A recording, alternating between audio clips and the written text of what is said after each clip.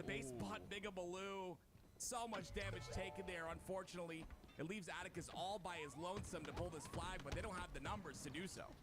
That was great from ascending baseline to be able to play in such a cramped space, right? They had one player in the back that was just hiding, knowing that the push was coming, and then they had another one that jumped up on top of their fridge to try to coordinate a team shot. Even though they're disconnected by their immediate lanes, they're able to connect on the player that they could both see, and they just melted that top base. Zuzi, beautiful shots by him. You see Uzi there alongside him as well. Here's the push. Hayden with a nice double, nice and clean. He's got 2 more to deal with, though. A little bit overwhelming for him. But it is 3 down for Passion United, and Atticus, the last player alive. With that camo coming up, they've got to make sure to push that top center control, but they end up spawning inside the base, which means the setting baseline continue to slay out here. But maybe Bigabaloo finds a way towards that camo. No. Oh, my goodness gracious. Zuzi just hitting shot after shot. He ends up falling before that flag gets into util. But still, Passion United are needing to make something happen to defend this flag. I love pushing through to the piece. He's trying to get coordinated with the team shot, and because of it, they'll be able to get 2 assists. And then because, I was going to say with the skill jump, he can get back to the spot that he really wants to be quickly. But unfortunately, a missed skill jump is punishing. And you see, that's why we love skill jumps in Halo, right? There's a risk reward to them. Big vibes today. Big vibes today. Let's get it. Take a more exposed route, and unfortunately, you lose your timing and you lose your life and an opportunity at a second flagpole. I remember I spent 2 straight days, 6 hours a day, practicing the Guardian lift 1 to lift 2 jump. It was so tough. Oh, I was gonna say I didn't think the. Hold on, why is there something in my eye right when I start my stream, bro? No way. No jump is as hard as the Guardian lift 1 to lift 2 jump. What the heck? There's that is a hard one. The Guardian, I don't think I could do that jump. Like I've maybe hit it a handful of times. That being said, chat, what's the most time you spent on a skill jump? Let us know in chat. Yeah. I love skill jumps though. You make a good point, Tools. Like they change the momentum of a game. They allow for massive outplay because there's different lanes. Speaking of outplay, There we go. Not too bad. Outplay, outgun. That is a tough spot. You can see the ascending baseline. They're just keeping that flag out. I like that they're going for the slays first, right? They're not too worried about touching that flag. I think they realize they just need to clean 3-4 down, and this will be guaranteed. And just about. You see it on its way after that 3 down. There it is. That camo's up. Zuzi gonna tie up the game at 1. Still many minutes. Much time left on that neutral clock. And Passion United just doing their best. Camo goes down. Atticus tries to pick that up. It is going to be Bigabaloo that runs this flag. There is 2 down for each side, though. Maddie has to win this 1v1. The late jump is good, but can he clean him up? Ooh, I love the late jump, bro. The flag run. 2 come out on the back of base for Passion United, but the spawn happens for ascending baseline. They get through. Counter. They double stack the flag. That's not good, though. They both go down. Well, they double stacked it because they had the counter cap in. They got too ahead of themselves, and now Passion United, they're answering back. Dude, can the spawners get back to their base in time? Maddie's on the return. It's a sprint. Touch.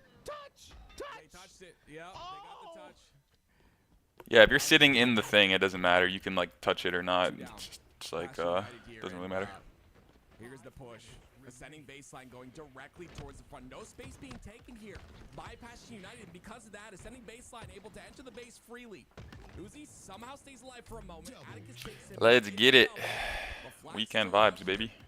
And again, Atticus listening to that communication. Gets a 3rd kill. Flag left on the back of base. Someone that will spawn will take that over as Atticus pushes through. And now it's a push for the flag.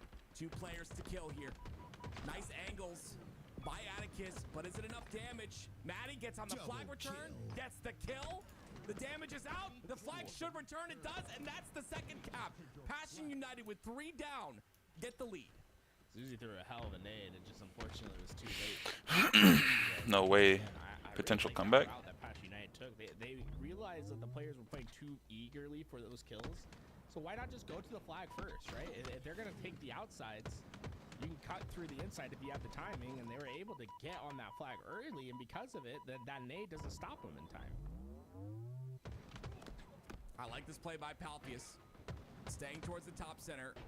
Staying alive, most importantly. Taking a lot of damage now, though. How is he going to play his life? Looks like once again. He might get great timing here.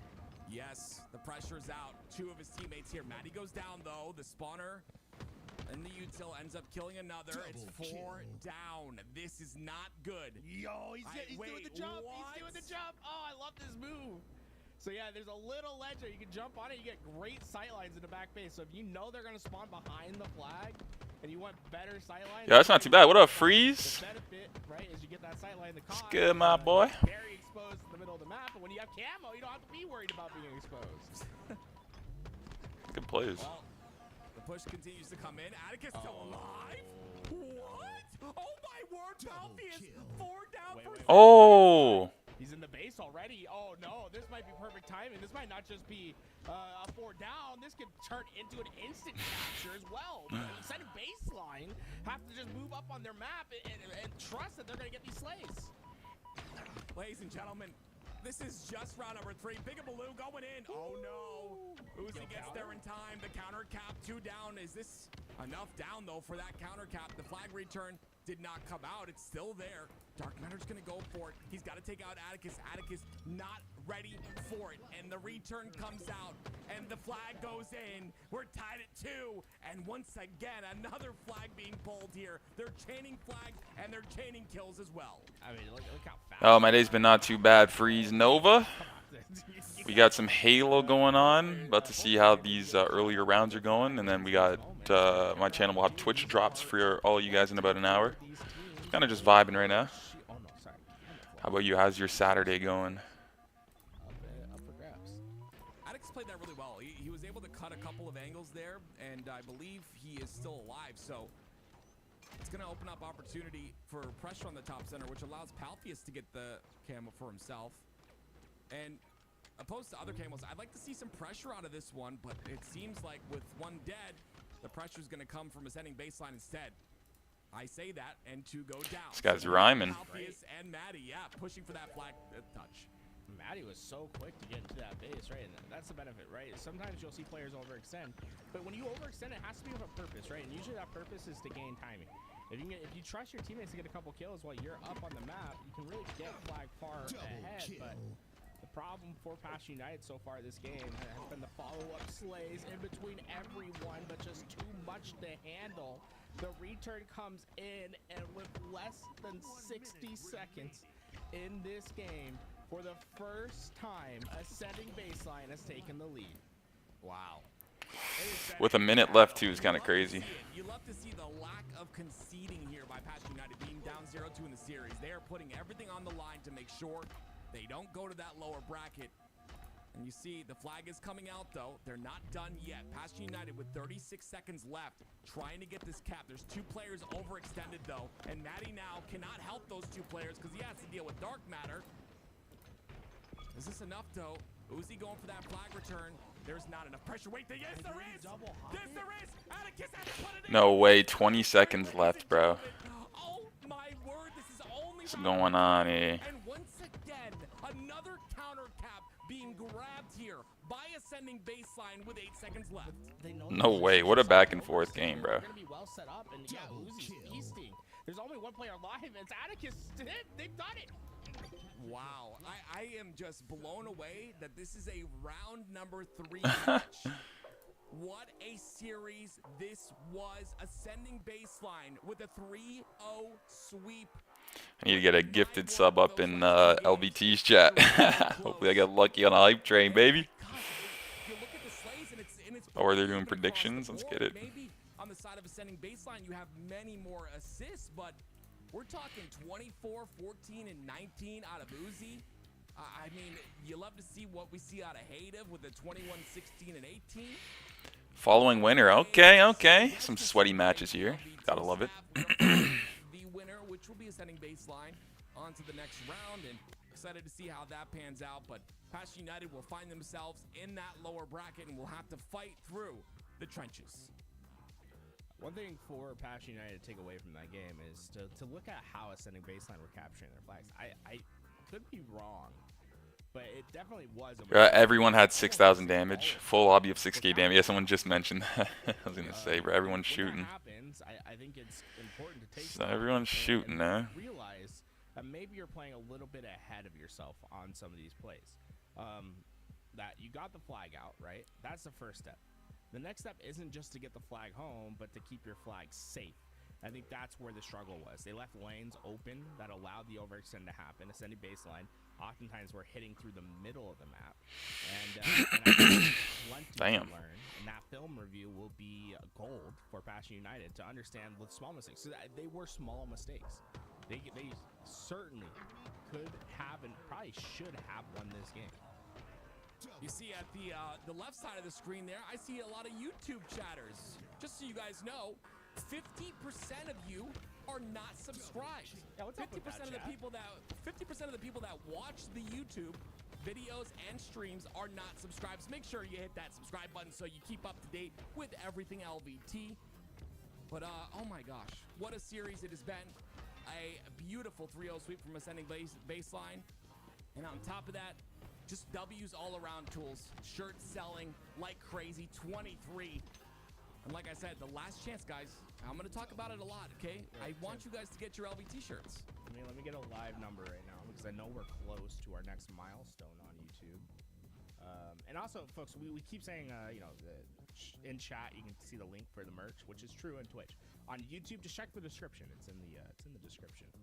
Yeah, and look at the bottom, Tools. You see all those payment methods. Venmo, Google Pay, Apple Pay. I know you guys got some money in those. You know what I mean? They got their money. They can pay how they want. But, Tim, we are 40, or no, actually only 35 subscribers away from 13K.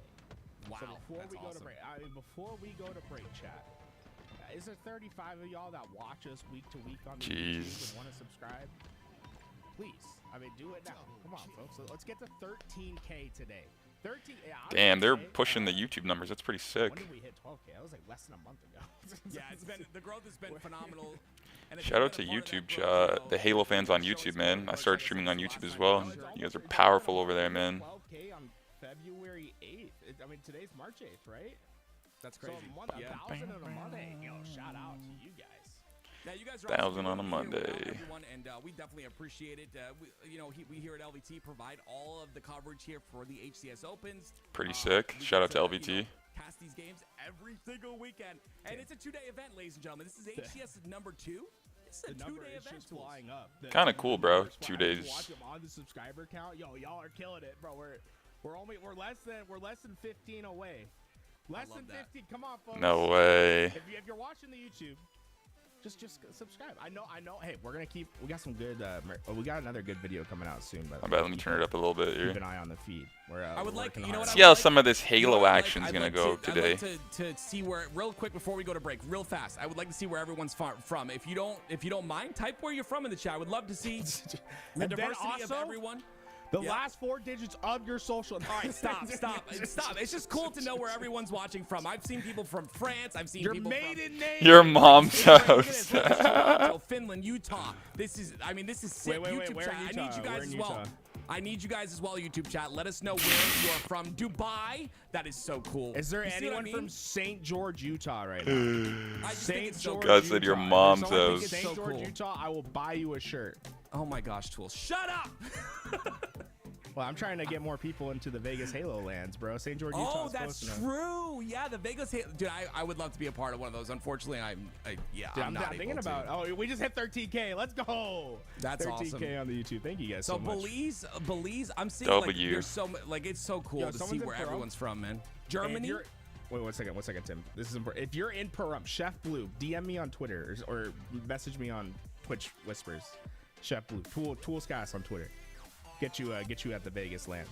Yeah, the Vegas lands are amazing. I'd love to be a part of those, and I love to see Spanish Fork, Utah. Oh my God. I love to see where everyone's from. Ladies and gentlemen, that was round number 3. Guys, we've got Optic. We've got Optic. We've got the potential phase SSG. roster. Of course, we've got SSG. Did they not announce the phase roster? I swear they did. Who's your favorite team? Still calling Who it do you want to Trippy's see team. go further in this tournament? When we come back, we'll have the next round for you. Let's go, W.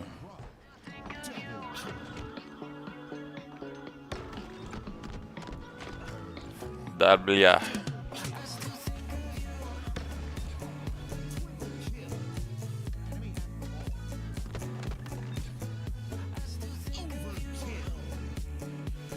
Do do do do do do.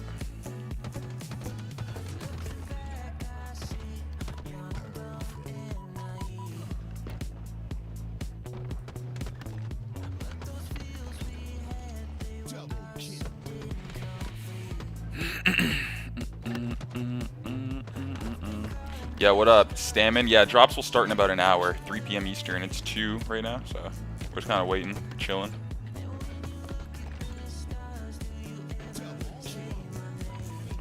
Lots of good teams this week again, so it'll be fun to see how everyone does.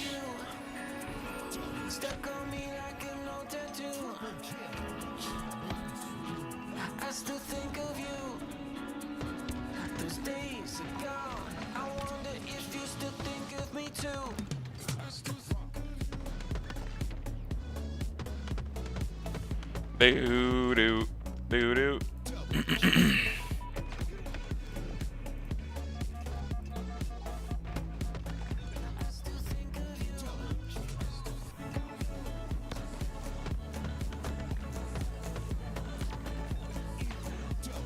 No way, hype train.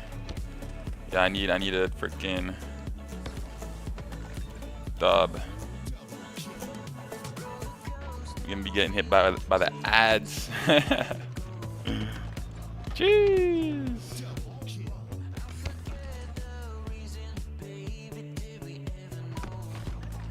Always good vibes, man. LVT streams. Big chillin' today, guys. Big chillin'.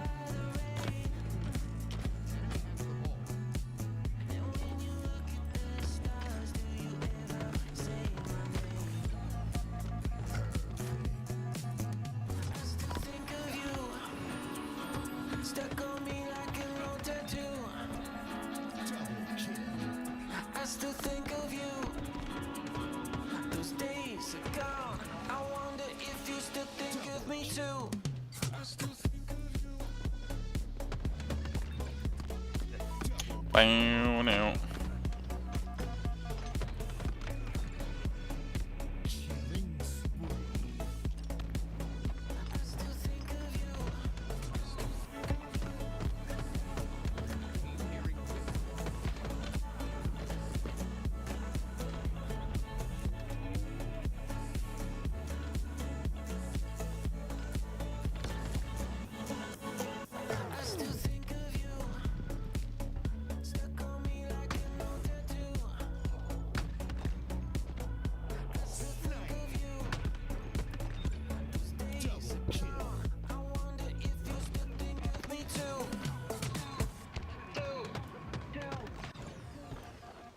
Double kill.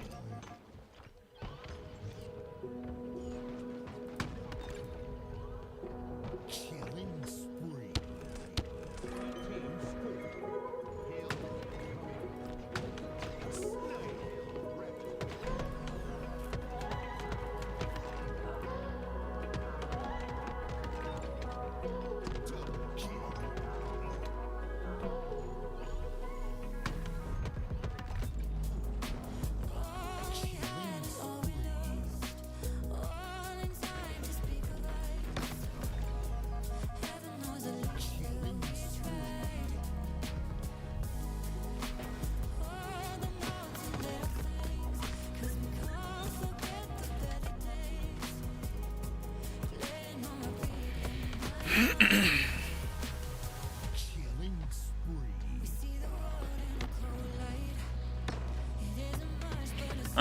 We need it.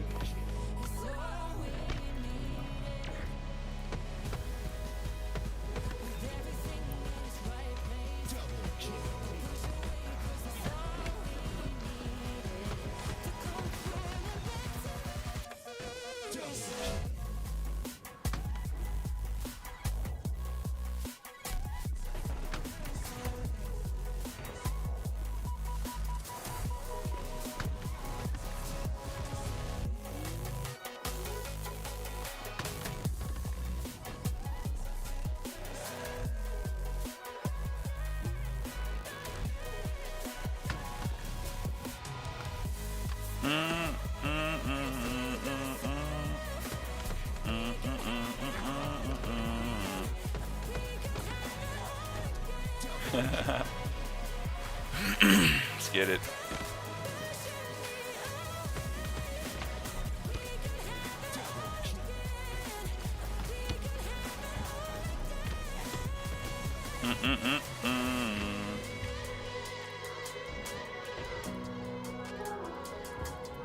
But it's all we needed.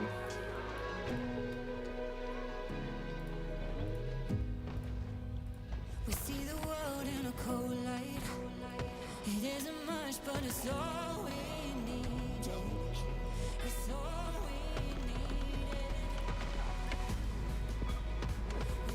need. Yeah, let's go, Boogeyman. Hell yeah, bro. I mean, unless I get slapped with the ads, I don't know. Sometimes it just like forgets about me. I don't think I'm subbed right now, but like it hasn't slapped me. Like, knock on wood, it hasn't slapped me with ads in a little bit, bro. I'm not gonna lie. We're gonna find out here, buddy. Yeah. It isn't much, but it's all we need. Once I get hit with 14, I'm like, all right, later.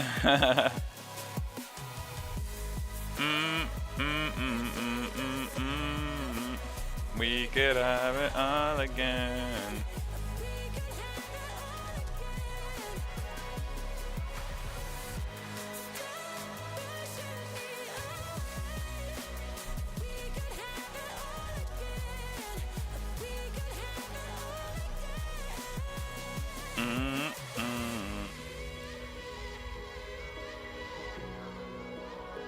Is it in mind, but it's all we need?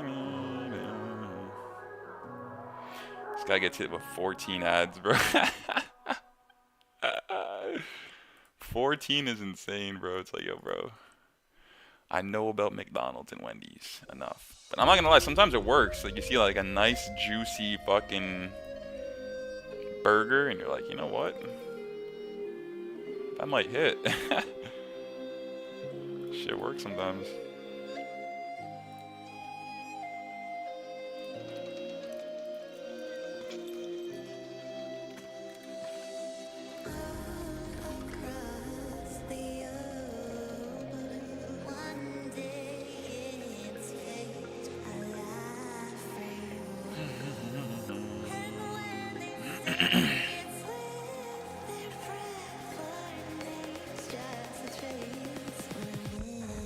Again.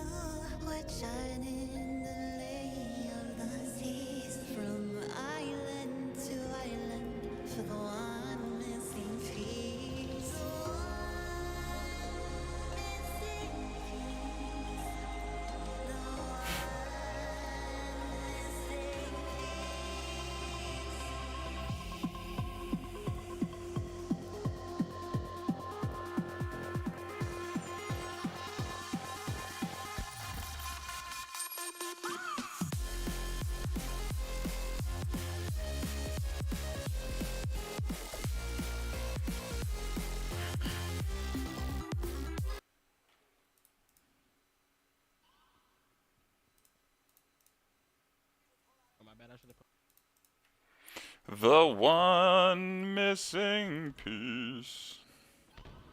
Alright, let's watch him lucid here.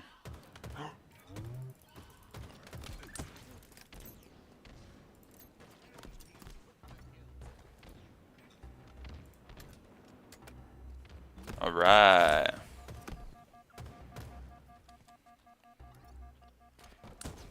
ASMR skin is pretty sweet. It's like purple.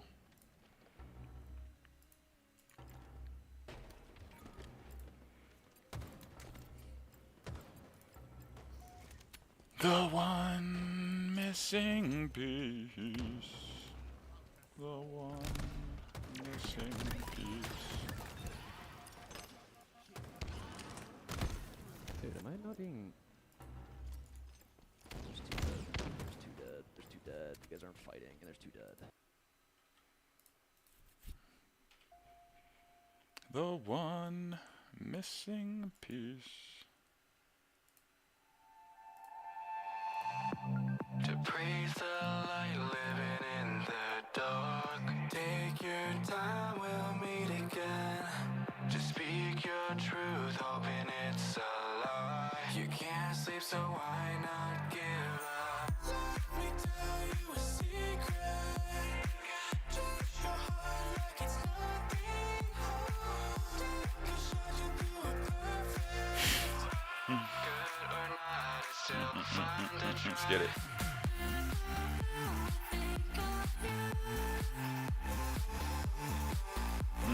Oh, we're predicting. Who's Lamnosti? Oh yeah, that's the isn't that the Latin Am team? Oh bro, they're kind of nasty. I can't even lie.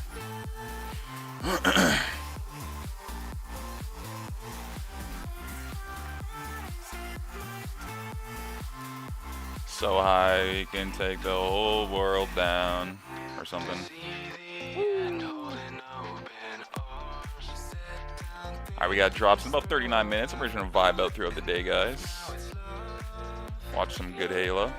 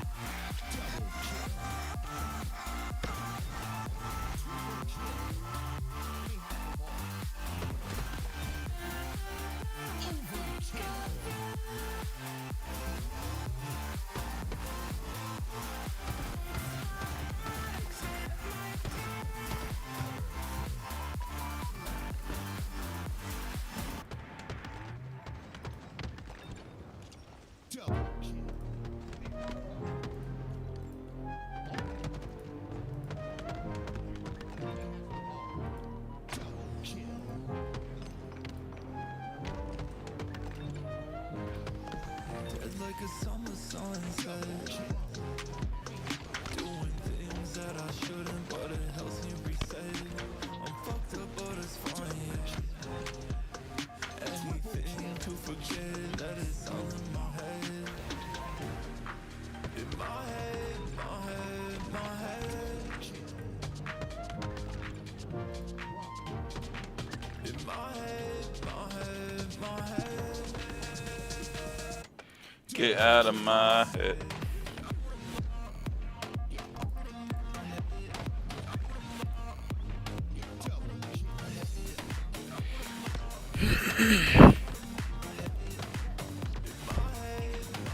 Probably just setting up the next game here.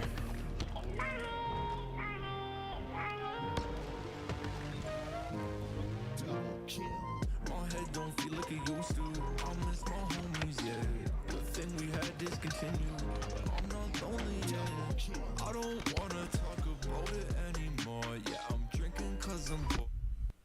Hey, welcome back, ladies and gentlemen, to HCS Open number 2. get My it. name is Active. Alongside me over here, this handsome fella is Tools, and we've got all the action for you here today, as we always do here on LVT. We've got something special today. Luminosity making their entrance back into Halo. We remember them Hell yeah. from back in the day. I believe they were even a part of Halo for a little bit of Infinite as well. Now we see them back in Halo again, and this is exciting. Well, you know what the funny part is? When Luminosity was in Halo back in year 1, year 2, they actually had Piggy and Mortally, I believe, on their team. Awesome. So All you know, works back, out. back with the old. I love it. That was back when I think it was Mortally, Piggy, Descendant, and Cycle, I think, was the team. So talk about a stacked out team early in the H1 Halo Infinite days. Well, you've got to go against another stacked team, a team that has been together for the longest time. I would say 3 out of the 4 have been together since the start of Halo Infinite pretty much, and have never split up, and have built that chemistry ever since. And then, of course, Hate of joining the roster now as well, but this is one of the longest standing rosters Halo Infinite has seen. So it's going to be a little bit of a challenge here for Luminosity, but what kind of challenge will it be? Right now, they have hill control. They've got a couple of kills as well, as Mortally gets one. It's 3 down for ascending baseline, and it's going to be Luminosity continuing to get time. Yeah, it's a big test for ascending baseline. You know, this is really where they usually meet their match. Yo, Avis, did you see that step jump he did there? I have not seen that one in a while, man. That is him getting in his bag. Usually you go up to the wall to try to hit that, but yeah, I'm about to put that one in my bag. So, sorry, Tim. Your bag of tools, you mean? Okay. Here we go. Sorry, it's a tool box, Tim. Oh, gotcha. My bad. Okay. Here we go, ladies and gentlemen. Luminosity very close to getting this, but it's 3 down for ascending baseline. Make that 4, which means Luminosity not only get the very first hill, but they also get control. Yeah, what up, Scripted? What you up to today, man? How's your Saturday going? Directly inside the hill, and the spawns for ascending baseline come out on the snipe side. Already well set up, and I love that how aggressive Luminosity is on the map when it comes to taking their space. They're not just content with getting to the hill. They also want to get the camouflage. They want to get the thrust. They're getting everything at their disposal, but fortunately for them, ascending baseline was able to win that fight at top middle, and they will have the pressure needed to get into this hill. You having a good Saturday or what? I think Uzi just wants to do a little bit more. Wait, refresh for drops. No way they added them. Hold on. Yeah, he's trying to get someone to swap out for him. I like the idea to get out of hill. Let's see. That means I might have him. Some help on that loop side, but again, the pressure from Luminosity a bit too much here. Piggy does go down, and Mortally's got the flank, gets 2. Let's check and my that's chat. 4 Let's down refresh. Yep, once you guys can again. get drops right now. Luminosity with the blue Awesome. spawns in full control Drops are now of enabled. this Let's yard get it. hill. Shout out to the HCS team and LVT for sure. Up on this map. Hooking it up so I can watch some Halo on a nice Saturday and promote some HCS, baby. Gotta love it. Look at how slow they have to be on their approach now because of that damage he was doing. Lots more damage comes out from Avicii here. Dark Matter down to no shields. Uzi goes down, and it'll be 2 down for Luminosity, and Dark Matter's gonna smell the fear. Ladies and gentlemen, Twitch drops are now live. If you're on Kick or YouTube, tune into Twitch. We got some drops over here. But at this point in time, Luminosity, always with their foot on the pedal, continue to pressure through. Yeah, it's interesting to see where they're gonna play, because camouflage also gonna be an impact in about 10 seconds time to start worrying about. They just need a prank, man. This is tough. This is so tough. But look at Yaxen's route through the bottom. He's gonna try to put the pressure onto Luke. Uzi tries to stay alive here, hits the shot, but he cannot live. Yaxen's pressure a bit too much. But wait a minute, the hill! Oh my goodness! Uzi, the last player alive, gets his foot. Starting to get sweaty. Winners round 4. Because of that, it's going to be ascending baseline, tying up No way. this game, but This is a pretty even match, can't even lie. Get that camo. So let's see what he can do with it in terms of value. All right, this is how a King of the Hill plays differently from previous iterations. Is that all the time needed to get in that hill, to get that point, they don't matter, right? It's the only second of time that matters is that very last second. And because of that, ascending baseline find themselves at an even game. If we're going by time in hill, Luminosity would have a dominant lead, but instead, they have an opportunity still. Great play by Morley there. A little bit of target prioritization. Gets 2. He's going to get his 3rd as well with the assistance of Piggy. And Dark Matter, he's all by his lonesome on the bottom of lift. He'll have help on that glass side. And that's why you don't see Piggy directly go up until he gets that kill. You see the spawns there on Yard BR and glass. But Luminosity, this seems like it's a money hill. They've had full control of this hill. Ascending Baseline haven't got a step in it whatsoever until just now. But kills continue to ring out. 4 down for Luminosity, though. A chance for Ascending Baseline to answer back. You know, we've seen crazier things happen before.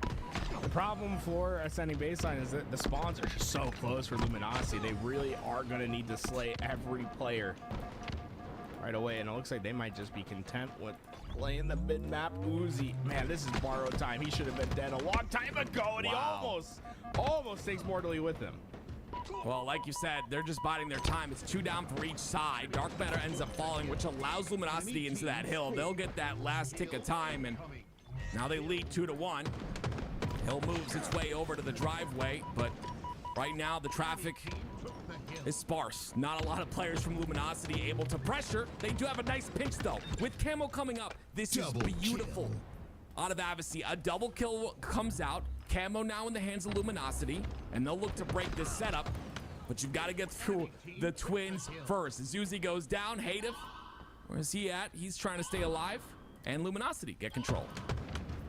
Camo for Mortally is just going to move out of this hill now. With them going multiple down, it's more important that they establish a strong perimeter. And well, there's not many players stronger than Mortally when he has camouflage. Just being able to laser down his opponents, and it's a jungle gym back here. Look at him using the map, maneuvering how he needs to, and it's another kill.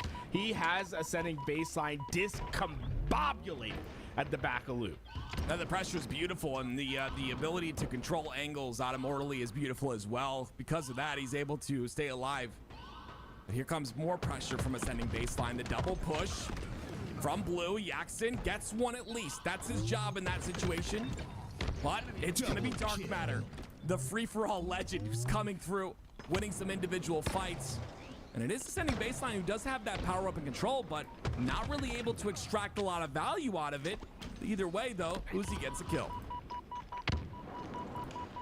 Searching for his opportunity on the outside. Uzi, though, taken down, and Mortally's been just so strong for his team because of his presence and his expansion on the perimeters. Ooh, my, this is Mortally. This is a next level aggression that unfortunately you see the good and the bad that can come, right? The risk and reward, and that time he just got melted. Still a 2-1 lead here. 3 down, though, for Luminosity. But again, they've put Ascending Baseline in a difficult position. There's got to be some very solid Halo being played here if Ascending Baseline want to come back in this hill. And all it takes is 1 push from Luminosity, which is commencing right now, for this hill to be broken. This is a big fight. It's going to be Dark Matter who takes a little bit of damage there. Zuzi gets the kill on the loop side onto Piggy. Uzi stays alive, and it's just not enough. The slays are too much. Ascending Baseline find themselves down 3-1. Uzi gonna backtrack right away. This important spot on the map for both these things is gonna be the loop. You really want to be able to fight out of this LR. And, oh man, Yaxon guaranteeing the one-on-one, and I like how you see how Avicii is pushing out. This is because they understand the importance of the LR lane. They don't want to let players just come through here for free. You must kill one of the players from Luminosity if you want to take that control. Power position gained by Yaxon, but he spots someone or hears someone weak there. That's going to be Avicii going down. Yaxon now finds himself between a rock and a hard place. He'll go down, but all the while, it's just a distraction as Luminosity going towards getting their 4th hill, and they will. Dark Matter won't get it there in time, and Luminosity. GG. I was going to vote on them too, you know, but shoulda, coulda, woulda. And, I mean, honestly, I think they were just a little bit better at playing their positions, like getting to their spots quicker than Ascending Baseline, and because of that, they were able to have just these big advantages in their gunfights. Ascending Baseline can keep up with the slays, right? Like the individual talent, they can compete with just about any pro player. It's really the macro, the positional game that I think you start to see the big advantage for Luminosity. The timings on the map, And that's where setting baseline, they'll just improve over time. But I think there's a lot to love about this team. And I'm excited to see their journey. Like, we've been watching it for years now, and they consistently get better. I didn't even know these guys got signed. That's pretty sweet. This year, it's pool player or Under bust for LG, bro. Tim, I don't know where you feel on it, but I think they've been building up to this moment, and if they can make it to pool play at one of the lands this year, I think that'd be a huge accomplishment for them. Well, we got to see a little bit of the stats there out of Luminosity, and obviously had 6,200 damage, far above all the rest, and you love to see that. And I love what you talked about in terms of positional advantage out of Luminosity. I saw it multiple times out of Mortally. It's about cutting those angles and making sure that in a situation where you're being pressured, you just hold that 1v1, right? You're not exposing an angle to a second player. You're taking that 1v1 and making sure that second player provides no value whatsoever. We saw that so many times out of Mortally and the rest of Luminosity. But now we go to game 2. Ladies and gentlemen, appreciate you guys joining us here at LBT. This is HCS Open number 2. Game 2 against, game 2 for Luminosity and Ascending Baseline. Of course, Luminosity leading 1-0. But Luminosity, I just want to say, it's great to have you back in Halo. Back onto Streets War, our Slayer. Right, this is probably the fastest map in HCS. It's definitely the smallest. And what you'll see is a lot of spawn cycling. So in particular, you notice the staggered spawns for both sides. The idea is you want to get that 3 to 4 down, and then you want to let 2 spawn on one side of the map, then push and split the others. If you can keep them in that tempo and cycle, it can really throw players for a loop. And already Ascending Baseline, they're kind of feeling that. You see in the staggered spawn, 2 players up, the other 2 are coming off of spawn, and in Luminosity are starting to position themselves to cut off all their exits. Piggy's on an island, though. If you look at the right side of your screen, on an island, but still gets a kill. And Mortally gets 2 as well. That's all 4 down. Ascending Baseline, just like that. All of the pieces fall, and now the spawns come out once again. That's a nasty angle from Mortally there. He just catches him off spawn. And with the red gunner too, it's just there's no reaction that you can make without going down to 1 shot. Already, this is just brutal for Ascending Baseline. They're searching for an opportunity to be away and safe, but Mortally's just not gonna let them. And this is where you're going to see them be aggressive, right? These staggered spawns are just killing them at the moment. There's no connective tissue between anyone on Ascending Baseline. That's what happens. That's how you take advantage of these Slayer games. Wow. You continue to stagger spawns. Mortally somehow survives. That was super cool. That the tech to jump repulse up because there's no ceiling there. He's able to really dodge any path of damage.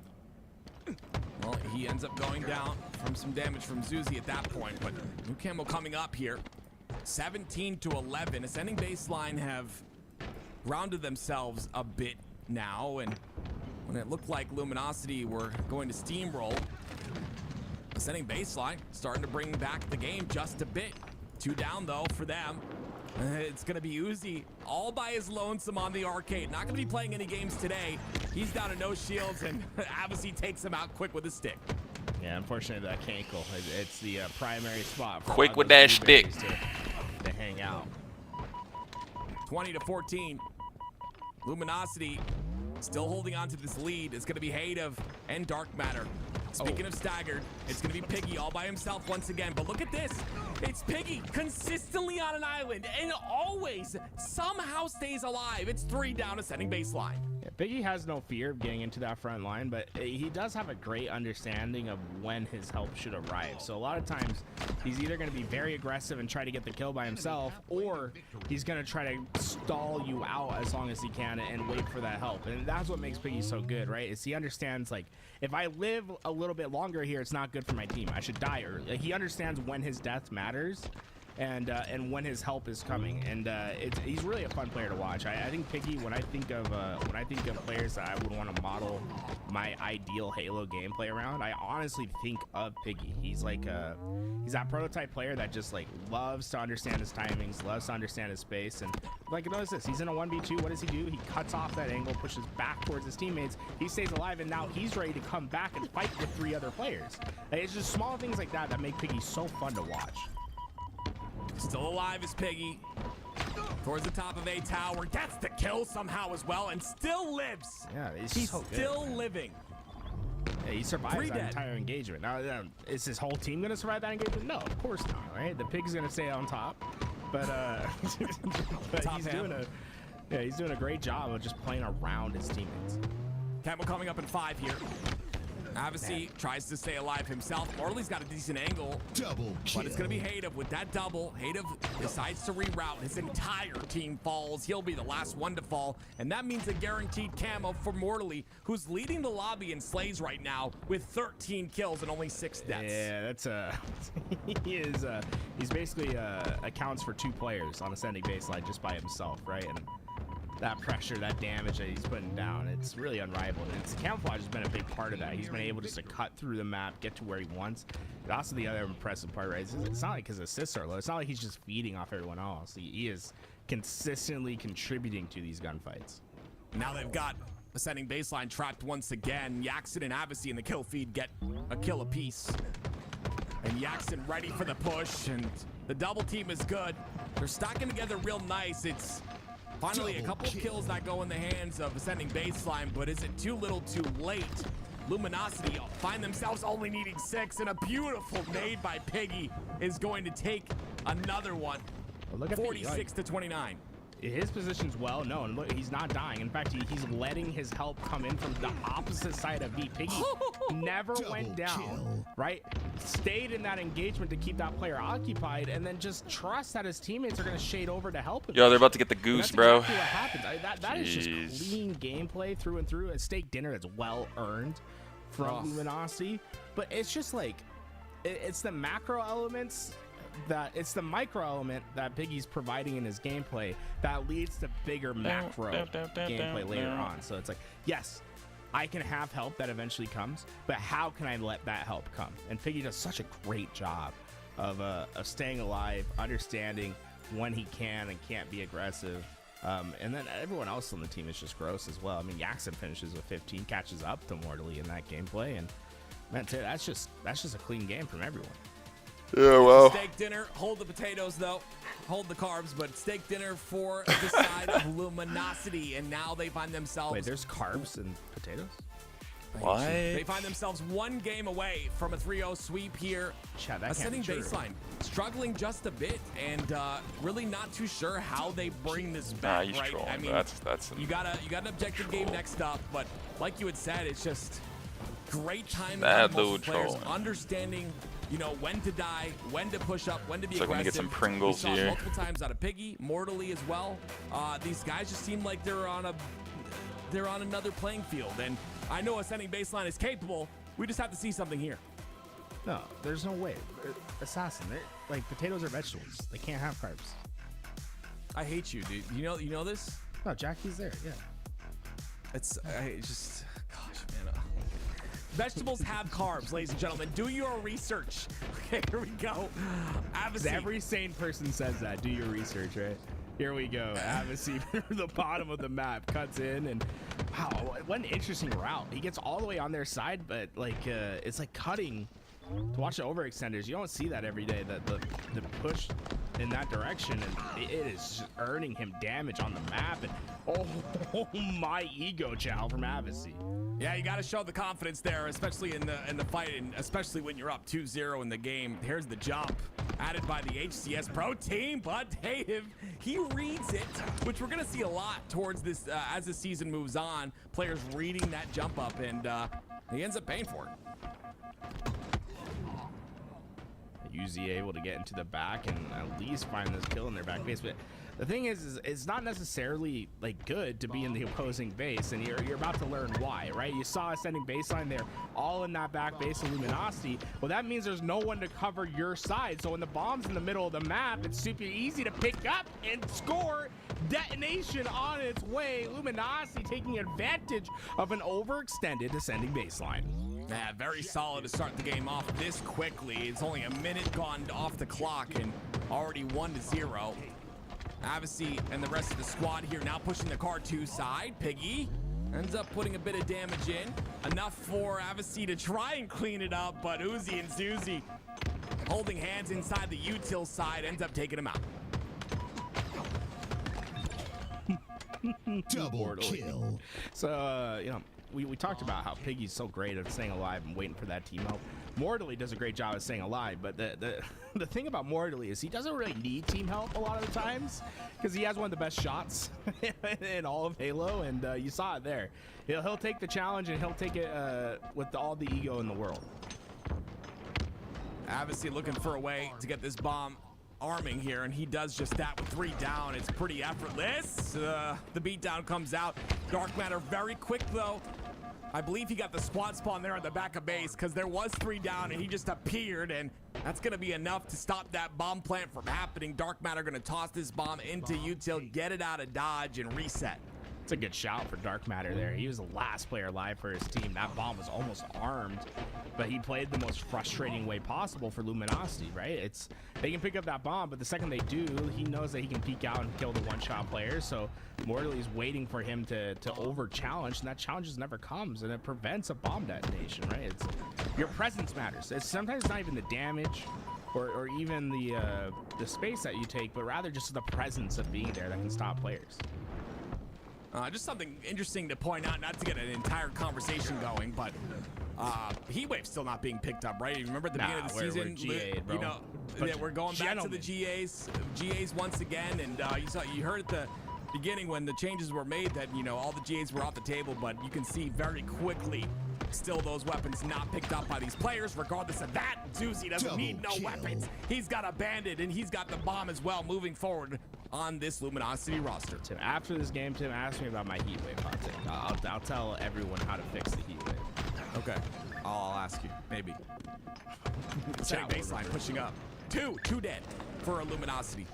Setting baseline, a chance to maybe get that bomb in, but just immediately it is traded out. 2 down now for a setting baseline, and you see how quickly Luminosity takes space. Look at Avisy's score, by the way. His KD, 12 and 5 to start this game. Make it 13. He is shooting straight here today. Camouflage going to be up, and well, Piggy, although there's only 2 players alive for his team, he's like, yeah, this is free. There's no one to contest. He'll be able to get away with this camouflage. We'll see what he does with it, right? We talk about his intelligence in the game of Halo. I love that play. I mean, it is risky, but he understands how much shields Uzi has in that situation. Comes out, cleans up another one, and now grabs bomb and rotates it toward the util side. Now they'll slay once again, but there are 2 players top center that Luminosity has to deal with. One of them make it through. No kill comes out. Yaxon gets that kill, and a trade out once again. There it is. Just as quickly as that, it's 2 down for Luminosity. Make that 3.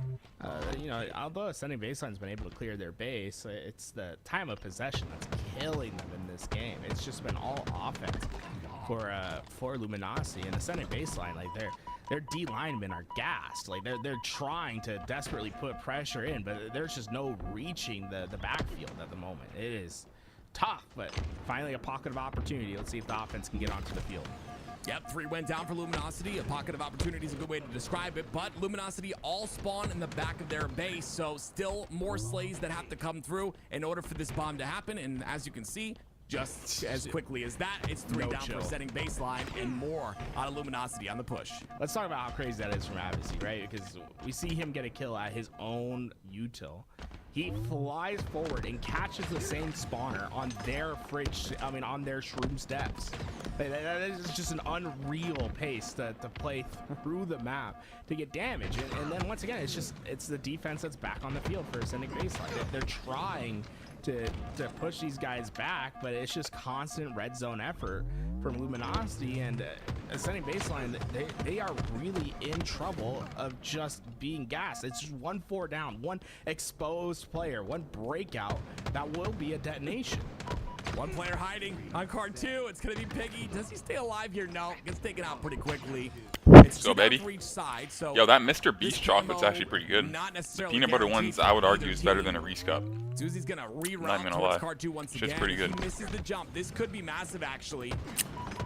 It's gonna be Hayden who's up top. No one. I'm not sure who grabbed that camo. I don't think it's up any longer, so it's definitely either burned or taken. Regardless, 2 down for each side once again. Mortally, he stops a bad moment for Luminosity by being in that front line. He was able to shoot back and kill that ball carrier before he could go and throw it up to the players that were waiting in the base. A couple seconds later, and that could have been disaster for Luminosity. Instead, they found a pretty easy counterattack.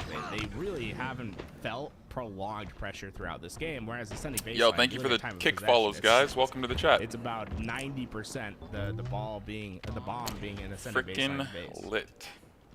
And it's going to end up there once again. No, actually, it's ended up in Luminosity's base. I apologize. This is maybe their chance to break through, but again, it's 3 down for Luminosity. No one really able to push the base. 4 dead. Beautiful shots by Uzi. But again, is it the base spawns? No, they spawn on the fridge side. Now a chance for this bomb to arm and plant. They've got pressure. They've got the arm. It is almost there. Wow. There it is. Tied up at 1. Ascending He baseline. actually got that. Capture, or sorry, arm the bomb. The Uzi-Zuzi connection there was so strong. They were both weak, but they had each other's help, and that's what mattered in that moment. And that one-shot player staying alive while taking down the last player of Luminosity opened up that opportunity they've been waiting for all game. And well, it doesn't matter that Luminosity has been pressuring all game long. It's 1-to-1. You found yourself back on even footing. And it's crazy to see that because you talked about it many times. It's just constant pressure by Luminosity. The bomb finds itself in Ascending Baseline's base over and over again. The slays, I would even say, for the most part, maybe even actually if I'm looking at it, but these camos have been in the hands of Luminosity time and time again. And now it's time to see what they do with this camo. Bomb makes its way towards the shroom stairs. Obviously has to make a play. Here's a player. 3 shots and a beatdown. That'll be clean enough, and he'll stay alive for a moment. Luminosity keeps getting the bomb into the base. They work on their slays. It's pretty standard Halo, but honestly, I'd almost wish for them to be a little bit more risky with their approach to this base. Like, just get it in early. Try to plan it before Ascending Baseline can react, but if you're gonna slay like this, it should be a bomb detonation to come. Oh, runs into the team nade, and now Avicii doesn't have that support. But he does have nades. And they put 2 players to 1 shot. The Twins go down, and well, Dark Matter will join them. Hayden, can you make something special happen? Well, unfortunately, Hayden ends up going down as well. Morley will finish the arm, and this will be 2-1. The jump ups, you saw the new jump up there from the fridge side. Didn't matter. Luminosity leading 2-1 now, and 2 down for Ascending Baseline. Make that 3 so they can continue their pressure. And like Piggy just chilling in that back base. In fact, it might be even a little too far up on the map. Someone's gonna have to start moving that bomb, or else we could see a potential opportunity for Ascending Baseline just to throw that back. But you see already they're very cautious about what lanes they're giving up. Already working back towards their team. I threw my back this morning, so hey yo, what? There's that. You said throw that back. I'm saying I threw my back this morning, getting up off my bed. It's part of being old, man. It's part of being old. That's a wild way to start your day. I'm not gonna lie. Here comes Piggy. Why are you Let's see throwing how it you back can in stay the alive morning? here. It's like it's 6 a.m. and you're throwing it back. I hate you. Anyway, Dark Matter trying to find. I think that was Yaxon. They end up finding him finally. And they've got top center control. This is possible here. The pressure's coming out. They are arming, but no one's there to help Zuzi, unfortunately. They're not quick enough on the pull, and because of that, Luminosity come off the spawn. And, oh my gosh, the ninja attempt was crazy, but Luminosity can't control the bomb once again. Respect. Remember, whenever you go for a ninja attempt, it doesn't matter if you died, because when your team asks you what you're doing, you just say, imagine. Like, imagine how it works, bro. And then it's like, it basically is like a get out of jail free card. You can make a bad play as long as you say imagine after. One of my favorite calls from you out of the 4 years we've casted together is, do you believe? That was probably the sickest thing you've ever said. It'll never First time it's ever said. First time that phrase has ever been said in a broadcast before. It was just cool by you, okay? I respect it. Anyway, 2-1 here still. No, 3-1, baby. Detonation, GG. There it is. Yeah, there it is. Sorry, I was talking about nothing important, and here we go. It's a very good sweep by Luminosity. GG, a great entrance into Halo as they win their round number 4, I believe this is, and a sweeping victory. You love to see it, especially against a Descending Baseline roster that has been together for so long. Yeah, pull them brooms out and get it going. Luminosity able to win this series pretty handedly. I think there was moments that Ascending Baseline can like from that gameplay, but obviously we're still seeing that level of difference between the teams that we expect to get top 12, top 8 at LAN and the teams that we expect to be on that bubble of pool play. But I'm very excited to see how Ascending Baseline continue to improve throughout the year and where they finish in the elimination bracket this tournament. So, Acker, can you please explain to me what's going on? Can you recreate? Just recreate what you were talking about when you threw it back. Listen. I didn't say I threw it back. Okay, No, you said I need to make this very clear. No. When I got out of bed, I threw it back. I threw my back, my back this morning. My back hurts from being old because I got up the wrong way, Tools. That's what When you have this vigorous movement in the morning, I can understand how that could hurt your back. So, I mean, I'm just like, I'm going to give you a vigorous movement. Here we go. Guys, we're continuing on. I just want to make something very clear, ladies and gentlemen. I want to make something very clear. Seriously, this is very important. Hear me, listen to me, please. There is only 102 shirts left to get. Once you lose this shirt, once this shirt's sold out, it's over. And this is the first merch that LVT has had. We've been around for, 5 years now? Our very first merch is on your screen. Exclamation mark merch in the chat. If you're on the YouTube, check the description. Damn. Many ways to pay. You can see it at the bottom of the screen. PayPal, Venmo, whatever. If you want to support LVT and what we do every single week, every time there's a tournament, make sure you get your merch and show that you supported at the very start of this beautiful LVT production company.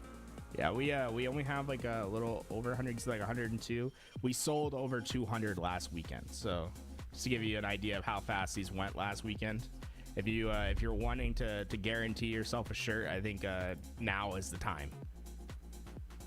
Well, thank you, ladies and gentlemen. Again, Luminosity 3-0 against Ascending Baseline. We're going to continue on the bracket. And for those of you guys that are really excited about Optic Gaming, you know what? We could potentially see them here where we are in the bracket. We could see them potentially up against Luminosity very shortly. We've got to wait for their match against Kraken Seas. But when we come back, we will have that match for you, ladies and gentlemen. Don't go anywhere. We'll return in a moment. Damn.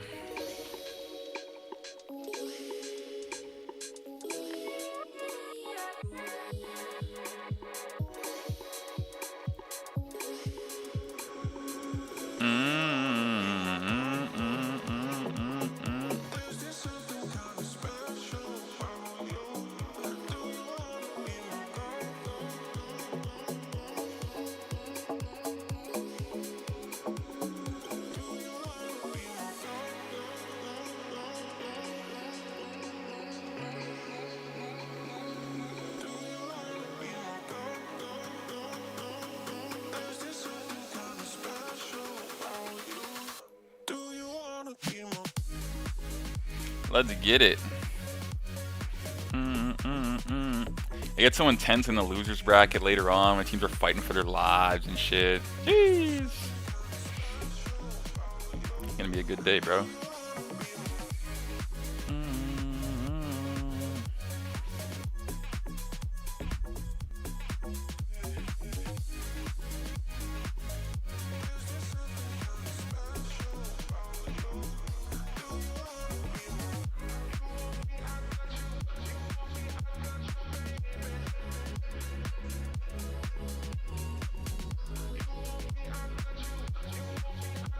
Baby.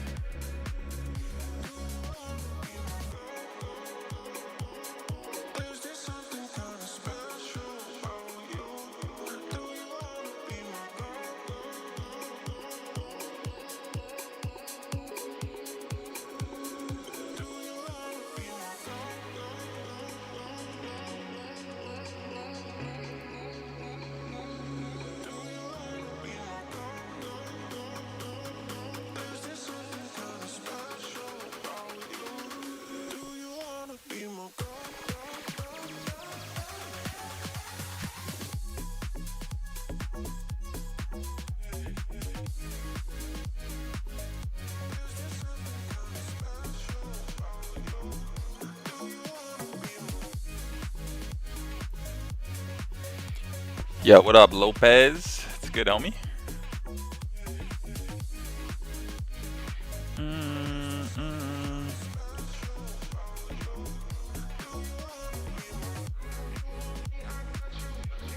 I got you, baby.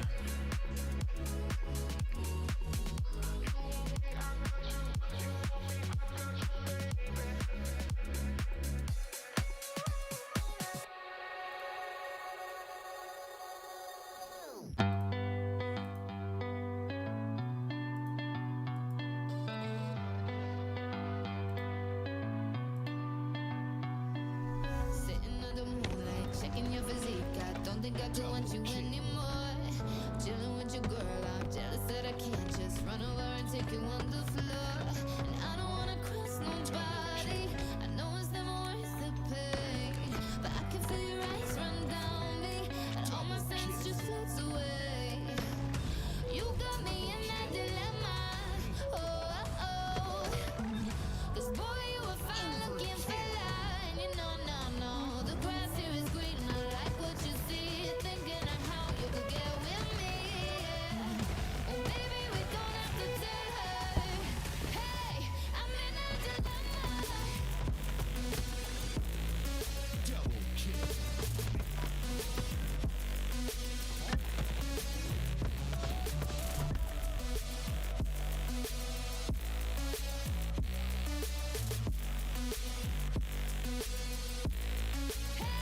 I'm in a dilemma.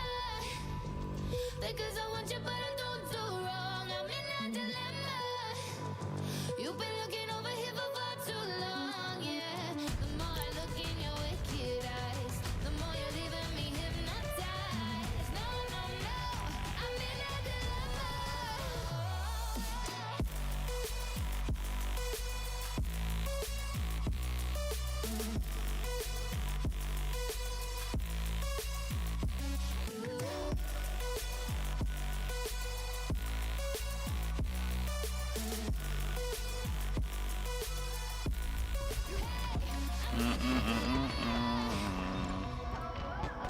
Because I want you, but I can't do wrong. Sitting under moonlight, checking your physique. I don't think I could want you anymore. Chilling with your girl, I'm jealous that I can't just run over and take you on the floor. And I don't wanna cross nobody. I know it's never worth the pain, but I can feel your eyes run down me, and all my sense just floats away. You got me in that dilemma. What? Oh, whoa. 'Cause boy, you a fine looking fella, Damn. and you know, the grass here is green. I like what you see, thinking of how you could get with me. Oh, baby, we I'm in a dilemma. Because I want you, but I can't do it wrong. Oh, they're playing. Because I want you, but I can't do it wrong. Alright. Lock it in here. Over 3. One got that window, super CC. Yeah. I'm seeing their gym. Because I want you, but I can't do it wrong. Sitting in a What corner, the Arjun. fuck?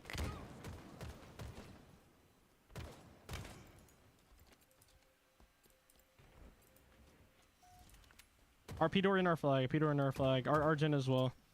I mean, bomb's gonna re. Bomb's gonna re. Because I want you, but I can't do it wrong. 2 RP door. 2 RP door. I got one RP door going P3. Going RP far now to RP door. On 4. P2 now. P2 now. P2 now. Our side. P2 now on you, Matt. He's at the top. Because I want you, but I can't do it wrong. 2 in there. 2 in there, Gen. 2 in there, Gen. Yeah, they're up 2-0 in the Give me series camera, give me now, camera. so. They're by flag. They're Gen right now. Tony's here. Alright, done. I'll get camo bomb. You camo bomb. We'll get the P door. The P door right now.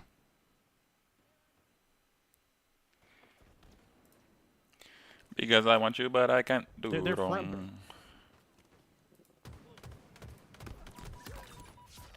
No, they're back flag. Dude, fuck. Did we just see their back flag? Shoot the back flag. Shoot their back flag right now. Because I want you, Okay, but hitting I shroom, can't shroom, do legend, look. wrong. I'm in Well, a there's your bridge, one dilemma. minute. I spawn here. Listen. Do do do do do do do. So yeah, P2 is P2, bro. P2 not moving. P2 not moving. I'm going up. Car 3 on board. I'm moving.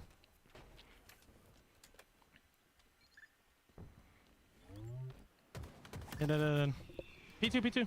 Nice. 3 dead. Oh! One hit, 180 scanned. One hit scanned. One guy, two their gen right now. They spawn top flag going their P-door. Their P-door right now. Playing their back flag P-door. Two car three right now. 2 car 3. Oh, fuck. 2.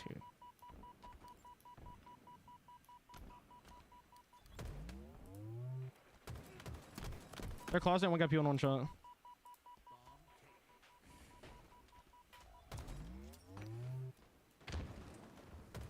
Whoa, one hit. One hit. Super CC. I'm out of ammo.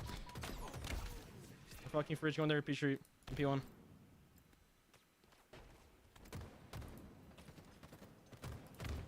Nice. Keep go. Probably our P door or some shit. P2 Super CC. Let's go.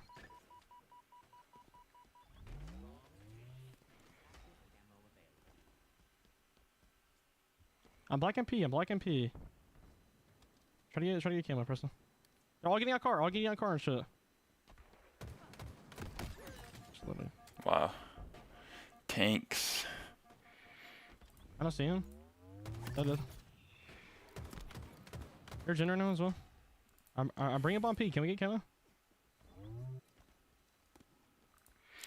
Because I want you, but I can't do wrong. I'm in a dilemma. One in the front base. One in the front base. Nice. I have camo. He's running bomb. They're top window right now. One guy playing P2. I'm 1 day away from hitting my sub goal for like the highest amount of times. Pretty sweet. Weak. On it. I've hit my sub goal All P. 3 days in a row. My highest I've hit it is 4 days in a row. P on his up. Can tie that shit today potentially. P-door, Red. I know this is his internet. He always says his internet lags and comes right back. Nice, good shot. I'm in a dilemma. Because I want you, but I can't do wrong. Arvin? Yeah, Arvin. Arvin, one hit, going car 3, going car 3, so. Because I want you, but I can't do wrong. 2 car 3 right now. Walking Arvin. I think LBT is just setting up the next match here. P2 right now. P2 on where. I'm running bomb. P2 on where.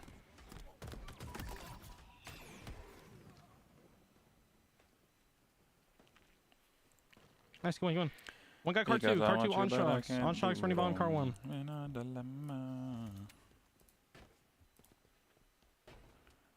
Bottom mid or no?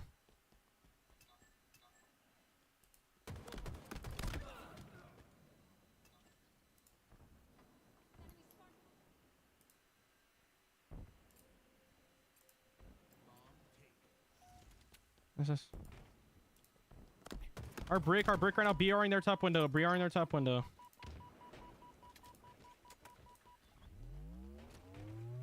I need a P2. We got hell of time. We're good. They're gen with a beer. I'm trying to be on. Nice. P1 to camo. Dead. Last guy car 3. Camo's dead.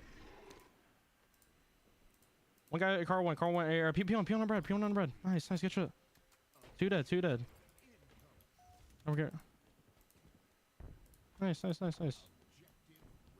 I'm going. Let's go high. They're gen. Here. I need it. Weak. I got one more. Shoot on it.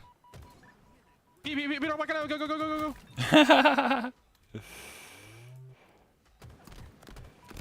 I'm in a dilemma. Because I want you, but I can't do wrong.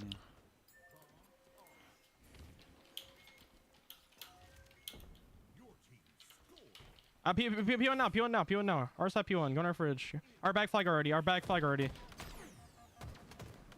Oh my god, good shit. Yeah, he's our back flag somewhere. Because I want Yeah, you, but I top flag, can't do that. wrong. Whoa! Okay, nice, good shot.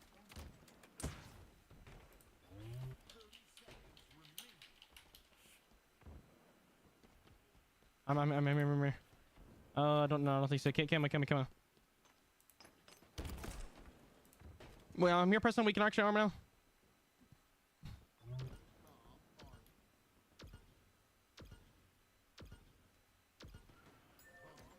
Alright, shit, guys.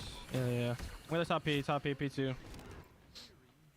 Literally just, yeah. He's gonna grab camo bomb. He literally has to. There's no, nah. GG's, those guys are fucking gross. No. This shit's actually sad. Tony Tutor and Kruvu sat in corners the whole entire game. They are so dog shit, they can't actually fight a 1v1. Holy shit. Like, move around, dude. Actually so sad. Actually so fucking sad.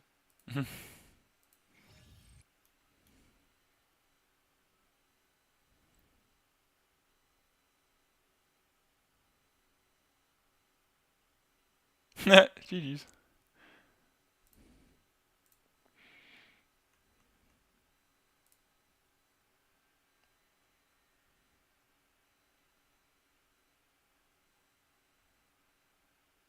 No, it's not even the fact talk that talk. It's not even like they're good. It's just, bro, that shit is so fucking stupid. Like, I'm actually so tired of watching just, oh my god, just horrible gameplay. Just literally like sitting in fucking corners. Like, congrats, bro. Like, you're so nasty. You're fucking gross. Holy shit. Pisses me off.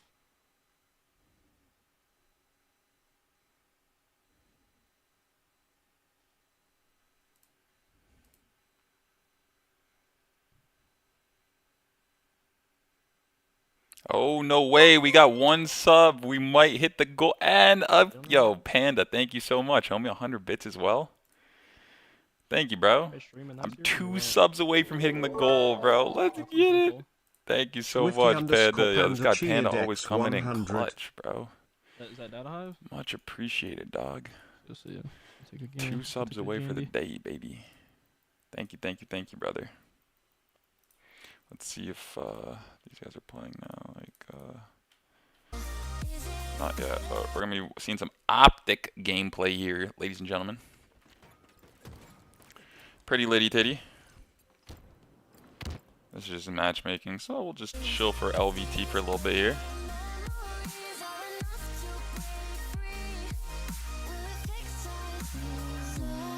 Big homie Panda, bro. No cap.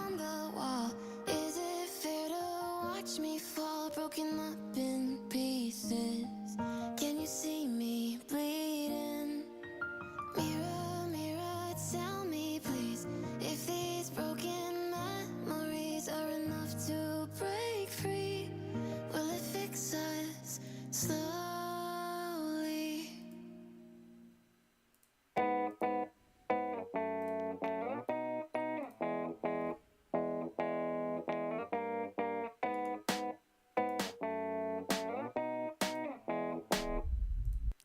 What is up, ladies and gentlemen? What is Oh my gosh. No way it happened. I've tied my high score since I started this kind of like challenge. Panda, thank you for the 2 gifted.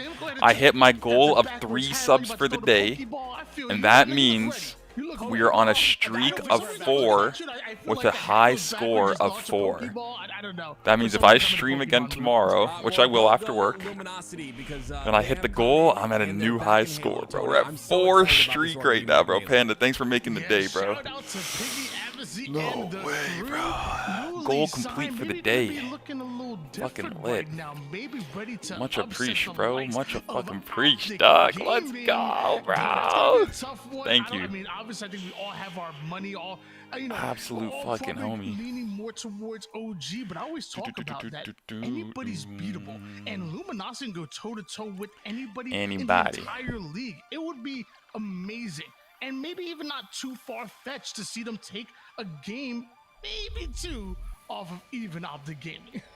I like the storyline. I think this early in the tournament, maybe it's a possibility. I love this Luminosity roster. I'm sorry. So many talented players on the roster. Obviously, Morley and Piggy stick out to me the most. I think their playstyles are very, I would say, like, apart from the rest, right? They have very unique play styles, and it's really just fun to watch them play Halo Infinite. So really excited for this roster, but I know Optic are going to come firing, and with winning last week, they're looking good. Well, before we shift over to Optic Gaming, I do want to give one more shout out to Luminosity and the new crew. Congratulations, boys. Well deserved. And love that we're bringing LG back to Halo. And maybe somebody else or some other people that have a chance to bring LG back to Halo. Shout out Bew, Trixie, and Lucidity for making it to the top 100 in the Luminosity Rising Stars competition. $100,000 on the line. And maybe they That's come out actually with the awesome. winner a contract and they stay in Halo, not only with a pro team, but also content creators. That'd be Wanna make so sure we give sick, them yo. some love. No We're gonna way. talk more about Optic They're in the Gaming. top Tim, 100? I need to pick Wow. Yeah. what is scary about this Optic Gaming roster? How do you feel? Good luck to about them, bro, for sure. Tony, what isn't scary about this Optic Gaming roster? You've got just 4 incredible players on the roster. You've got 3 that are some of the most individually talented players, of course. We got Formal, who is the glue, who is the player that is going to just output massive amounts of damage and just trust his teammates to win those pivs. He said it many times in interviews. That's what he wanted. So we got 3 of the best players in the league. Now you have 3 potential players popping off in your game. So you not only have to shut down 1 in Renegade, no. You also have to shut down Legend, no. Okay, you also have to shut down Bound. Oh wait, Formal's having a good game too. You have to. There's just too much to do, Tony. And when you have a team like that that has that potential, the ceiling is so high, and it makes it difficult for every other team that comes up against them. I feel like when I think of Optic Gaming, I feel like one of the things that they do amazing is the one thing my mother used to get so annoyed for me not doing, and that's number 1, know my lane. Okay, stay in your lane. I never used to do that. Mother always said, stay in your lane and know your role. She always told me to shut my mouth, and I would never tell that to anybody at Optic Gaming. But I feel like they literally know their role as far as each individual player. It's play fast, play together, identify your lane, play through it, and slowly, or I should say quickly most of the time, approach the enemy's base and play forward. And when you have a player like Formal sitting on the back lines, giving that communication, picking off some of the players that are starting to sneak through, you have a dangerous recipe. I look at this Optic Gaming roster, and to me, I look at a lot of what I saw with SSG last year and their play style, except even more deadly. In fact, they even took 2 players from that SSG roster in Legend and Bound. How do you feel about these 2? I love Legend and Bound. And I just, real quick, Tony, just to shift for a second, I'm going to come back to what you said. I don't want the misconception to be that I think Formal is the worst player on this team. That is not what I said. Do not put words in my mouth. What I said, no, the chat did, Tony. What I said, though, is that Formal, like you just mentioned, Tony, and you described it beautifully, by the way. Well done, as always, Tony. Formal's that back player. When you talk about Bound, Legend, and you asked me to talk about them and Renegade, you're talking about mechanically fast, pushing aggressive players, right? So mechanically the best players in the game, I would say. And then like you just said, Tony, and you said it perfectly again, Formal is that back player that just does a ton of damage. So when I say the 3 best players in the game, I'm talking mechanical skill and just aggression and that 1v1 fight, right? Formal is that calculated, accurate, amazing communication player from the back lines. Anyway, just wanted to clear that up. Yeah, I mean, I'm right there with that. I know you always sing praises of Formal. You're always a huge fan. You know, at one point in time, I had him as the best player in the game. That's how highly I thought of Formal as well. I love what this Optic Gaming roster bring to the table, and I think a lot of people at home are well aware of them. Where on the other side of things, Luminosity, an organization that has sported multiple some of the best players, not even just in Halo today, but also just in esports in general. I think of, like, for example, the Ninjas of the Oh, world. here we go. Playing under the LG, same LG, Luminosity banner. Gaming Look at versus these Optic players Gaming. specifically, OG, baby. Jackson, Mortally, wanting to prove Let's so see it. much. They've always been so talented. They've always been so good. Now having another opportunity on a great team. You look at a player like Avicii, who might be a little bit newer to Halo, coming over from Rainbow Six, but he's absolutely deadly. And then one of my favorites is Piggy. Not only a fantastic person, but an amazing player, and one that maybe has been flying under the radar for too long. The man it has a very simple gameplay: cover his teammates back and win pivs. Honestly, when I look at the way that I would imagine Luminosity wanting to play, I would almost imagine Piggy playing a similar Formal role is the to Formal. okayest Would player that- on is that Optic. too Is the far-fetched? craziest Does he thought. wanna play Yeah. that back line like Formal? Yeah, I would Yup. definitely say that. Is I what would it think, is. Avicii's that player, and then Piggy and Mortally are like the aggressive players, right?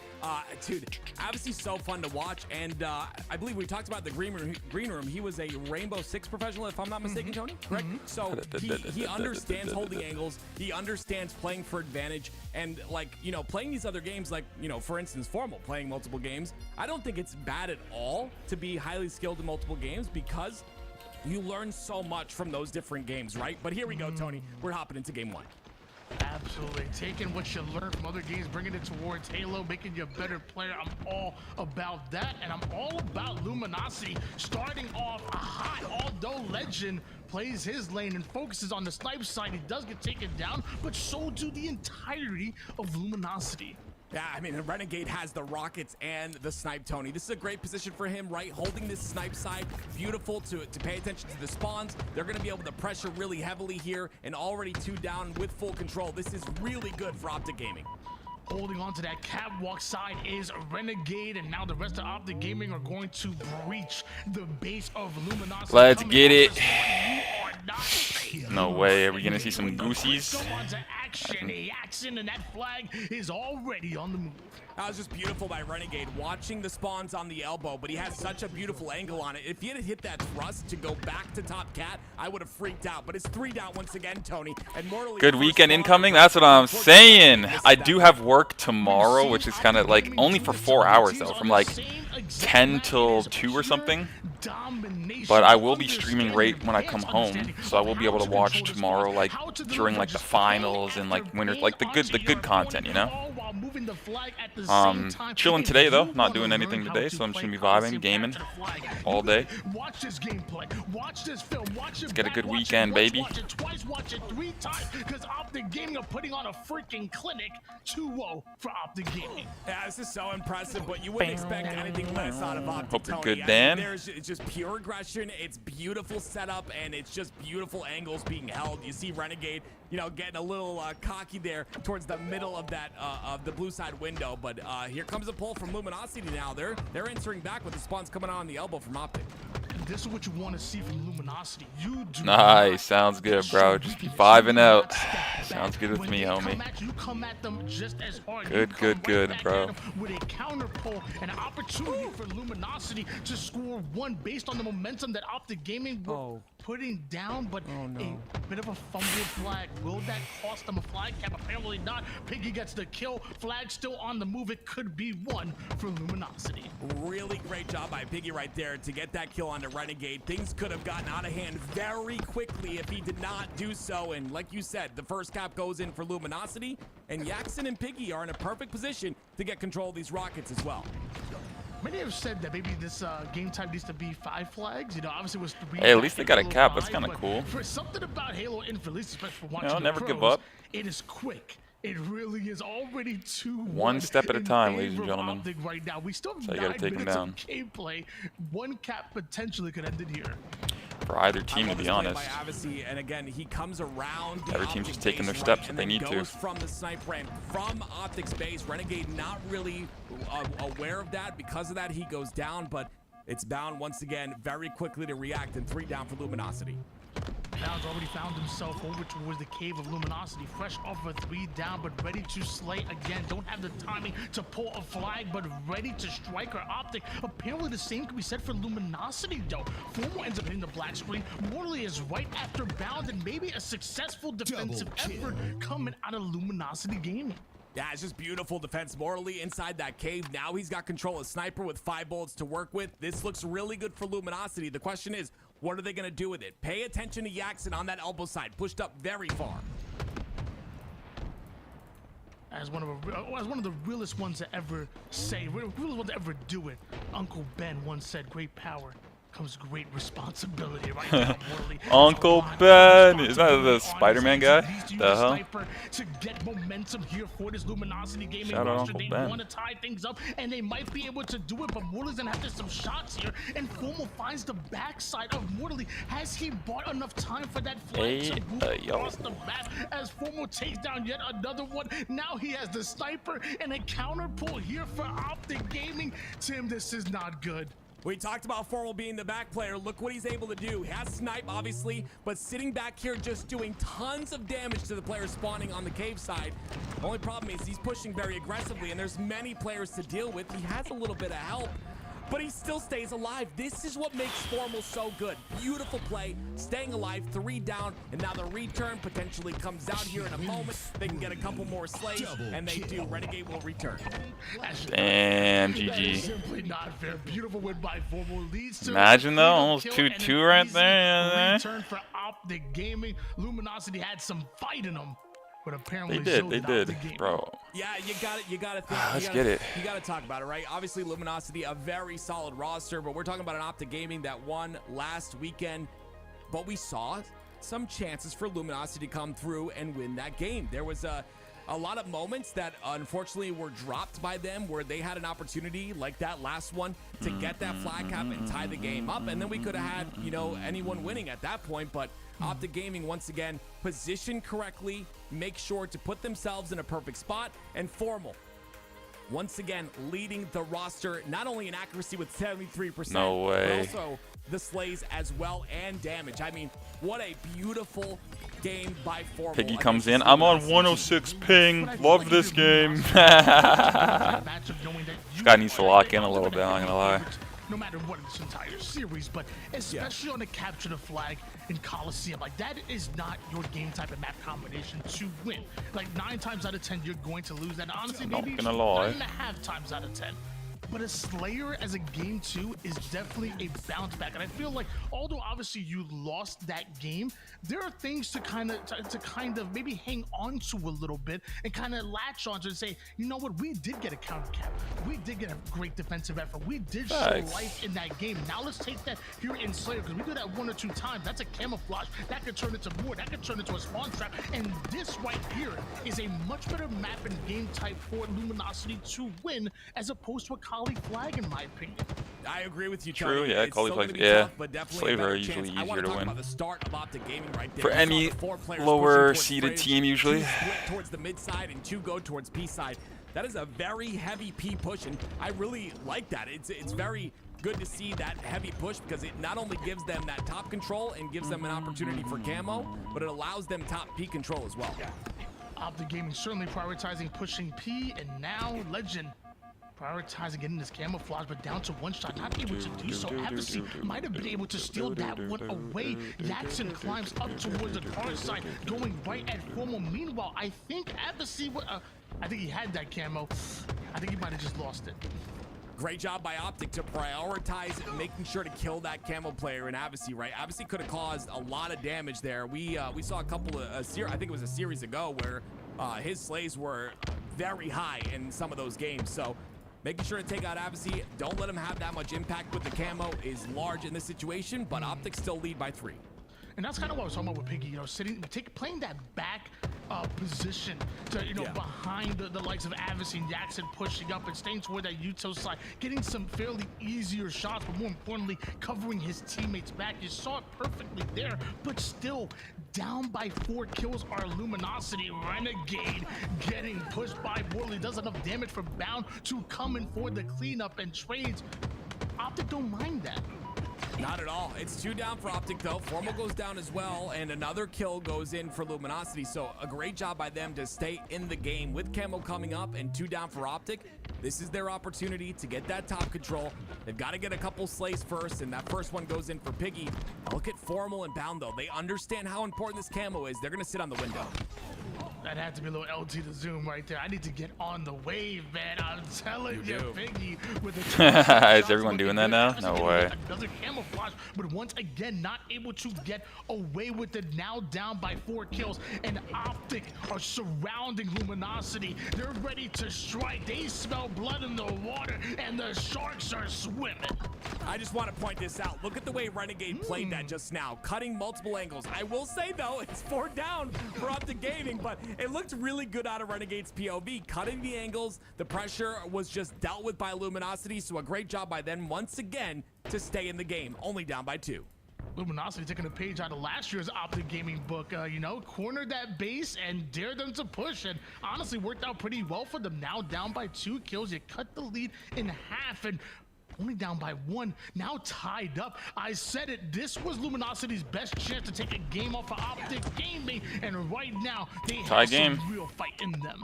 The thing is, don't overheat here if you're Luminosity. Obviously, you are tied, but at any moment, you can start to maybe over-aggress, maybe just get a little antsy in your positioning.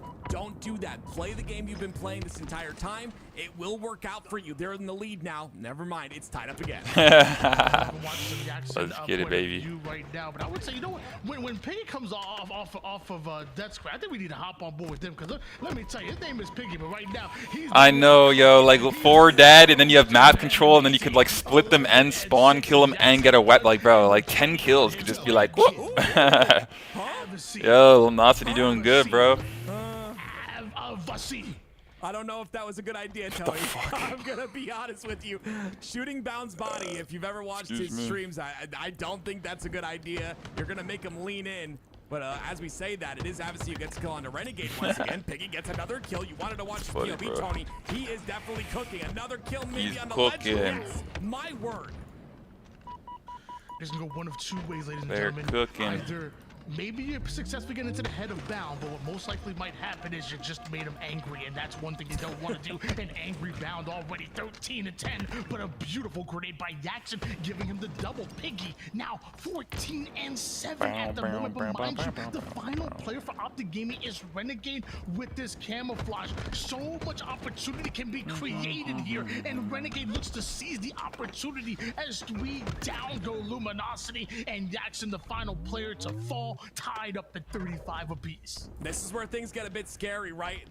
Optic Gaming do allow the spawns to happen in the back of base, but guess who is isolated? It's the first player on the Fridge side. Renegade blocking these angles allows him to get that kill without taking any damage, and now he goes in and continues to stagger the spawns. It's gonna get real scary. Yeah, he came, someone said this man. The man came into chat to complain about ping and then has this game, and he's 15-8. Yo, bro, I'm telling you, just lock in. So don't worry about shit you can't control, bro. Lock in what you can control, man. Guy comes in, dude, I don't know what I can do. The next game, he's just destroying everyone, bro. Good shit, buddy. Locked in. Finally to see, baby. A lot more chaotic than I thought this game would be. You see Optic going 3 down time and time again. You see Luminosity going 3 down. It's a 1-kill game, but Luminosity are impressing me with the fact that they're staying in this game and tying it up even. This is really good by them. Although it may be chaotic, it seems like Luminosity are thriving within the chaos, but the problem is, so is legendary damage coming out. Oh my gosh, it's actually so close, bro. Cleaning up yet another kill, tied up at 45 apiece, and Bound has big win, baby. Sitting oh my gosh, Bound didn't die, and gets another kill. Yeah, GG, bro. Maybe not GG, but like, damn, Bound living there. Oh man. Here's the problem, you know, the pressure's on, Tony. You start to see Optic come out on top. They start to lean forward and flip the switch. Oh my gosh. And, you know, that's when things oh, get a bit he didn't scary. die. Oh my gosh. 48. This is insane. Oh. 49-49, Tony. Wait. Legends by himself in the thing. Legends by himself. Legends there by himself. Oh! It's gonna be Avicii that finishes off Legend. It takes 3 in order to take him down, but ladies and gentlemen, we are tied that's crazy, bro. Oh Oh, The game's my Optic, word. bro. Tony, I want to point it out, man. Great job calling that a Slayer game. Gee, you gotta love an underdog story a little bit, you know what I mean? To tie this series up, and honestly, that's gotta give you a ton of confidence if you're Luminosity here. You gotta look at that and say, wait a minute, they're human. They believe we can do this. For real. We can absolutely win this series. It's gonna be tough though. In that objective game, things change just a bit. I don't know though. I want to say I apologize, Tony. You talked about Piggy being that back player, and I misunderstood you in the first game. I apologize for that. But you're 100% right. He's playing that back role, and he's Yeah, also Rogue. on his damage that he does. Yes, So they it's like did in a tournament best play of both against worlds, and LG, obviously brother. Sean's body right there. And obviously Yeah, a dude. little bit because he got that win. Yeah, I can't believe they were up 48-45 and Bound led P2 and they lost. They chased too many kills Car 1 or whatever. Like, too many people died. Renegade needed to for sure get out of Car 1. He almost backed out of Car 1 and then he challenged the guy Car 2 and then died. Yo, that's crazy. Too many risky plays there. And then obviously Legend's gonna die because they're just gonna like take their time with that. He's by himself. That's crazy, bro. To come out with a win, and what I'm here to tell you, ladies and gentlemen, it's none of that. I will tell you the He's secret. none of that. What is It's it? that new contract swagger. Okay. Hey, true. Is LG in the chat right now, dog? You ever get a fresh haircut? You know what I'm saying? You know when you really need a haircut? True, you true, get true, a fresh cut, you put on a nice little outfit, you go out, don't matter he's where you go. You can spitting, go he's to Target. You ain't even got to go to the club. You can go into Target. You ain't going right home after a fresh haircut. That's what they're experiencing right now. Just got to get to 100% game agree. 5 Fresh somehow. haircut feels Fuck it, good. beat him in Type 4. chat if you agree in both the Beat him in chats 3. if you agree that a fresh Whatever. haircut makes you feel good. But yeah, Luminosity, Tony. Luminosity is feeling very good with that fresh contract. I mean, I love to see it. That game could give them a bit of that momentum. The problem is, Tony, again, is like with Slayer, there's only one thing to focus on. And that's why a lot of the top teams will call Slayers 50-50, right? It's because you only have to focus on the kills. You don't have to focus maybe a little positioning, foundational halo things, but the best teams shine when there's multiple things to focus on, when there is multitasking that needs to happen. And that's why you see Optic shine right here. It's 47 points already. Beautiful play ball as well. And 2 down for Optic, but we'll see what Luminosity does to counter this. That is quite the start here for Optic Gaming, one that Luminosity did not want to see, down by quite a deficit. But hold on, nice little flank out of Jackson onto Formal. 2 of his teammates though do end up going down. Although Luminosity have the ball, they don't exactly have the setup. And Legend, he don't care whether you have a sniper or not, he's gonna push you out. Yeah, I love that by Legend. Jackson uses that last bullet, so it's not going to be a factor any longer. So at least you don't give another tool for Optic Gaming. But I'm curious how Luminosity is going to play off this spawn. Spawning on the camo is such an exposed area. It's going to be difficult for them to push on through.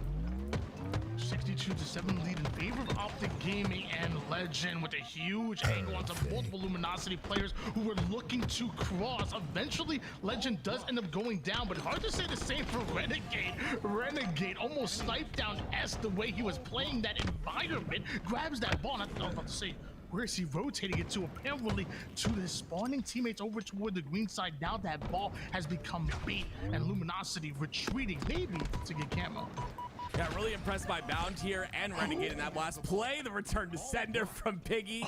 But Bound, Tony, something we don't see very often, 68 points of ball time. It seems like anyone on this Optic Gaming roster will just take control of that ball whenever it needs to happen. 75 points here. Something has to change for Luminosity. This could be the final push. Legend just got squealed on. What the fuck does that mean? Can't slow down one bit. You have Renegade Yo, in your funny. sights. The call-outs are going down. The rest of Optic now start to move in position. All of this while Bound is just mastering his ball time. And I feel like I know what it means, and I've never heard of that before. Only 6 more seconds needed. Meanwhile, I haven't seen too much of Optic with this new competition. Are they vibing? Yeah, like the first HCS official tournament, which was last weekend. It was #1 online cup. Saturday and Sunday event. Optic Gaming ended up winning the whole tournament and beating Shopify it is one 3-2 break, in the grand finals. And Optic will win this. They've already So it's got looking two like dead. You're Shopify gonna and see Optic are like the it's gonna top be 2 more dead. teams, and then you Yeah, you Optic are got gonna the look to close FaZe this round team, which is number Trippy's team, and you got I mean, you corrected yourself and said, not the game, but the round one. SSG. And you like this, it will Who's hitting be them? the game right now. But yeah, Optic, I mean, if anyone's looking like the best, Optic has to be looking like the best, right? So they literally won the first tournament. So they are probably safely the best team. But how consistent can they be, man? You know, they just took a fucking game loss right there, bro. They could bleed. Yeah, They could have that bleed. momentum, and then it's just gone. You're right, Tony, and it's really unfortunate. What up, Steve? The question is, how do they recover from that? You know, how do they bring it back and start to build that momentum? Once Slayers slay, but Slayers can't play. Like, what does that mean? where, you know, Optic were Oh, that's funny. I want to see what the new SSG squad can do. We'll see, they're doing all right. I thought they would have been doing a little better, but they're still obviously like a top fucking. They're beating everyone except for like the top team. Shopify and Optic are like the 2 killers right now. You can do it with 2 dead. For a team that largely was criticized for maybe possibly lacking objective efficiency going into the 2025 season, and a lot of people did look at Bound and his play style and said, will he be able to play that objective at times? Yeah, it's second that he's reply to that. Oh man. Hopefully not too many, brother. So clearly Optic ain't gonna have any problem playing with the ball. I mean, that was great. Fantastic objective work by Bound. I love it too, and Bound's in a great spot. You know why? He gets all that ball time in round number 1. Now in round number 2, he can just slay out, and then he looks really good, right? you look great at the end of round 2 or 3. So I just love it though. You know, you play the role that is needed. You fill the space that is needed. It's the same thing with lanes in the maps of Halo. Fill the lane. That's it, right? Same thing with objective. Fill the objective need. And right now, Bound, he's on the ball again. He finds himself there, and he gets more ball time. It's simple as that. That's how I know you're a stat when you play this game. Your first thought process to Bound having a lot of ball time is, okay, coming to this round, I did my job, now it's your turn, I'm gonna get kills. That's to be the most stat way. Not going the best, trying to finish the pass on Infinite, but my controller started to disconnect every few minutes, and I gotta update it and just use an XP boost. Ah. Don't worry, man. The grind will be waiting for you right when that update's done, buddy. Once again, Legend on that ball. Once again, Luminosity on their back foot. I mean, Don't it you feels worry. like every time we see Luminosity, even when they're making plays, it's always reacting to what Optic want to do. Is it Optic just setting the pace? Yeah, Optic is definitely setting the pace here. It's tough to keep up with this pace. Like I said, it's like right now, Renegade is 1 dead. Guess who's still holding the ball? It's Legend. He's still getting ball time. He's looking to rotate and looking for an opportunity to play this ball back green. But like, all this ball time is while Optic were 2 down. Now the ball will be played, and you know, Optic did their job. Now they'll get the spawns, and they'll be able to fight for this play ball. Huge win coming to Bound there, and as that ball is being grabbed, there's gonna be some free shots in the back of another player by Bound, and that's 3 down for Luminosity. Renegade doesn't want to grab the ball with camo. Looking good. This one's yours. Let me cook with this camo real quick, because right now with Mortally and Piggy moving right into the sights of the demon, one quickly going down, and Piggy has no idea that a Renegade is looking good, ladies and gentlemen. A one-shot Piggy gonna drop right down to where Renegade predicts it. It's just great anticipation coming out of Renegade and this entire Optic Gaming roster who just went 2 down. It was beautiful out of Renegade, Tony. You saw him, right? He had camo. He was in the open field. Mortally was weak, right? He could have just got the kill. No. He moves towards the camo platform so that he can get those shots in, but also get behind cover E3 if he needs to. It's positioning that is king in this game, and you see these pro players do it all the time. Quite nicely, Renegade positioned well to cover the back of Bound as a bait and switch, and one that Renegade will thrive off of. Adversary trying to do as much damage as possible. He knows the hole is getting deeper. That Luminosity, and they have to climb their way out, but it's so tough to do when you got Bound and the rest of Optic Gaming frying you like this. Yeah, like I said, now Bound leads in slays, and he's got the most ball time. He's feeling pretty. Now, Legend's trying to pad his stats with some ball time as well. Everyone's doing their jobs. They're just playing the game, bro. Jesus. Just the ability for Optic it's not all about Gaming the stats, buddy. to just play the role that's necessary is beautiful. They're just playing the game. Yeah, there you go. That's more like it. Playing the role that's necessary. Road ahead of them, This could potentially be a weaker game. It's not like, yo, I don't have ball time. Let me get the ball time. It's like, bro. The series is nowhere 4 near players, yet. same It's goal, best win of the 5, but game. again, we always Do what talk you can about do, it. you know? Optic are obviously the heavy favorites. That game 2 was good, but we need to see more out of Luminosity. If you bring up bounce stats one more time, I'm gonna freaking freak out. Okay? Yes, I know. Every time I play with you, I go double negative. I hold you back. Yes, I know. You wish I was bound. I'm sorry that I'm not bound and can't get 100 seconds of ball time and 20 and 10. Okay, shut up. Yeah, for real. Jeez, he's actually going crazy. Ooh, he said. And the man that active wishes I was is shooting bodies. Damn, they waited to the very, very, very end to know that you got the game and then shot bodies. That's what I mean. He won game 2, but Yeah. Bob's not stupid. He remembers. Yeah. He remembers it, and he will, like, Wow, I don't know. It's scary. You angered him, and he popped You off angered that him. game. That's like a 100%. dog. Tony, I know you're not bound, Tony. You're Tony, and I miss game with you, buddy. But anyway, it's a very convincing victory.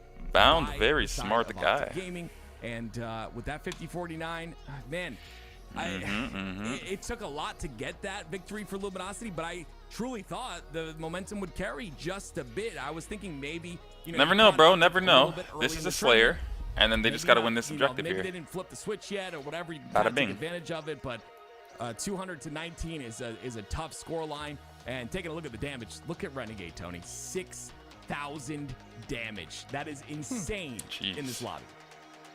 Absolutely incredible, and that score line is crazy to see. And again, especially fresh off of a Luminosity win in that game number 2, you gotta think that momentum swings in their favor after a close 50-49 win. But it seems like all it did was made Optic kind of, like you said multiple times, lean forward. Like, you know what? Let's take this more serious. Make sure that we get into our defensive sets. Make sure that, you know, our setups can't be broken as easy. And you just made them try hard. Yeah, you make a good point, Tony. Tony, that's for the 20 years we've been, or 20 plus years we've been in competitive Halo since the Halo 2 days. As we slow motion the shots, it's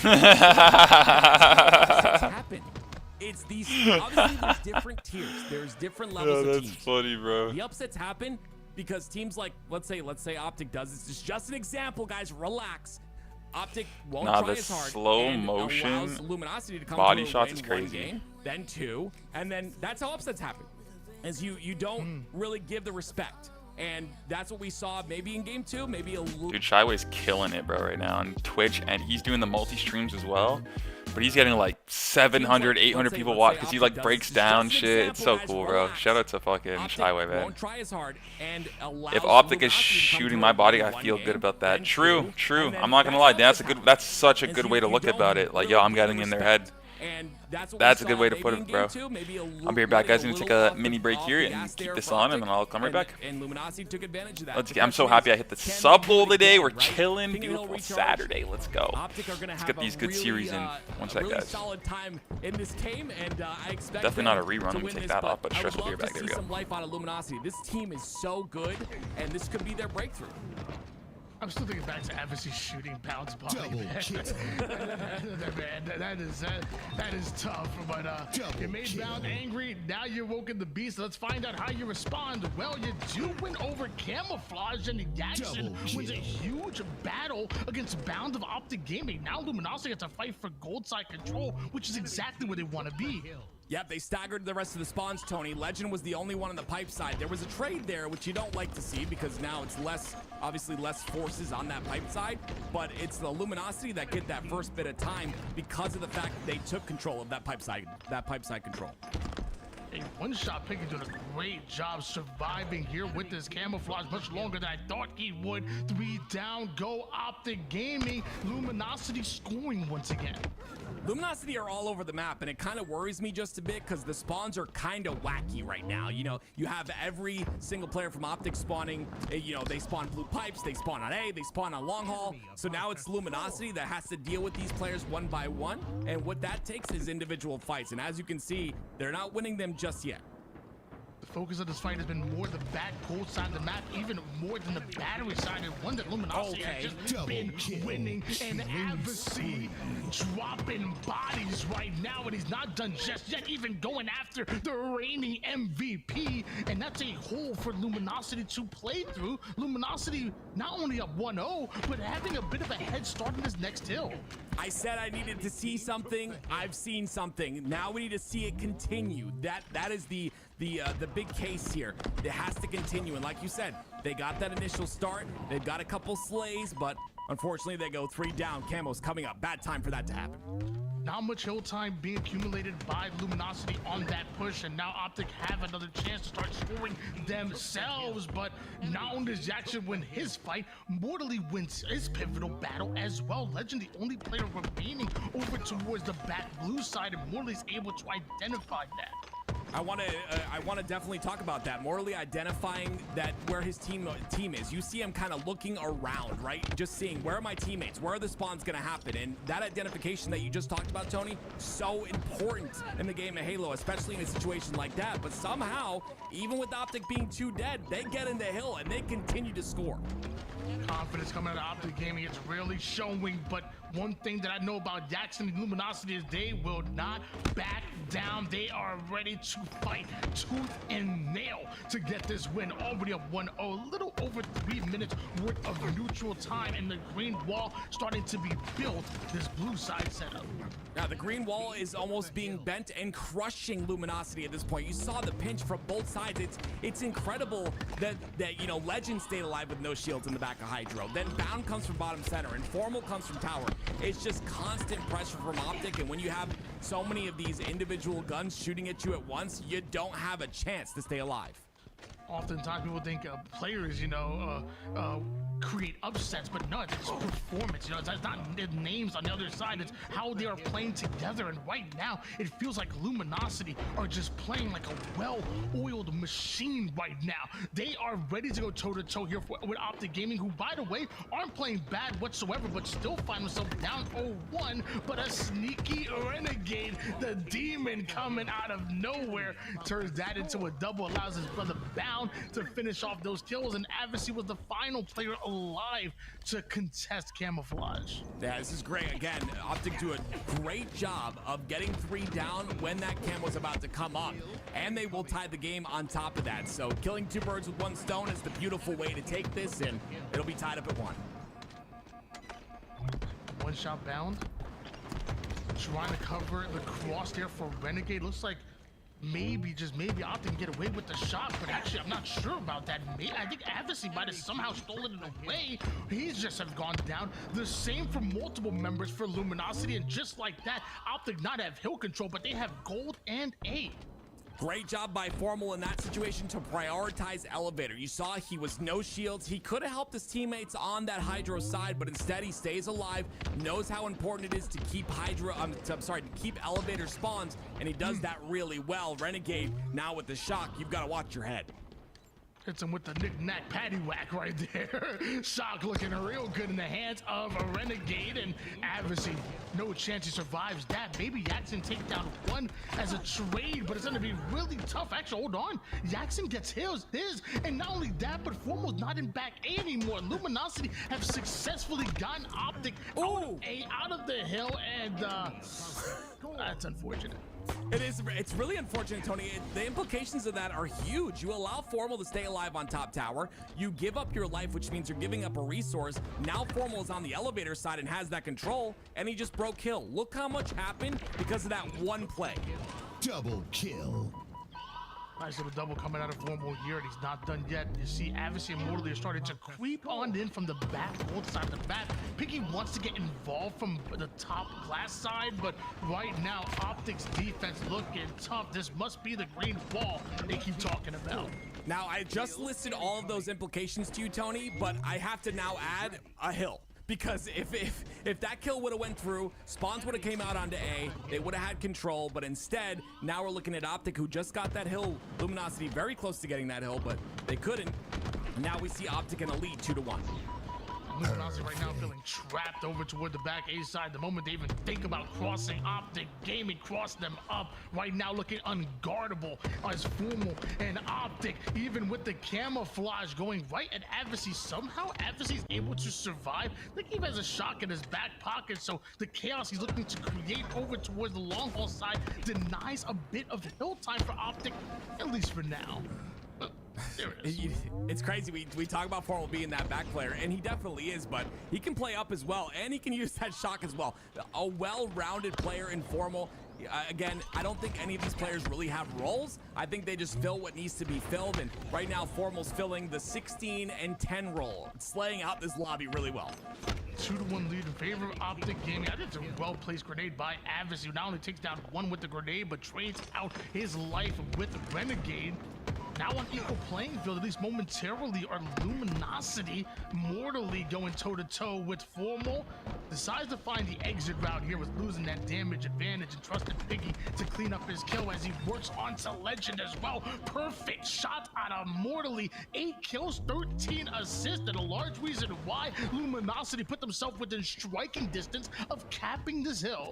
This is what we need to see more out of Mortally and the rest of Luminosity. You gotta win those individual pivs, and that's where Optic shines. They win those individual fights. Those 1v1s, you're gonna count every member of Optic to win those. That is why Formal got these 3 members on his team. So if you're Luminosity, win those trades, win those 1v1s, and that'll push you towards getting control of the hill. A little over a minute and 36 seconds, and you have to feel this is a must-win hill for Luminosity. I mean, if Optic go up 3-1 with a minute and a half on the clock, I don't like Luminosity's chances. 100% agree. It's always going to be playing time when you're up 3-1, especially with a minute and 30 left. And we'll see if that's the case here, but Luminosity still have a chance to tie this up. It's about the slays and staying alive. A great job by Yaxon, but unfortunately, 3 of his teammates go down. He's the last player on the back of Hydro, and they're going to look for him.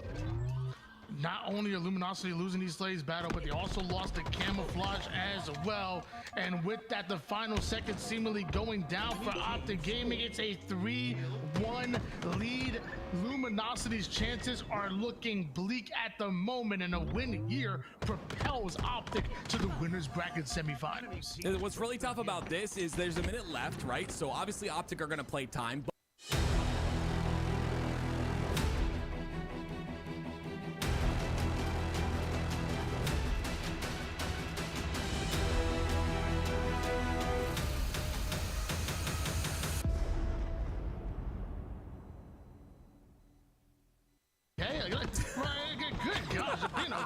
Negative Nancy. Oh my gosh, it's only 50 seconds. Well, you know what? I believe Luminosity can do it. Yaxon, do something. Let's go. Adversary, there we go, right there. 1 kill turns into hill time.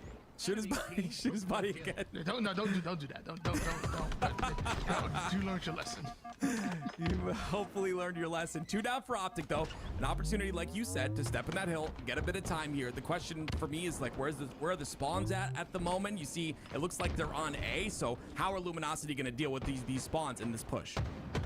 35 seconds left of neutral time, and as we've been talking about here, Optic Gaming ain't stepping foot in this hill with just Slayer 2.0 being played right now, and really more of a keep away. Just keep Luminosity away from this hill for as long as possible, but Luminosity starting to enforce their will, and they should be able to finish out this hill, but you said it before.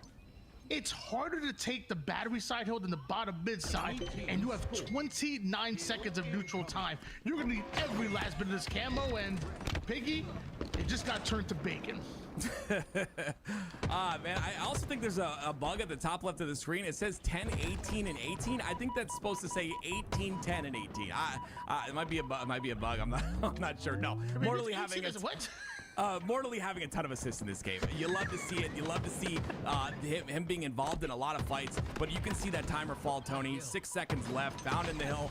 He's a little bit playing a little BM, and it looks like Optic Gaming will take this one as well. But what a fight from Luminosity, Tony. 3-1 is the series for Optic, but you know, got to give flowers to Luminosity in that they'll find themselves in the lower bracket as Optic moves on.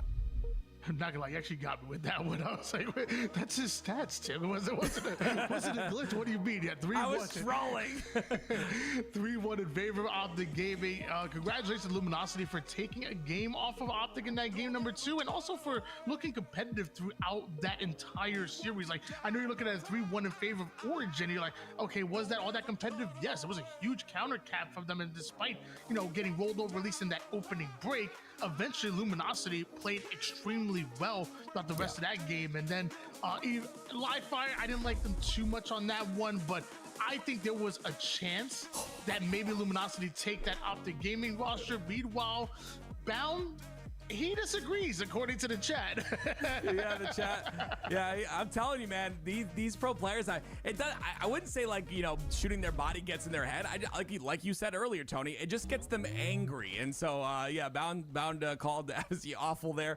But here we go, Tony. We're jumping into another matchup, and one I'm interested to see, because if you look at the previous scrims and the scrim stats for the past couple days, Space Station are looking very solid. This is against a complexity roster, obviously, but the scrims are looking good, and I said it time and time again. It's about the time put in. I think a lot of people are sleeping on this SSG roster. I'm not biased. I just think people are sleeping on them. They look like they're improving day after day. Do you not see Lucid? Literally, like, the fact that I'm going crazy right now. You are a professional, okay? And you were out there and you finished that sentence like I'm over here like I'm freaking out. Like I almost fell out of my chair with those snipes that we saw from Lucid. Normal, man. And you were able to just like finish it, bro. You are a professional, brother. Listen, 25 Tony. to 0-1 in favor of SSG. I need to work on my game. Tony, we every time we switch to Lucid's POV, we see that exact thing. I don't know how this is surprising to you whatsoever. He's surprised, but it's still awesome. I'm going crazy. Oh man, it's gonna be a great season. I'm very excited, and like you see at the top center of the screen, Space Station leading 2-0 currently in this series, and this ball game just got started. So I'm glad that we're able to enter in on this, and you see Lucid on your screen once again. Maybe we'll be able to catch what he does this time, Tony. 39-0 run in favor of Space Station Gaming, and Lucid is currently 8-1. A well-placed denial grenade there comes right back at him for the finish, and 3 down go complexity without any timing loss whatsoever. Lucid works towards that ball, but is being denied quickly. He's doing a great job once again playing the angles and playing his life. We know Lucid to do this very, very often, and this time again, he's going to get that kill, and possibly if this kill happens on the key door side, it will secure Camo as well, but there's someone behind him, I think. He's got to be ready for that, but Camo goes in SSG's hands here. Things get really, really iffy for Reversal Perfy, and, you know, we'll see if that is exactly what happens. Camo in the hands of Lucid. He's going to rotate that ball. And oh, the quick bounce back. The stick was there as well. Sends Common right back. Meanwhile, Stellar rips a double kill out of nowhere. King Nick, the final player here, and was the final player there, I should say, because that is 42 points and counting for Space Station Gaming. I really like this Reversal Perfy roster. I mean, with you know, you got Ryanoob, you got Breaking Shot, who's a player I still think hasn't really gotten his full shot. I think he's just so individually talented. It's just like, I think there's like a wall he has to break through, and once he does, I think he'll be respected a lot more by a lot more people. I respect him a ton. I think he's so good at playing his life. I think he's just individually very talented, mechanically talented, and on this roster, I think he's going to. What? Have you ever seen that? No, seriously, have you ever seen that? I've never seen that. We've seen that with somebody like milking their life with the ball, but I've never seen somebody do that like without the ball, and from that angle, that was beautiful. Clearly Lucid working on that one. And, you know, I'm honestly happy like Reversal Perfy, because I like him a lot too. You know who else likes them? SSG. They're 2-0 right now. I'm 63-0. They really like him right now. You call me a negative Nancy. Reversal Perfy have a chance. They do, but SSG like playing them. I don't know what you want me to do. I'm just laying out the facts, brother. I like facts. There is one fact that there's 2 minutes left on the neutral time, and finally it's Reversal Perfy that get their first point of ball time, and 3 down for Space Station. So a chance to prove Tony wrong here. This is good. I like this. 63 points in counting for Space Station Gaming. Snakebite and SSG for the first time have to break through a setup that Reversal Perfy are slowly starting to formulate. They even dropped the ball to try to secure these kills, but even that's not enough. Although 4 bandits were up, the same were for SSG, and SSG simply win those. I absolutely love to see the scoreline on the side of SSG too. It's a ball time for pretty much everyone except for Lucid, who's 15-5, but and everyone's very positive, well, except for Eco, but everyone's pretty much very positive in the game as well.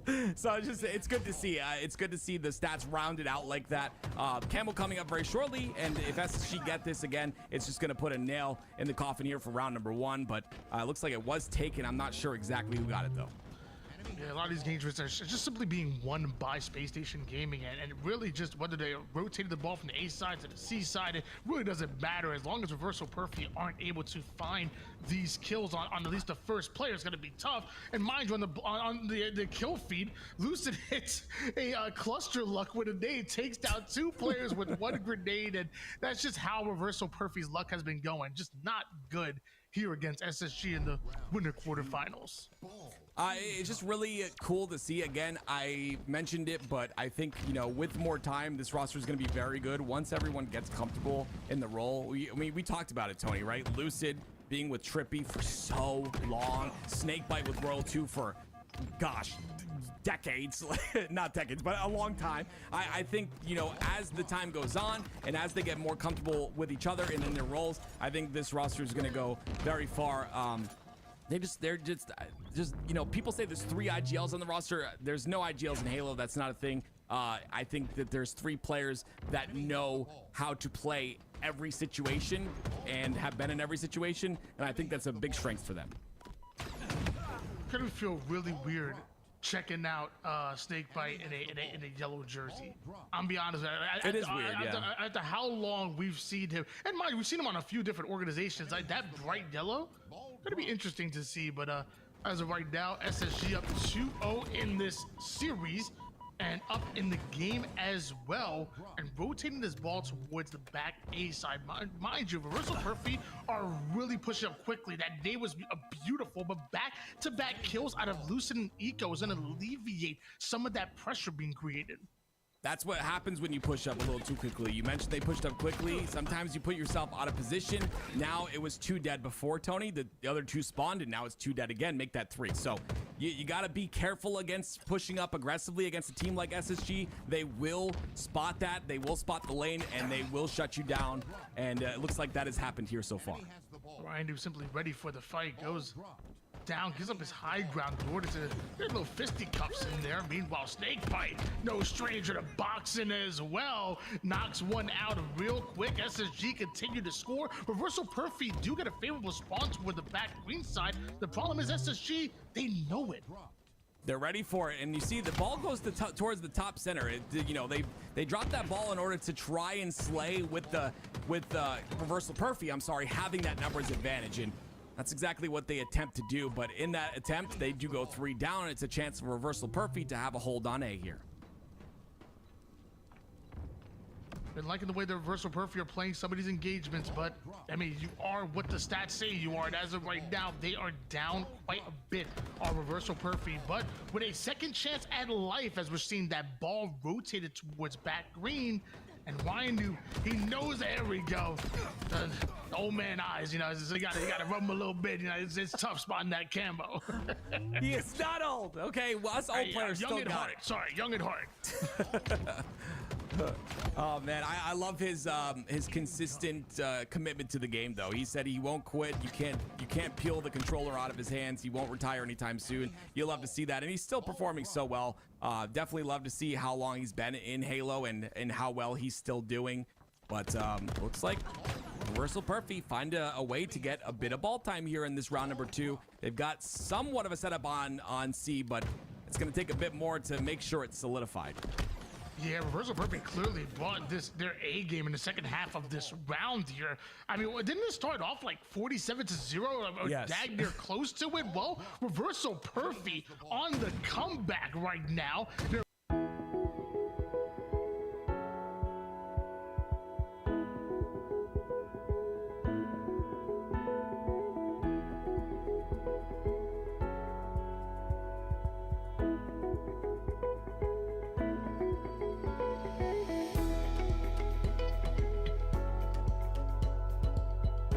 I've got this condition. I can't feel pain. You're a superhero. Jerry. God, what am I doing? Oh, I got shot. Hey, there we go. I'll see you later if I don't die. Novocaine. A very long period of time, but still, I mean, just won Double a world kill. championship last year and continues to slay out. Now he's sniping top tower, and they've got a bit of a setup with the ball here on the tower side. Okay, I won't call him old. I'll call him experienced. There we go. Is I like Eco that. right now with his sniper in hands and 3 bullets to work with. Misses out on the no scope, and that double push from Reversal Perfy should force the play ball there and breaking shots. Love this man with the sniper in hands. That was a full squad wipe. SSG sent to the respawn screen. Yeah, you see there's a little bit of a miscommunication towards the bottom center there, who's getting ball, because that's a little slow to the C tower setup. But like you mentioned, Tony, it was 4 dead. They had plenty of time to get towards that tower, and now they've got a bit of a hold. It just depends on a couple players from Reversal Perfy staying alive as 2 go down, but they trade out 3 on the side of SSG. SSG are playing with fire, and when you do that, you might just get burned. 47-0, I believe, was the score line a while ago, but now Reversal Perfy up by 20 points right now. And if SSG don't get an early setup here, allow Reversal Perfy to continue to score, may just lead to a round and maybe an upset in this game. Well, King Nick on your screen, he's no slouch to upsets. He's no stranger to upsets, I should say. We'll see if they can pull it off here and at least bring this to a round number 3. But SSG do get that camo once again, and they put it to use. Snake by beautiful play by him. He's going to be able to get that kill, stay alive, and look at him directly going towards top center to take space and try to isolate the spawners. SSG were able to clean house right there, but now it looks like they're going to take that lead right back. Reversal Perfy were able to take down that camouflage player, which is going to be great for them, but Lucid, oh my gosh, perfect shots out of him, and that's going to mean more ball time. Will it be for the final time for SSG? That wiggle is so difficult to hit. Lucid, seen it too many times. Very tough to hit that shot against him. 10 more points is all they need, Tony. But the play ball comes out because he senses the pressure coming in, and I love this out of him. Such a well played situation there. That's a play ball that doesn't go off the map, so it allows them to still pick it up and continue to try to end this game. Final seconds going down here. Reversal Perfy already starting this a man down, and nobody in position to get shots on the ball carrier. Means not only do you lose this game, but ultimately you lose the series 3-0. SSG moving to the semifinals. Reversal Perfy's journey will continue just down in the lower bracket.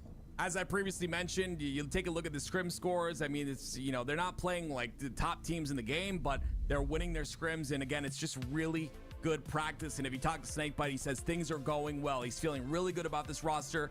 Now we potentially see them in that winter semis. We will see them in that winter semis against Optic Gaming, and that's the true test. Will we see a repeat of last week, or will we see something different here today? I think it's a matchup that a lot of people are waiting to see. Optic Gaming and Space Station Gaming going at it is it's gonna be magic. It's gonna be fun to watch it, and maybe previews of plenty of matchups to come in the future. Not only in online tournaments like we're seeing here today, but also on Let's go, baby. Like both of these teams obviously having championship. Let's go, Drink. aspirations, and in order Yo, to Christoph, win thanks for the Twitch championship, follow while I you was taking a will little have break to there. go through Appreciate you each back. other in order to take a tournament. So Optic Gaming going up against Space Station Gaming, and I'm like bouncing out of Appreciate excitement ya. right now. Yeah, it's kind of exciting, Tony, because I said a repeat of last week, but we actually haven't seen that them two play. They didn't play against each other last week, so that's gonna be kind of new and interesting to see how stylistically they will head up against each other. But Tony, we've got another match on our hands here today in front of us. Yeah, Shopify Rebellion. Up Yo, what up, against Drift? CSM. See We're you gonna on see the- some on the former YouTube, bro. teammates going at it, and Oh, here we go. I'm excited about this matchup. Let's go like this. Even though we have favorites to win games, like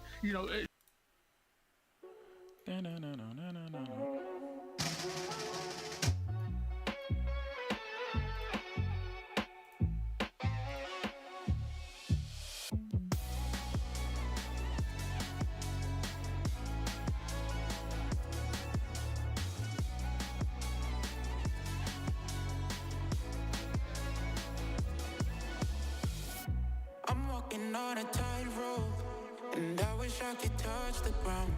My future's covered in smoke, but my head is up in the clouds. And maybe this will all fade after one bad day, and I'll be okay. But my life is in the worst place, and I can't wait for heartbreak from my mistakes.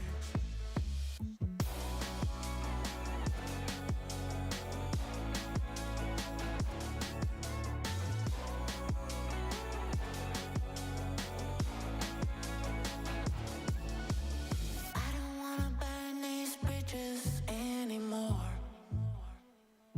It's easy to say things you don't mean when you're at war. I'm just too tired to fight, but there's an end in sight. Wave the white flag, I'm yours tonight. 'Cause my heart can't take these heights. I need your love with me for life.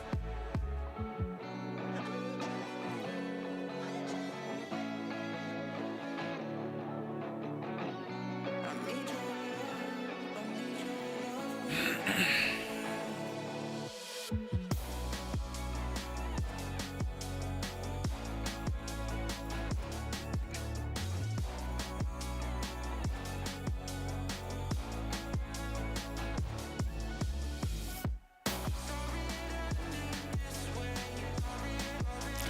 So I guess SSG qualified if Lucid rated LVT.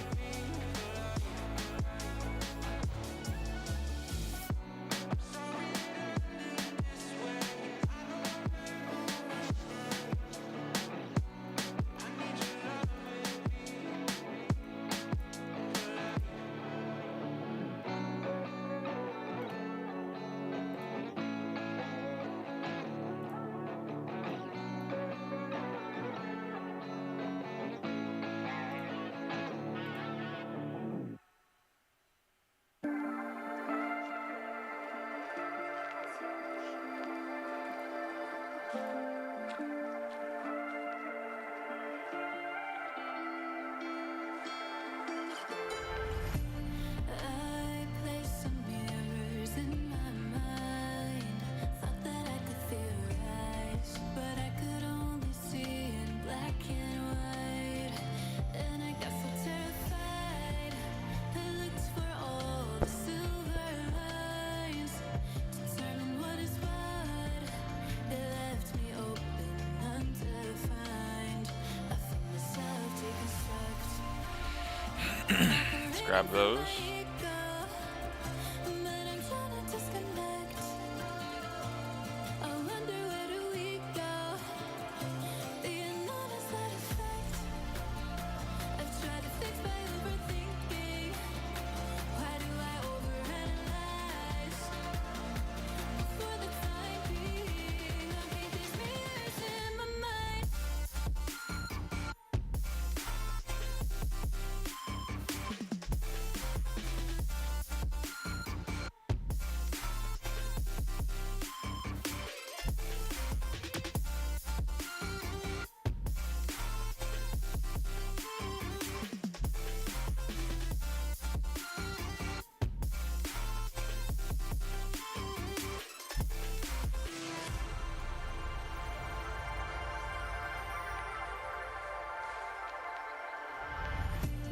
Now I'm sifting through the fake signs.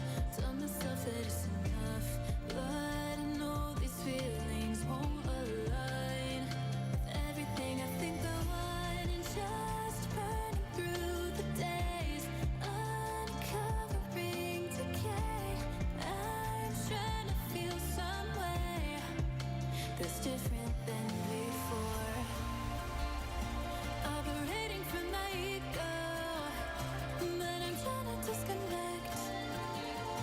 And I wonder where do we go? The another side effect. I've tried to fix by overthinking. Will I finally realize?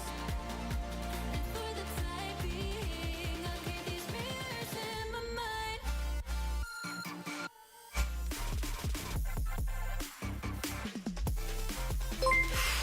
Yo, there's no way, bro. Oh my gosh, my heart. This guy just gifted 5 subs, bro. Dr. Phil, bro. Thank you, homie. What the fuck? Yo, so we hit the sub goal of 3. For damn sure. Alright, 8, bro. I gotta change that on the screen. 8 subs today, bro. It's kind of litty titty. But thanks, Dr. Phil. Fucking homie over there. Another week of competitive Halo. Another set of gift subs, bro. I love it, man. Love watching me some Halo. I love playing me some Halo. And I love the weekend. So yeah, I'm kind of with you there, bro. It's gonna be a good day. Gonna have some good food. I just had a little break. I had some like blueberries and a little protein shake. I'm feeling good, man. Blueberries are like such a good food to have. Yo, we're on a hype train too. Let's go, baby.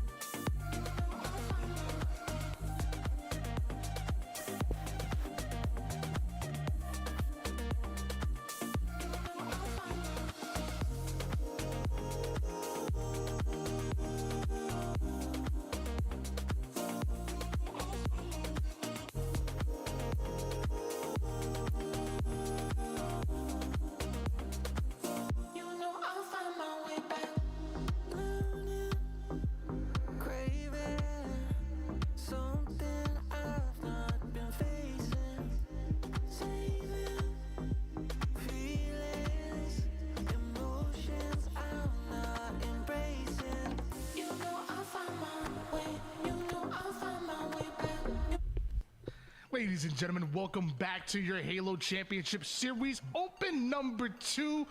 Why Not Be Reckless, aka Why Not Be Let's go, Tony. Got my man Tools with me, who's looking especially handsome today. Look. We got enough time for that, Tools. We got to talk about a little bit of Shopify Rebellion going up against TSM on your favorite map and game type combination as our game number 1. Origin, it's the newest map to Halo Infinite, and it's by far my favorite so far in the rotation. I think you were making a good point earlier, Tony. I think it could use a 5 flag cap just because of how fast it can be, especially with the scrims that we've seen throughout the week.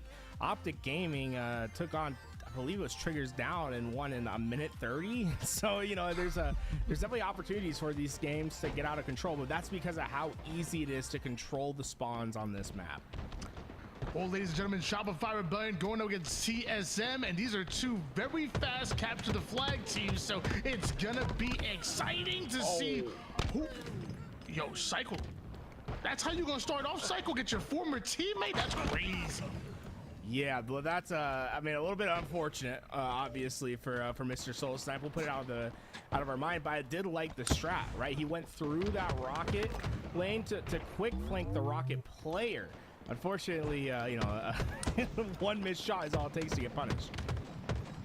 You do see Drug with some great shots across the map, earning that Guardian Angel medal, protecting his team, and going in for the thrust ninja onto Frosty, who's icy with the movement, somehow is able to get out, and the verticalities, the fact that Drug was able to still get that kill, he would have broke my ankles 10 times. Cycle up high with this sniper, and Hey, when it does that, bro. putting that pressure. Notice the over presence on the elbow side. That's where they want to run the flag. Great shots coming out of Cycle, finishes off Druk and barely misses out on the quick scope. Luckily, the Bandit finishes Cherished and gets a little extra damage on Talik as well. Flag being started here, and Talik gonna pull another one. Meanwhile, Shopify 3 down. Yeah, wow, TSM just won the fights in their base, and Talik all of a sudden that overextend. Nice. Hopefully you got everything nice and neat now, Dr. Phil. As the rest of Shopify Rebellion went down. Now at least we have an equal fight on either side. It's just going to come down to these slays to determine who scores first. Last Shot is able to get that flag over toward the elbow side, and Psycho trades out his life there. It looks like Soul Snipe is keeping this flag alive for TSM, enough for spawning players to come up. Botalik and Cherish hit the battlefield at the same time that Soul Snipe is going to leave it. Royal 2 presence here towards elbow. Psycho and Last Shot trying to pressure from the snipe side here.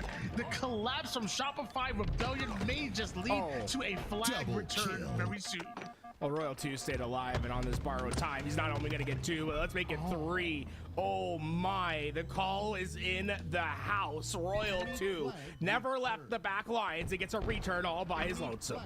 Yeah, surprised Cherish didn't know that Royal 2 was playing towards that window, so I got to watch those dead screens and give those call-outs in, because Royal 2 gets a free kill, a free return, and right now Druck has himself some rockets. But surprisingly, it also became a return on the other side for TSM. They were able to overextend through the rocket lane, and there was no one there to stop them from returning. So after all that effort from both sides, it's still just even between both these teams. Double melee goes down, and so do multiple members of Shopify Rebellion, but Cycle wants to snipe, and he may just be the final opportunity for them to stop this flag. But Druck and Cherish, with some god spawns, are able to keep him back, and it's going to be TSM putting the first flag cap in. Cycle might have been a little too eager to take that first shot. I think he could have waited for that player to come through the elbow and got himself a little bit further up. Make the shots easier for yourself. You know, everyone in this lobby's cracked, and they can hit crazy snipe shots. It never hurts to at least alleviate some of that pressure. Cycle gonna retreat over toward the main side. That no-scope activates him to get aggressive. Cherish with a cleanup here, but Last Shot, former teammate, gonna force him back. Cherish with active listening, snaps onto the opposition over towards elbow. He's not done, gonna continue to put down damage, but somehow Shopify are still thriving.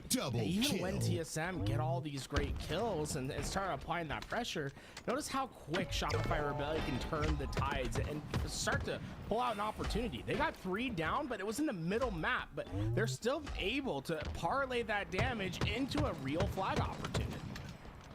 We do see Druck and Talik, the final 2 members of TSM. They're pushing the snipe side. Last Shot and Shopify Rebellion understand the assignment. They need to clear out this cave and snipe side before they're able to advance this flag forward. Frosty making the sidekick look like the main character despite being one shot, playing a dangerous game of ring around the rosy here. Talik sick of it. He ends up going to snipe side, but somehow Frosty is still able to get the kill. Yeah, Frosty, that was about as annoying as a player could play in that cave. In fact, Talik had enough that he was just trying to leave at some point, and unfortunately gets caught before he could even find his exit. Shopify Rebellion, because of that presence from Frosty, are able to stabilize, and in fact now looking for an opportunity to counterattack. I believe I saw Last Shot taking the rockets down toward the trenches side. I believe he still has those rockets, but might have just lost them. Not sure if he wasted both, but I do know Psycho is fighting for dear life, and Soul Snipe is going to clear out that snipe side of the map. Soul Snipe and TSM having presence over towards the base of Shopify. 3 down, and TSM need to slay one more time. Soul Snipe did a great job spotting Frosty, giving that call out for his team. That means they know no one's in their back base, and now they can make an attack of their own. Something we've seen lacking from TSM is a lot of that rocket side presence. We're seeing it now, but I think it's a little bit too late into that cycle. A lot of these fights should start from the elbow, and then having your snipe players come through to help facilitate those fights. 1-0 lead in favor of TSM, and Snipe comes up, and Cherish having a hard time connected on that headshot. World 2 being creative, but gets the kill. May just get the return and add another body to the count. Hey, there's been chaos in the middle map, and this might be the difference maker so far. We haven't seen a sniper in quite some time, but put it in Frosty's hands, he can certainly put quick work. Soul Snipe aggressive over toward the S2 side. Frosty lines him up real quick. That's a fade he didn't want. down to one shot, but as he gets his shields back, once again becomes a threat. 3 bullets, 4 to work within this sniper. And Cherish, I don't think that's the angle you want to challenge. Now what Frosty is watching the lane. And Frosty right idea, just the timing wasn't quite lining up for him, but Cherish has been a straight dart throughout the middle map, just running at Frosty, and Frosty's been like, do you want me to teach you a lesson? Do you want to run into my snipe? 5 minutes remaining. As of right now, Cherished 16 and 13 right now. A couple assists to his name. He's been excellent for this TSM roster, but that's until Frosty gets his hands on him. And some well-placed damage by Frosty. Talik with an even better stick to trade out his life. And eventually, Soul Snipe is going to join the rest of his team on the respawn screen. 10 seconds or less for Rockets coming up. I see the power at this top window once again. Frosty I see the power. There. You'll be able to just shoot down into the base. One thing to know, when you have that line of sight through flag from your top window on that top little platform, it doesn't actually influence the spawn. So you can catch players by surprise, just beam them, especially with the sniper. World 2 navigating his way toward the elbow side, creating a lot of chaos and distraction for the rest of his team to get activated. 3 down, immediately go TSM, and Frosty gonna run that flag. Cave-side spawners coming in soon. You're gonna see this a lot from Shopify Rebellion, where they are the first player pushes in through the elbow, but doesn't push past the elbow. They start the fights and force TSM to look back towards them, and then they rely on their snipe side presence to swing through and to finish those kills, and then pull towards the block that Royal 2 had. It's textbook the way it works out this time around, and well, these Rockets, yeah, they're gonna do some damage. That they are. Royal 2 turns the Rockets into a double. Last shot not able to push that flag forward, and TSM successfully stopped the relay cap. Frosty, he was hiding. He's trying his best to get away. Unfortunately, he'll be pushed back, and TSM will finally be able to stabilize a bit. But that early work in the game in which they were able to be scrappy, get those returns, capture that first flag, is for this moment. Right now, they can stabilize and not be down in the game, but rather just be able to have another opportunity to regather their lead. Yo, today, yo, it's something about the weekend vibes right now, bro. What up, Taint? Hope all is well with you, brother. Hold on, let me change the sub goal. We're at 9 subs today. What the fuck? 8 on Kick. So, whoa. Sorry, 8 on Twitch, 1 on Kick. Taint, hope you're having a good weekend, brother. Every player on Shopify. Let's change that up, dude. We're just vibing out. Everyone's kind of chilling, watching some Halo, just taking it easy. Got people hyping up the chat. Thank you guys, man. Dr. Phil was in here earlier. That was kind of lit. Oh, you're still in here? Just vibing it out. Getting some good games now. Feels like there's not much game for them to. What up, Techno? Just over 2 we're minutes vibing out. Dan's vibing out. Everyone's vibing out. Is something special. Eventually finding the headshot onto What you up to today, Techno? Perfect body shot onto Cherished, and now can World 2 and the rest of Shopify Rebellion take down the final membership of TSM to move this flag forward. It's going to be relayed through their base. We about to break this 4 streak tomorrow? Jeez. I was so hyped today when I hit the 3, bro. I got 1 sub today, and I was like, bro, 2 more, and I tie the streak of every time I go live. I get the goal met, which is really cool, man. Like, bro, that's really cool. The community is getting stronger. Appreciate you guys, man. Let's go, Panda. Which is Gaming with Friends finished now. Still looking what's popping on Twitch and YouTube. Yeah, man, we're just watching the tournament today. Kind of see what's good. See who makes it to tomorrow. I won't be able to catch the beginning of the stream tomorrow, but I'll be here during the middle, kind of, because I've worked. Now it's Cyclone Frosty getting involved as they spawn towards the blue cave. Talik on one side of the map gets himself a double kill before going down. The Rocket takes down the third. No timing loss whatsoever as Soulstipe moves it towards elbow. There's 1 player live though, and it's a crafty Royal 2, and Soulstipe seemingly sniping his soul from across the map. The flag is stopped onto the 50% portion here, but Soul is sniping, brother. Yeah, Druck works his way back. It slows that flag down, but they need. Feels like they're doing tournaments 24/7, bro. Now that the HCS season's back, every weekend's gonna be an online cup, and necessary. LVT just seems so big because they're like they've been doing it for so long, bro. It's official, but these are kind of just like online cups, right?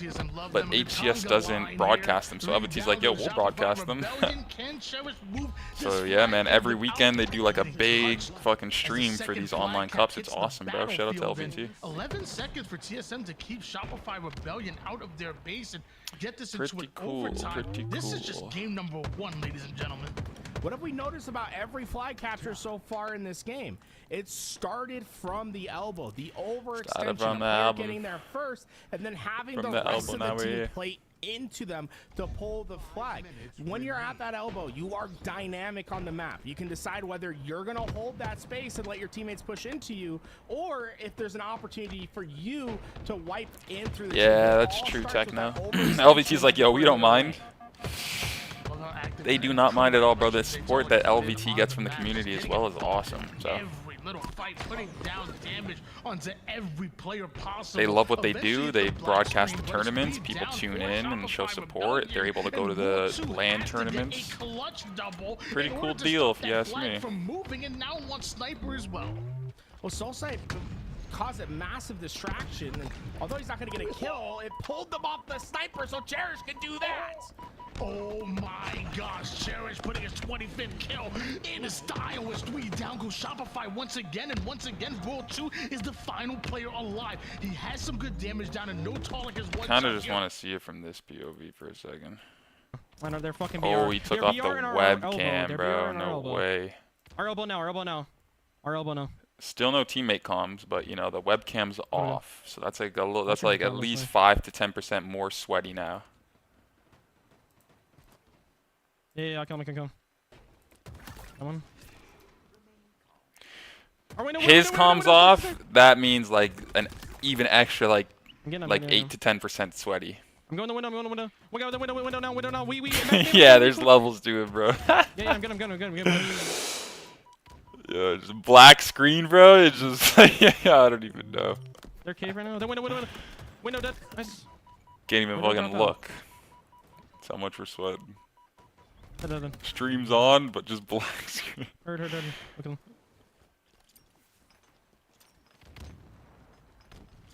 Like, oh, they must be sweating.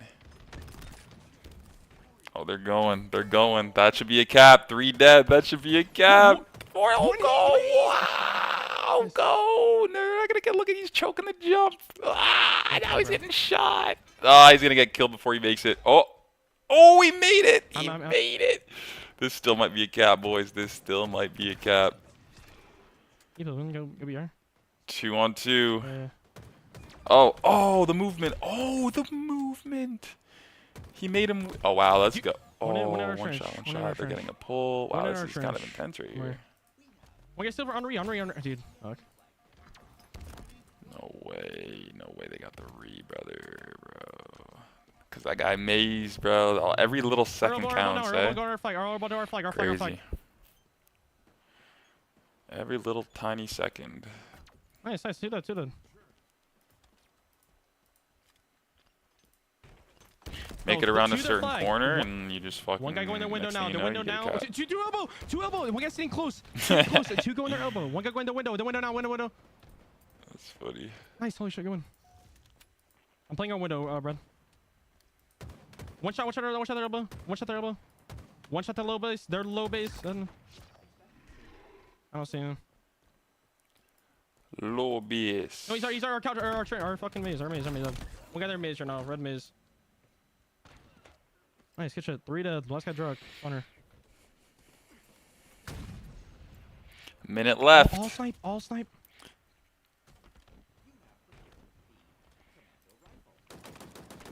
One guy our maze right now. I'm coming back.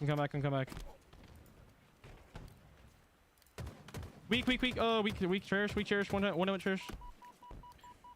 Yeah, same with me. I'm not gonna lie. Dan, I'm not gonna lie, brother. Top cat. Our trench. One shot. Heard. I feel like I was watching scrims. Yeah, it was Optic versus TSM scrims, and they were like whooping them, bro.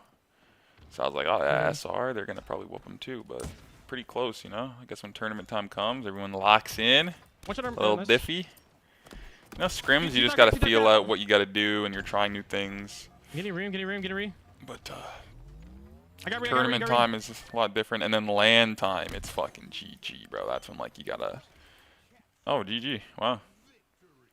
Into the overtime. Yes, Don.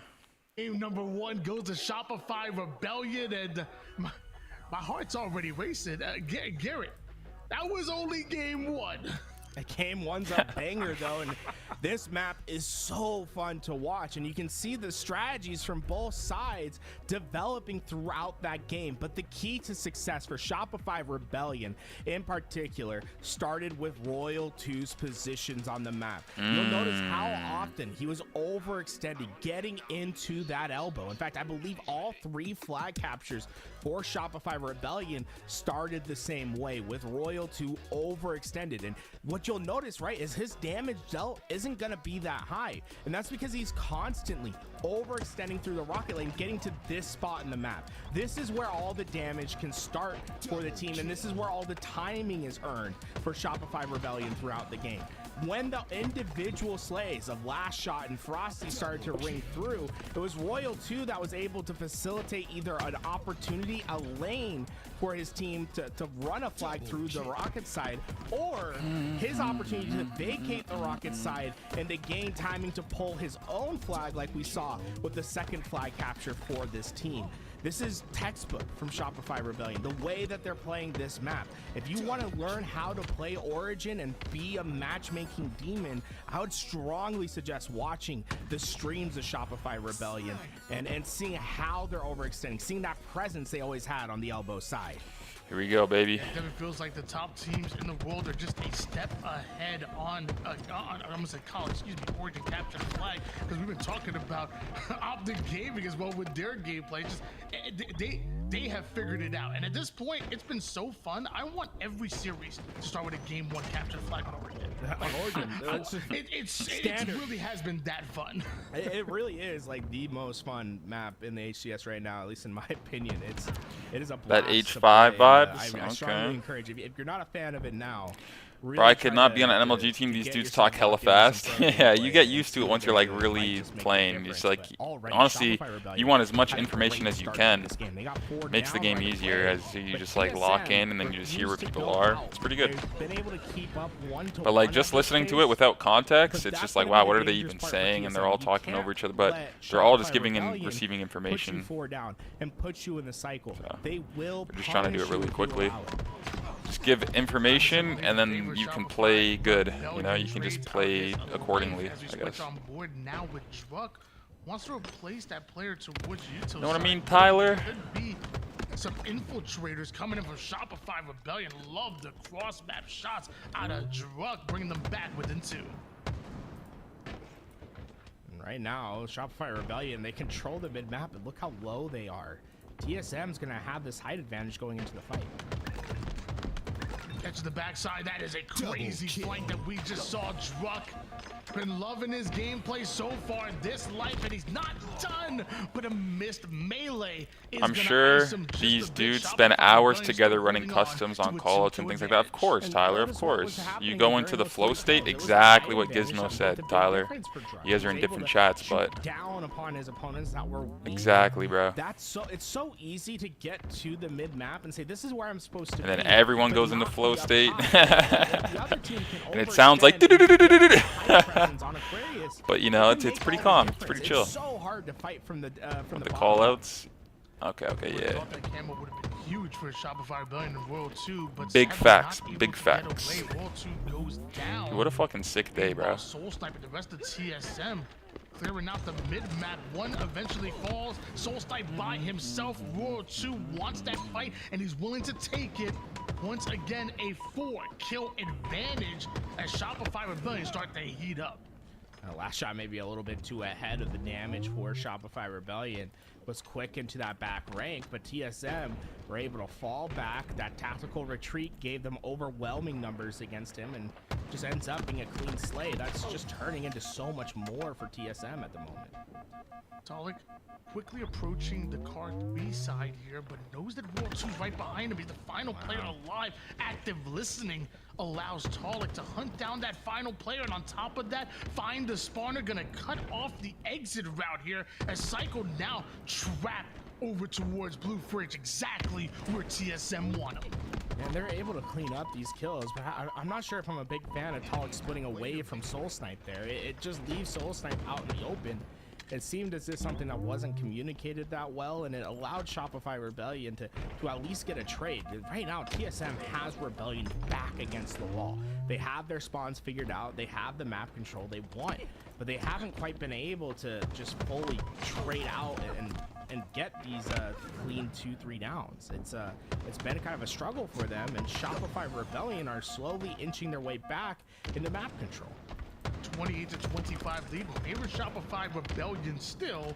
Now it's Soul Snipe and TSM. They're seemingly trapped over toward that fringe side, looking to break out. They push P2 together right as Camouflage is coming up. Is exactly when TSM are starting to slay out. If this continues, they may be able to grab a camo, but a huge trade may slow them down just a bit. Look up high. Will take a lot of damage. Oh my god, the cross map shots from Cycle will be enough to help the team, but there was no one from TSM to punish Cycle from on that P side, so he just has the freedom to do whatever the hell he wants. And because of that, not only are they getting kill after kill, but they were able to get the camouflage away as well. Dangerous moments for TSM. If they go down early, this game could quickly get out of hand.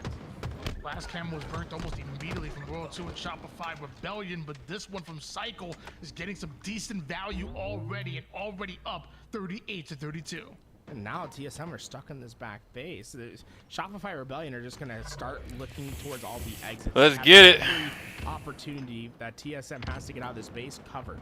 And they're not gonna try to push in. They're gonna try to punish TSM on their way out, and that's exactly what Talik feels. He slides right into the reticle, and it's going to be 2. Let's make it number 3. He's soaring. He's sliding. You see the difference, right? What happens during that camo play? TSM have just not been able to recover, and the lead just continues to grow. Cycle's positioning literally perfect to bait out a one-shot last shot towards the fridge, and I'm not gonna lie, I'm gonna have to implement that angle into my gameplay. Use that one before. Shopify Rebellion up 43-37 right now. Another camouflage hits the battlefield in less than 15 seconds, and you think oh that shit, okay, I got you, Gizmo. Appreciate you. You can always tune in on Kick or YouTube. I feel like it has no ads on Kick and less ads on YouTube. So. Camo's coming up real soon, and right now, for sure. TSM have brought their A game. TSM just started to fight a bunch of individuals, saying, hey, we're just going to win you in the one-on-ones. They were able to do that on a couple of the perimeters. They brought the lead down to at least a single team wipe, but Shopify Rebellion doesn't really need to do much more than trade in this situation. As long as they keep their risk at a minimum and have each other's help, it'll be so tough for TSM to continue this comeback. Just 2 kills separating the two. World 2 though with a oh my gosh, there's no chance. There's no chance. He just put 2. This man is throwing haymakers at everybody inside. And now it's too simple for Shopify Rebellion. The players are trapped. 49-45. One more to get it done. Bang. Last shot would be the one that puts it in.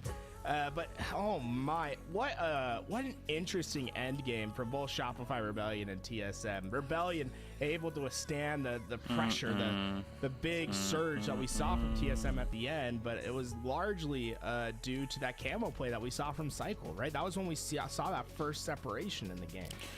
What a game! One thing in my mind was not only was that a great life and a great run of kills that we saw from World 2, but stats. Dare I say that was disrespectful? Damn. What we just saw World 2 do. Like that was just unnecessary. I am not happy with what I just saw him do to the entire TSM. We're about to see it again. It just absolutely boom. Take that turn, look, move it and groove it. Just smacking people, bro. And it just. That was disrespectful. I don't care what anybody says. It almost seemed like he had a curb slide there, but it was just straight up slide. It was just perfect timing. to close that distance. And you know, it was a difference between maybe a step or two between Royal 2 getting that double kill and him going down on his attempt to get in, right? When he pushes through, It's all about that timing, baby. That second in the double kill was there to put down that damage, but Royal 2 was decisive with his actions, didn't waste any time. If he had wasted a second more, I think we would have saw a completely different endgame. Up 2-0 in the series right now. Shopify Rebellion have the chance to pull off a sweep here, and you let the Iceman get the sniper. You know what's gonna happen. I like what Frosty is really feeling himself. You can tell by the pace in which he shoots his sniper bullets. It's like he sees someone and it's a quick reaction. For real, bro. Like right there, straight up. Hit, but oftentimes it does. A couple bodies throughout his life there, and its camouflage is still up for either side. But TSM looks to take advantage. Frosty's overly aggressive sniper play not working out for them. And Tala getting sent back courtesy of that repulse. Meanwhile, Cherish slowly approaching with this camouflage and sniper. This can be really bad for Shopify. Rebellion takes down one, but runs out of that snipe ammo. Last shot having an idea where Cherish is, but Cherish is able to reposition, and last shot is seeing Ghost. Yeah, the former teammates going at each other, but eventually the help comes through in this ball. Yeah, imagine. It could happen, Techno. It's just about the settings you prefer in the game, so that could definitely be a thing, but you know, it's whatever the player prefers at the end of the day. Maybe what they can afford too. I know, 100% they do. Their ball was where the flank player was. So at the end of the day, you gotta still play good, no matter what equipment you're on, you know? The spawns flip, and looks like Shopify Rebellion are able to take the lead. On board now with Royal 2, who has quickly kind of like put me on notice, because I feel like a lot of people well aware of being one of the best shots in Halo's history, but also one of the best meleeers apparently, because so far he has 4 kills, and I'm pretty sure all of them have been melee There's kills. some straight melees. Fighting games like that, that's cool. I don't know, maybe he does, I don't know. You got the bun combos on lock, brother. What do you think, he's like a fox man or something? Yo. Oh, he looks like a Pikachu main. I don't know. So it's definitely a Pikachu main. What does that even mean? Wow, how are you offended by that? These guys are funny, bro. What? Hey, bro, ball knowers, no. I should didn't call him a puff man. No. Some people playing at 720, 50%. Ah, man. At the moment, last shot, some people destroy on that, you know? World 2 off the screen with another melee kill on Tatalik. Soul Snipe refuses to let this ball go, at least not without a fight. Eventually, Cherish gets his kill, Druk gets another, and Frosty comes in out of nowhere with the camo, hits a double, almost turns it into a triple. Druk with the late jump, though. Dude, that's nasty. So that late jump mechanic, it catches people off guard so much, and it's funny. I know. Expected, but even the deeper that I do it so much. Goes, the more it just catches, and sometimes facts, but you see them fucking break their neck so hard. For his team, but oh boy, did he find the sniper? That'll slow TSM down quite a bit. You just pretend you're falling off, you jump back up, go back on, and you always get another shot, bro. But sometimes I'm like too extra about it. I just have to incorporate that into my gameplay naturally. But it is a good strat. Those kills, and that's all 4 down for TSM. Oh, look at this expansion that they're taking. Frosty's right into the spawns, but look at the spawners at TSM. They're trapped out in the open. Frosty's flank is working as intended. They'll split the spawns, so they need to finish these players from TSM fast, and then what you're gonna see is the ball rotate towards those towards that original spawn group. You're waiting to see a ninja. For Shopify Rebellion, but usually when people have thrust, so maybe not this map. Sometimes it'll happen, but people don't usually chase to the point where they're gonna get ninja'd. Easier to get ninja'd when you have thrust, when the other team has thrust. Damn it, I'm seeing so many hype trains in LVT, it makes me hype, bro. Everyone's having a good Saturday. This keyboard side with the snipe. He's getting pressured from the small window as well. He needs help right now, and help is coming quick. Right now, Cherish being the only one alive and his position being known, this should be plenty of time to be spotted. Look at what Frosty's been doing all game, by the way, Tony. He's always the corridor and mid. Yeah, true. it's like always, cuts. it's always like as far away as possible from the ball carrier. But what it's doing is he's able to kill the spawners, and then he's giving an opportunity for his ball carrier to rotate if they don't win on the other side. So it's giving his ball carrier a rotation if necessary while applying pressure to spawners, and it constantly split spawns TSM on the map as well. It was a great start for TSM, but now it's Shopify Rebellion with a slight lead, and meanwhile Psycho is still somehow holding on to this sniper and the ball. Unselfish play out of him, and now last shot with the camo. This is not looking good for TSM. I think he's picking up those nades gave away his position. Am I gonna go on a tournament? We'll see. I'm still like playing matchmaking, trying to get like as good as I can, improving, seeing who I work well with, maybe hit some people up to go to a tournament or something. A Canadian HCS League, bro, that'd be sick. Alright, me and Royal do. The players know, hey, was there. They just all look that way. 7-52 lead in favor of Shopify Rebellion, and We'll once see, homie. again, We'll see. TSM losing body after body. Snipe and Body. MT coming up at the exact same time. Shopify Hey man, when there was a Canadian tournament, EGLX, I got first place. And then when there was another one, I got third place. So fuck it. Top 3 got paid. Got paid both times. Throw another Canadian event, baby. A one-shot last shot is somehow able to get out. Psycho covers his back perfectly. Cherished and Soul Snipe, they're working together to clear out the third member. Yes, sir. And Psycho, although he's the final player, he's like a lone wolf. Apparently he don't need the pack. Love what I'm seeing, and he's one shot, still surviving, still thriving right now. Shopify just need 10 more seconds. TSM should have had time here, but Shopify Rebellion, relentless. This has been the true struggle Shopify. for TSM throughout this game thus far. When they get these 3-4 downs, oftentimes it's been the last player Shopify Rebellion that stopped them from gaining advantage. But critical moment for TSM. Only 10 seconds for Shopify Rebellion to win this round, but they can certainly make this comeback reality. They only need 23 seconds to tie this game. That's just a couple rounds of slays. Looks like TSM are trying to rotate. Yeah, but if they get like one set of slays right here, it's probably round. Shopify Rebellion going 3 down. Frosty by himself. He's gonna try to do as much damage as possible. But look at this rotation out of Cherished. It's such a risky rotation when you know there's a sniper looking, but it's worked out perfectly. TSM now have the spawn reinforcements to help their ball carrier, and it's just about an even game. These next slays could determine it all. Just 5 seconds separating these two at the moment. One of the better oddball live fire matches that we have seen in quite some time here. But Shopify Rebellion once again winning these slays battle. Psycho is quick on that ball. Truck wants to try to get a quick kill. Try to force this play ball. Doesn't exactly have the shield. And drops down and doesn't have a chance lost to get that ball out of the hands of Psycho. Or round one. It was just information overload for Druck. He couldn't quite figure out what the exact next play was. Too many variables from Shopify Rebellion caused him to get discombobulated, and TSM valiant effort to get back into that game, but at the end they had to reinforce too many positions. More one-on-one gunfights. Imagine screaming that on land. Hey yo, get discombobulated!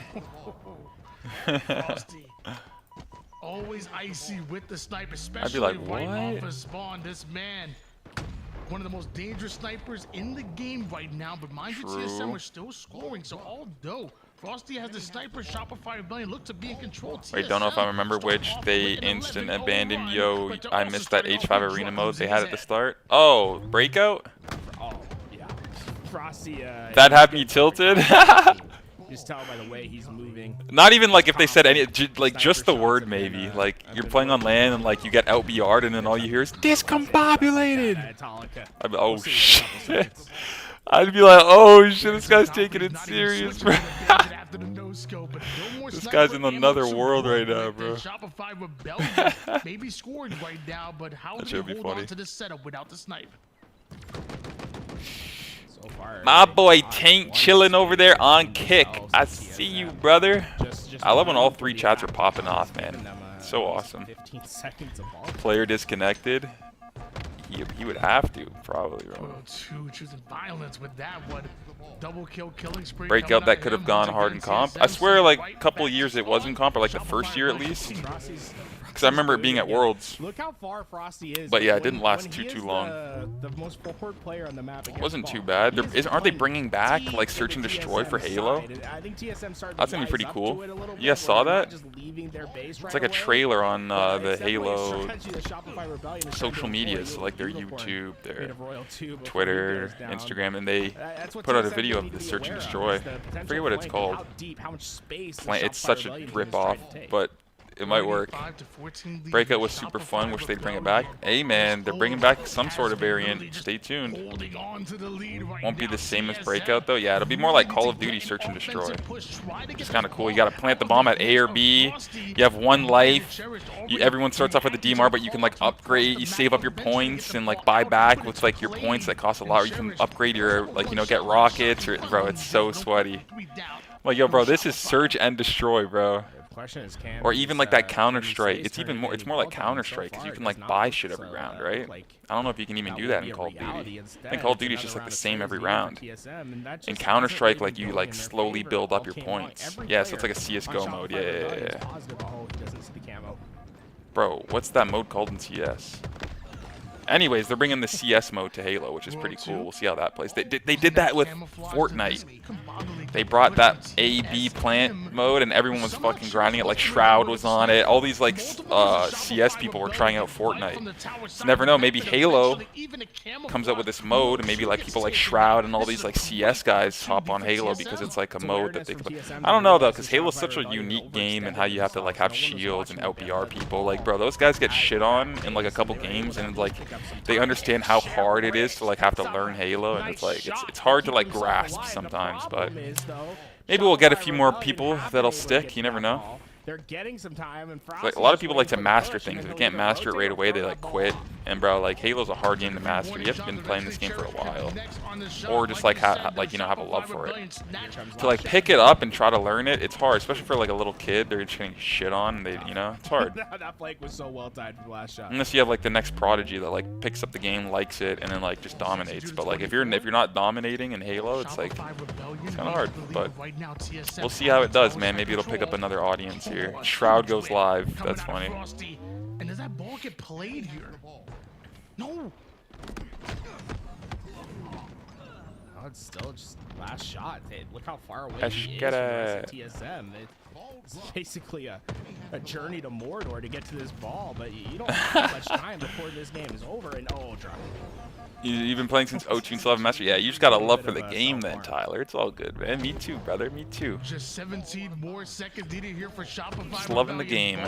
Does end up That getting mode's going to be played empty in a off the week. map, We'll so see. Yeah, TSM, exactly. I'm curious to they see how it have a does second as chance well. to slay out. The problem is you're We will still see, dealing brother. with Shopify Rebellion I hope it and brings Tulip, people the to the last game. Player. Cycle should be able to Just deal not with too it. sure. Even if not, Shopify Rebellion still able to grab a hold of the ball. Look, the balls are rotating towards tower. Where's everyone else moving? Over towards sandbags. It's a complete fake out. They rotate that ball early that way to force TSM's influence towards tower, but in reality, that ball was always going to move back towards A in the first place. Yeah, TSM, one because step of this, ahead. just never had the chance to contest ball. G Such a frickin' smart G, play boys. At the end of the game. It's like the mental warfare, the chess battle that's happening between these two teams. You don't see that too often, and it's so fun to see that unique play come through, right? If we roll the tape at the end, Tony, you'll see it. But they pick up the ball. He goes through bottom to rotate towards tower, but the rest of his team is securing their position at A.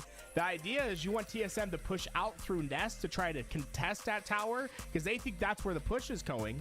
But in reality, he turns around, throws a ball, hits a curbside. He's all the way at into the rat tunnel by the time they're at tower. Beautifully played by Shopify Rebellion, and also just a beautiful series as well, because that's going to be the end of it here on the winner's side, as TSM gonna have to continue their journey throughout the lower bracket, the opportunity bracket, we'll call it, down lower. Meanwhile, we do see Shopify Rebellion stamping their ticket into the winners bracket semifinals, joining the likes of SSG and Optic Gaming. Something tells me not many people in the chat are surprised by those three teams making it the furthest in the winner's side. No, I think that's something that we're gonna get used to all year long. Better in Cloud9 though. No update on that series yet. I'm curious maybe how that one's been going. Cloud9, a team that in scrims has been playing well against the top teams, but I want to see a consistency throughout the year, and I'm curious how they'll go about that consistency. Well, soon we'll be coming in and watching some more winter semifinals action, but why don't we go on a short little break, get a little bit of a breather before our next matchup. Who's going to be joining Shopify Rebellion in that winners bracket semifinals? I'm sure we'll be finding out soon.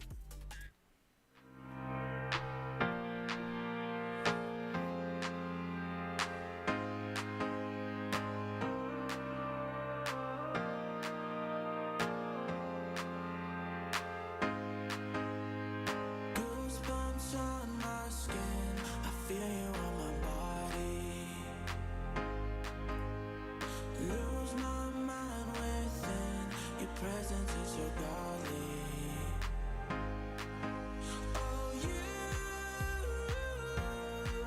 leave me weightless. 'Cause you are my oasis. Oh, you leave me weightless. 'Cause you are my oasis.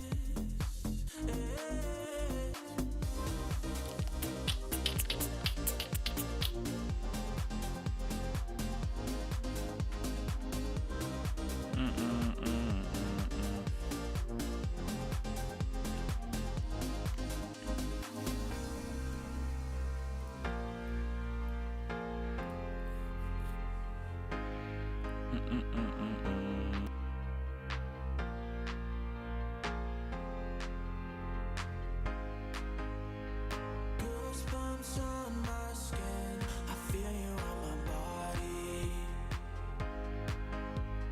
Lose my mind within, your presence is so godly. Oh, you leave me weightless. 'Cause you are my oasis.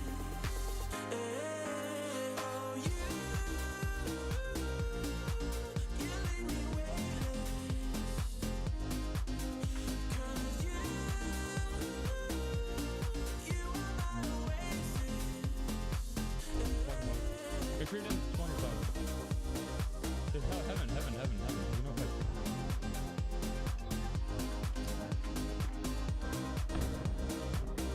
Automatic and top tower and bottom tower, both weak tower. Alright, top red sniping. There's one glass with sniper and one just spawn top red. The swanner is one ballad. Pipes. took the hill. He's either ballad or pipes. And one was red sniping. No, we should distract and shove on a mid in a second. Top red. Flash one with sniping. Just one tower, one tower, weak. One tower, one guys. And top tower, one shot. Black side. Bottom tower was Zane, one shot, never died. Goddamn, would you look at me? You're an amazing motherfucker. That's what everyone sees. Ain't it funny how you wanna be the best, but you can't even get up and get close? Face it. Never gonna make it. Rockstar. Ballad, go. Know you're confused. Tell you you can be anything you wanna be. Go there, Get up. hero in the street. Time to be alive, survive. I died. One C5. Two C5. One stay, one C5. The C's there. Tower ban, you weak. Camel, guys, camel. Two dead. Live. Active camo available. Enemy team took One shot the camel, hill. specs.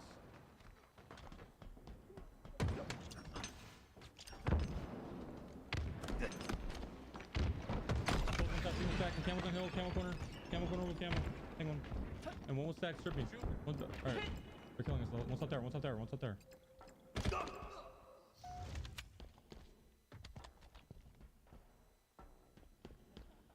glass. You saw me cross. Glass weak. And C-plat killing me. Enemy about to score. And bottom tower and spot. Let's go, baby. They're gonna play time for a second, I think. Yeah, I didn't realize people made those in customs, Techno. That's pretty cool, bro. Damn, this is a close-ass game right here. Can't even lie. Yo, LBT's always got the watch on some, like, good series going on, you know? Pretty good, bro. Pretty good. One more turbine. Pushing him. 1975. Diddle-doo-doo-doo-doo. I'm watching your mid. Tiny dead. Frickin' sick stuff, brother. Yeah, I gotta check that out, homie. Thank you for letting me know. I'm always cool, like down to play cool customs, like remakes or just whatever. Damn, they're actually about to get this. This is gonna be Hill 7 here. Game 7, baby, right here, 3-3. The last one's at blue, so they gotta go to C. Yeah, nice, good shit. Damn, the game's trippy. See, this is Cloud9 versus FaZe, basically. Nice. 1975.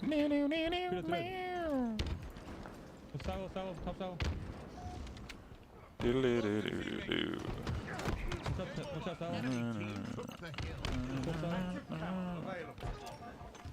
And banner, that's all coming.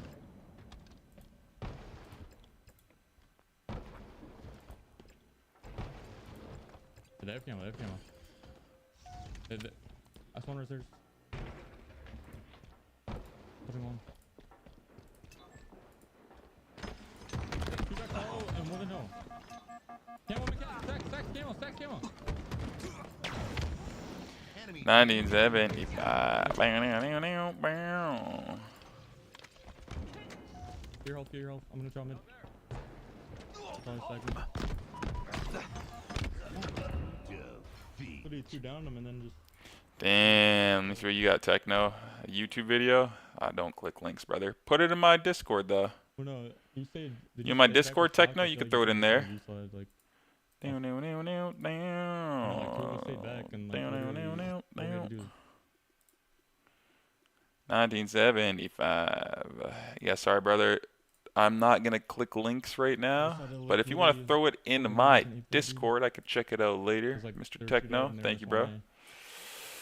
Alright, sounds good. I probably won't click those, unfortunately, not right now. You could throw them in my Discord, or I could check them out later. It's all good, brother. Appreciate you. Discord would be better if you're in there. You can just put it in like poster content or something. Hey, you should just go driveway and shoot truck. No, sub. 1975.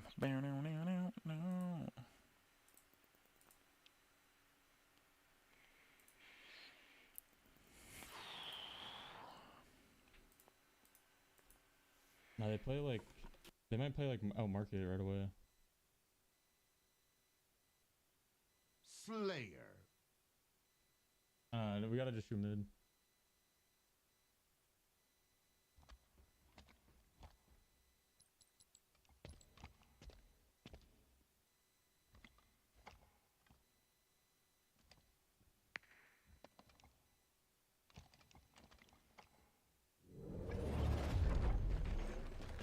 Outkill your opponents and claim victory.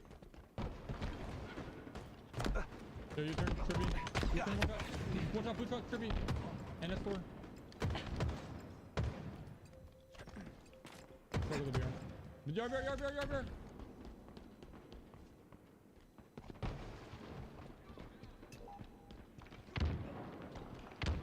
They have camo. They have shock. Alright, you're alone, Jay, you're alone. I think they have camo shock. The other guy's camo shock. Don't get sniped. Nice. They're shot to snipe. They have camo shock. It might be top middle camo shock. Alright. We're in. Oh my god, we're not, Manny. We're not.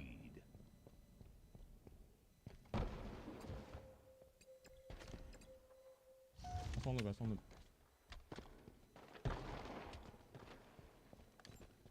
Yeah, sniping fighter. He called us all out.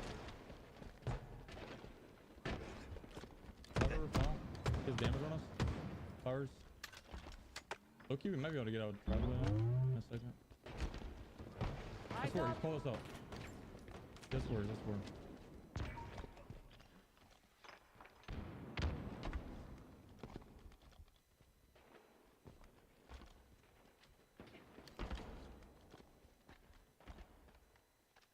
Blue truck, tribute to nest ramp.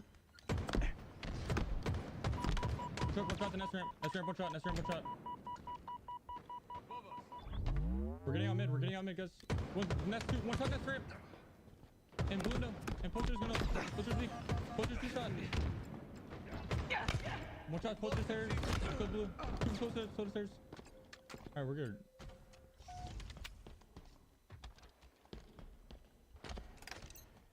Yeah, soda stairs.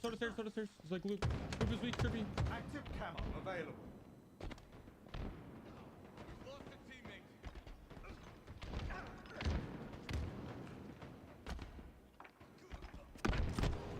I have camo. I build it. You backed up. And glass. And loop. Glass is weak. And one's loop. I have camo still. Loop is weak, trippy. And one drive it. Oh. We should get up. What's up on the map? They're just. Alright.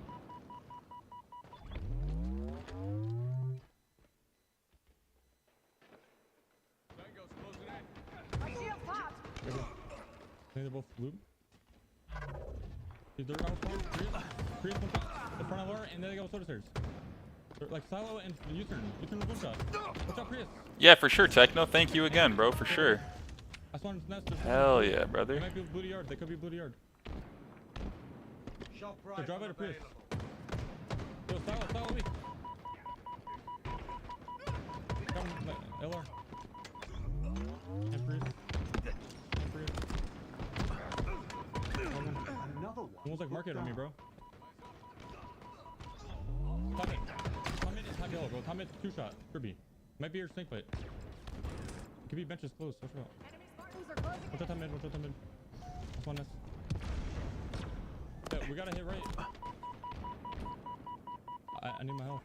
Yeah, 2 outside. LR one shot. That's 4, 1 shot. Could be 1 shot. Top mid, 8 mid. Put it there to nest. RBR, 2 of them. That's on blue main. Soda stairs. One is soda stairs. Active camo Alright, one is available. soda stairs still hiding. It's like loop, all the way out loop. Loop is, and U-turn out. Weak U-turn drum. Dip. It's a fucking ramp, bro. Enemy halfway to victory. Half camo.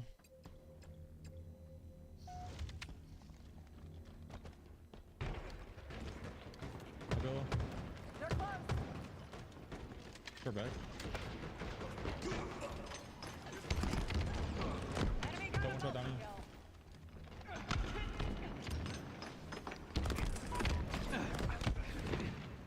Blue truck gonna jump up. One's glass cellar.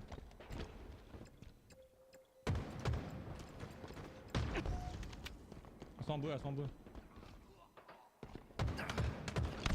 Fuck me, bro. Ow, bro. Flowers are blue and blue. Spawning its nest. Glass 1 shot. And blue, Donnie, you're really weak. 1 shot in blue, Donnie. In my sights. Blue was 1 shot. Alright, Donnie was in blue. Flowers.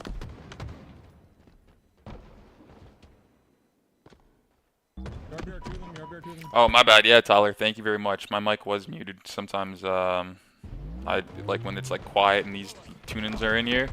I just do that. But yeah, I said no problem, bro. And thanks for always tuning in. Appreciate you, bro. And shout out to HCS. Always got to shout them out for like allowing me to have like drops on my Twitch channel and watching these tournaments with the community is pretty. It's like, dude, pretty good opportunity here. So I like just vibing out, man, on a weekend with you guys. And big vibes, man. Dude, I'm dying to blue, bro. Enemy team nearing victory. And market. Just 1 yard behind him. Down there. Yeah, look up over here. We got flank. Got alert.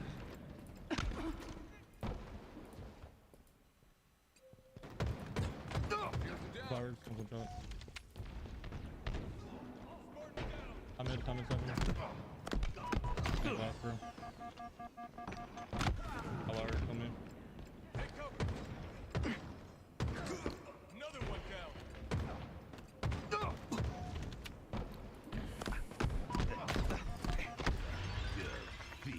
Sheesh.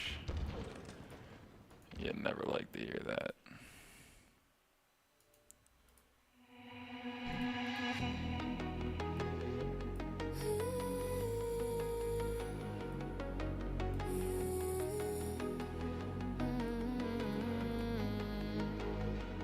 I was in the firing line, living in my head.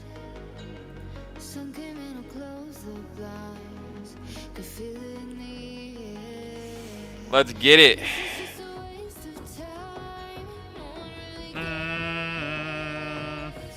But then you came across my mind, got me out of there. So I went down to the river and swam till the panic was over.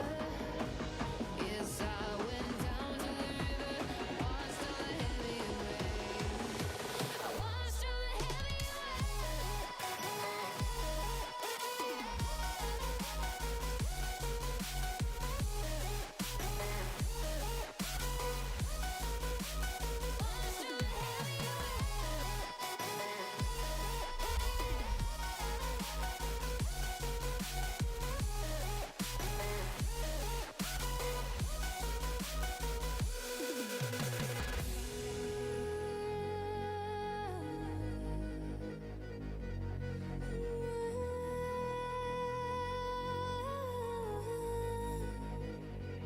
feeling all the noise in here. It's becoming ache. Pull me into common deer and take me out to the waves. 'Cause I feel like a waste of space.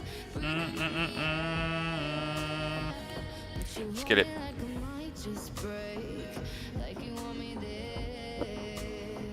So I went down to the river and swam till the panic was over. Yes, I went down to the river, watched all the heavy rain. I watched all the heavy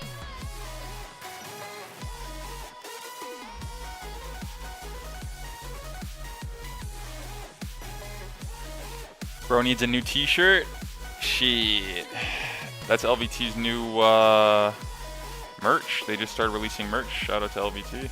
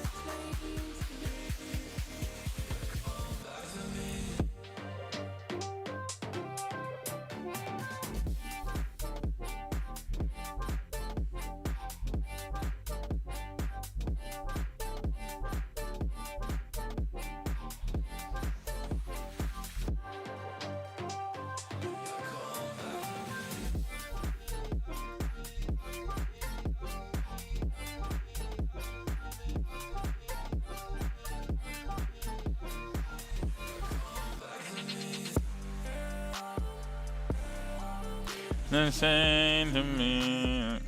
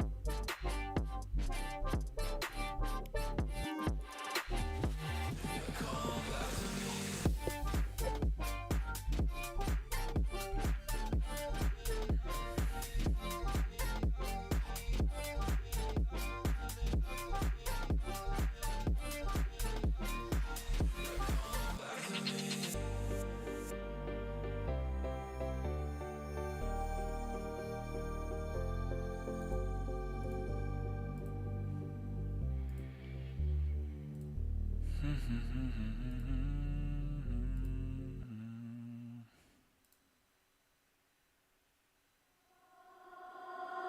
I heard about was all your love, wrapped in lies. Oh, oh, showing off, pretending to be nice. All I heard about was all your love, but you crossed the line. Oh, but I got no heartache, heartbreak, grief about you now. No, I will keep dancing, I will keep dancing till the sun comes up and I'm running out of luck. I'm going out till dawn. I will keep dancing, I will keep dancing when the game's still on and I'm all the way in for more. Oh, I will keep on dancing,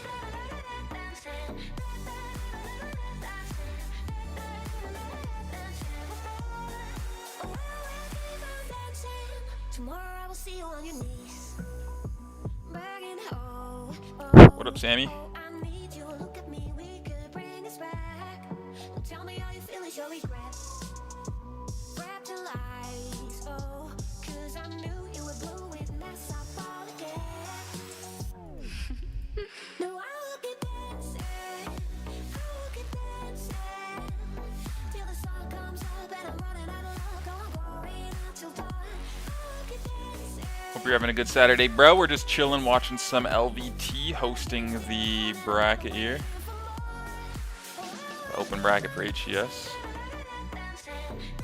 Do do do do do do do.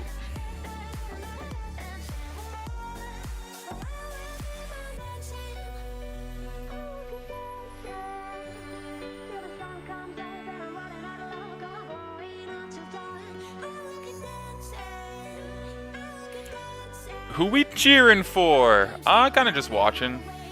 It's always good to just see some Halo competition, learn some things, you know what I mean? Don't really have like a favorite team or anything. How about you though? Do.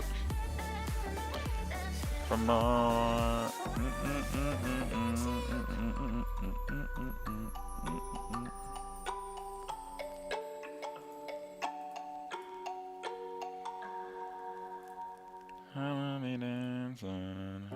It's funny how the world keeps turning. Stars like ladders in the sky keep burning, burning.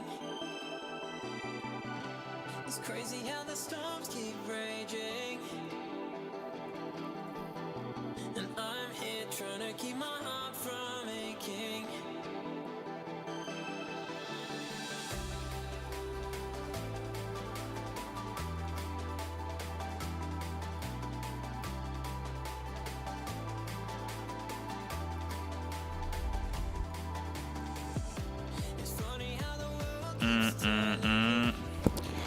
My buddy is playing, and I don't know what team he's on.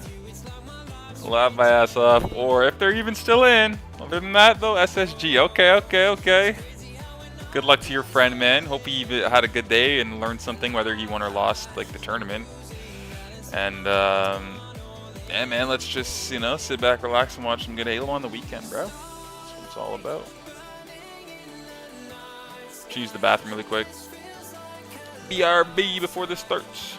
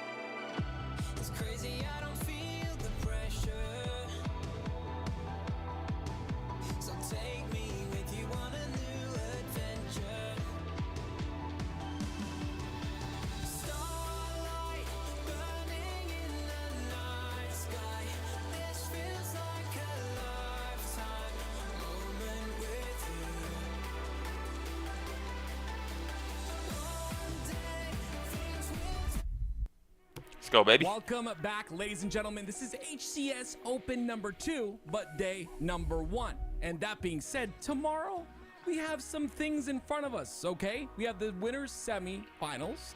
Yeah, exactly, Tyler.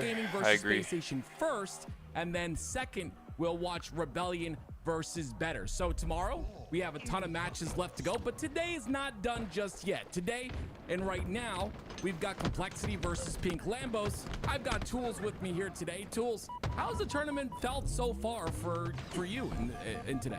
It feels like we're really starting to see the solidification of the teams and where they are. Right, the top 4 still continuing to be the top 4. True, Better true. having a pretty close series against Cloud9, but that game 5 secured by them in a pretty convincing fashion. Well, now we get to see Complexity, a team that I think on paper looks phenomenal, but I feel like we're not seeing as much out of them as they're capable of, and sometimes that is a factor, right? And right now, we'll see if that changes against this Pink Lambos roster. Yeah, it's such a surprising, I think it's probably one of the most surprising storylines of Season 4 of the HCS is kind of the slow start to Complexity this year. They've just been struggling on all senses of the word, but this is tournament days, what matters, right? If you're going to get your pro points, get far, start making your run happen, and Pink Lambos will be their warm-up to do so. That being said, right, Pink Lambos, you want to make your name known, taking down Complexity, and this early in the bracket would certainly be a feather in their cap. We got to watch a lot of Mazeky last weekend, and you and I were both really impressed by his play. We'll see. Losing round 4, that's not too bad, bro. Yeah, Made it, you know, he made it pretty far. What's his gamer tag, Sammy? This is my first year truly interested in the HCS, and so far it's been pretty cool. Makes me miss the old days. Hell yeah, Tyler. Good shit. The action, right? Words only speak so loudly. So we'll see if that happens here. Complexity right now have a tiny bit of a lead, but nothing really solidified whatsoever. It seems like numbers not really going in their favor. It's going to be simply Fear Me that tries to maybe get that ball rotated towards bottom center, but he goes down as well. Speaking of, Simply Fear Me, one of the greatest tags in the amateur scene. It reminds me of like what Fear itself, right? Love the gamer tag Simply Fear Me. I give that a thing in S tier. That's one of my favorite gamer tags. I personally like Men 7 All. That's my favorite gamer tag. And that's I love the rebrands. Mental, we love you. Anyway, great start to the game. The 7 All is just, what are the 7 men and what are they all doing? I would definitely fight for the original mental tag. I don't know, it's probably gonna be really tough, but Mazeky, we talked about him last weekend. Men 7 all. B-side. Still many players on that B-side control. They're all playing keep away essentially, as Mazeky was the last player alive, and that sniper coming up and him with camo. This could be a deadly combo, but look at the prioritization of Complexity. Great job by them. They'll have sniper in their hands, and then they'll drop it. It goes down. Sarx is the one to get that kill. It doesn't matter though, because the ball has just been in the back and it's been soaking up all this objective for them, and they hand it back off. Spartan, I actually like that, right? Because your mental, he's one shot. You might as well let him hold the ball. Let your full shields player take some space, be a little bit quicker on the map, and that just a little bit of timing can make all the difference. Speaking of timing, Complexity have gathered a lot of time. It looked a little bit stagnant at the very beginning of this game, but they've just destroyed him, by the way. That was a perfect commando from that far away. Which is really tough to do. Right? The recoil on the commando is insane, but like I was saying, Complexity really commanded this lead, and now that the ball is played and 4 are down for Complexity, it's a chance for Pink Lambos to get control in some time. It's not like Pink Lambos are getting heavily outslayed throughout this game. It's just Complexity's been much more efficient at getting that objective and playing that keep away game. And Sarx. Wow, that's a great shot, and not commando, bandit follow up right there. Let's get it, ladies and gentlemen. I'd be so happy about that. Yeah, he definitely got the scope there, still went in, got the scope in, got the shot off. Great job by Mental to at least play his life. That sniper very important for him to make sure to keep control of. And You know, Pink Lambos, they did get a couple of points of time. That ball is played towards bottom center, so it'll be a fight for it once again. But it seems like Pink Lambos, unfortunately, not going to win that trade-off. They go 3 dead. The triple kill out of Huss, making it over potentially. There it is. The overkill on the daylight, and that was beautiful. Let me tell you, because there was a little bit of a jab. Yeah, Huss is gnarly whenever you get him in those one-on-ones, and the bag is deep in which he can go into and make you miss your shot. The jab step, the right strafe, the jiggle peeks. He's got it all in his arsenal, and oftentimes it leads to great moments like that. The overkill early on for him, and honestly fantastic as we take a look at it. Right, look, boom, boom, boom, jab, and man, that's a quick jab step too. That's all just to make him miss one shot to give him the opportunity to win. Yeah, that change in speed really throws some players off. Us trying to continue on a little bit of a kill streak here. Goes towards bottom center. The sniper's brought with him, but he gets taken out. So I like that play by Precision though. Tossing that ball, getting the snipe, now throws it towards Sparty. There is a camo coming up, and I believe Huss is going to get that camo. So now it's about the push from Pink Lambos. Can it be maintained and contained? Looks like right now, so far, not too bad. It's only 1 that go down for Complexity, 3 go down for Pink Lambos. That's camo and ball. He probably wants a little bit more freedom, but I'd almost say, hey, Spartan, maybe drop that sniper for your camo player, go pick up ball. But you know, there's a reason why he has it in his hands, and that's the first one. And probably many that's gonna come with this sniper. Well, I said that actions speak louder than words, and Sparty did say he will do better this weekend. In so far 14-7. This is the performance we like to see. This is a very explosive player in Sparty. We've seen him at events. We've seen what he can do, and I've talked about it a couple times. He's got a lot more to play for this season, as his brother did pass away.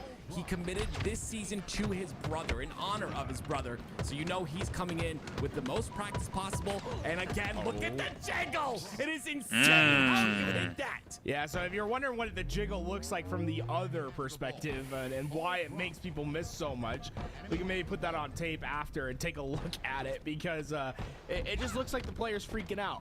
And it can be tough to get that reticle back to where you want it. I think it's more so surprising than it is fast. I mean, it is fast, but I think it's like a surprise. Like, what are you doing right now? You kind of just confused. But 3 go down for Pink Lambos. Complexity, 35 points of time thus far, and that staggered kill from Spartan is going to alleviate a bit more pressure. Now he's on the flank here, but unfortunately, he's not going to have any help. He's going to have to win this 1v1. He does just that. 2 go down, and he'll milk some ball time. And so far, this has been the bread and butter for Complexity. It's just being able to find a good amount of ball time with 1 down at all. Sarex had the opportunity to try to cut that ball off rotation. And the second he peeked, he went down. We might be seeing another. Ooh. Hey. That's been done to me a lot. Okay, like changing that height, oh my gosh. What is happening in this game? This is just highlight reels from both sides. Yo, does he? Oh, I thought he stuck him. I thought he stuck him, dude. It's hard to even commentate because of just how much chaos we're seeing on the map. But the thing is, Complexity is thriving within this chaos. They keep finding their time. Goodness me. Just absolutely insane gameplay we've seen in this game, and individual plays from both sides. The QT double kill out of Precision, very impressive. So much to be looked at, and we'll see that in the highlights after this. But 53 points of ball time still. Sparty will get a little bit more. He's got 52 seconds of ball time, and he's 20-10. Honestly, I've been a big fan of this idea of putting your Slayers on the ball. True, then they can drop in like, yeah. So they don't overextend, because oftentimes True, yeah, they won't push out too far. That makes sense, bro. I kind of like that. So, oftentimes the big mistake that happens in oddball is teams will push too far, right? They try to take too much space. And usually if you take the player that loves to take space and you slow them down by putting them on the ball, it kind of like channels their energy and focuses their slays to the immediate vicinity. And I think it's a great strategy. If you ever find a player on your team that you're teaming with to be like just kind of messing up the spawns a little bit too often, just delegate them the ball. Yeah, throw them the ball and keep telling them to shit. You limit their ability to mess something up. So that's why we win most of the games that I have all time. That's interesting because I think you're 100% right on that. But also, Pink Lambo's 100% dead. It was 4 down for Pink Lambos, and now once They again, never go 100% Complexity dead. find themselves 15 points away from securing round number 2, and we'll see if they can do that. It's one more push from Pink Lambos, extending towards the bottom center, towards Rat Tunnel, but that ball's gonna rotate towards B. Not really an opportunity unless they can get past Huss, who gets another triple kill. Ball is played, 5 points left. Hey, we've seen like 5 triple kills this game. This has been insane. So far, we'll see Complexity win this one, but I really love the idea. Going back to that conversation about your Slayers holding the oddball, you'll see it with Shopify Rebellion. They put Last Shot on the ball. He's their top ball carrier, and I think it helps the team quite a bit because he's Yeah, I know. It never go 100% dead. That was a funny little be in your face, take little space, commentary like, thing right constantly there. push. It just keeps him in check, right? It makes it so he can't like constantly be doing that, and because a lot of times just pushing up a couple steps too far can be the difference between your ball being very secure and potentially flipping out spawns and doing something wrong.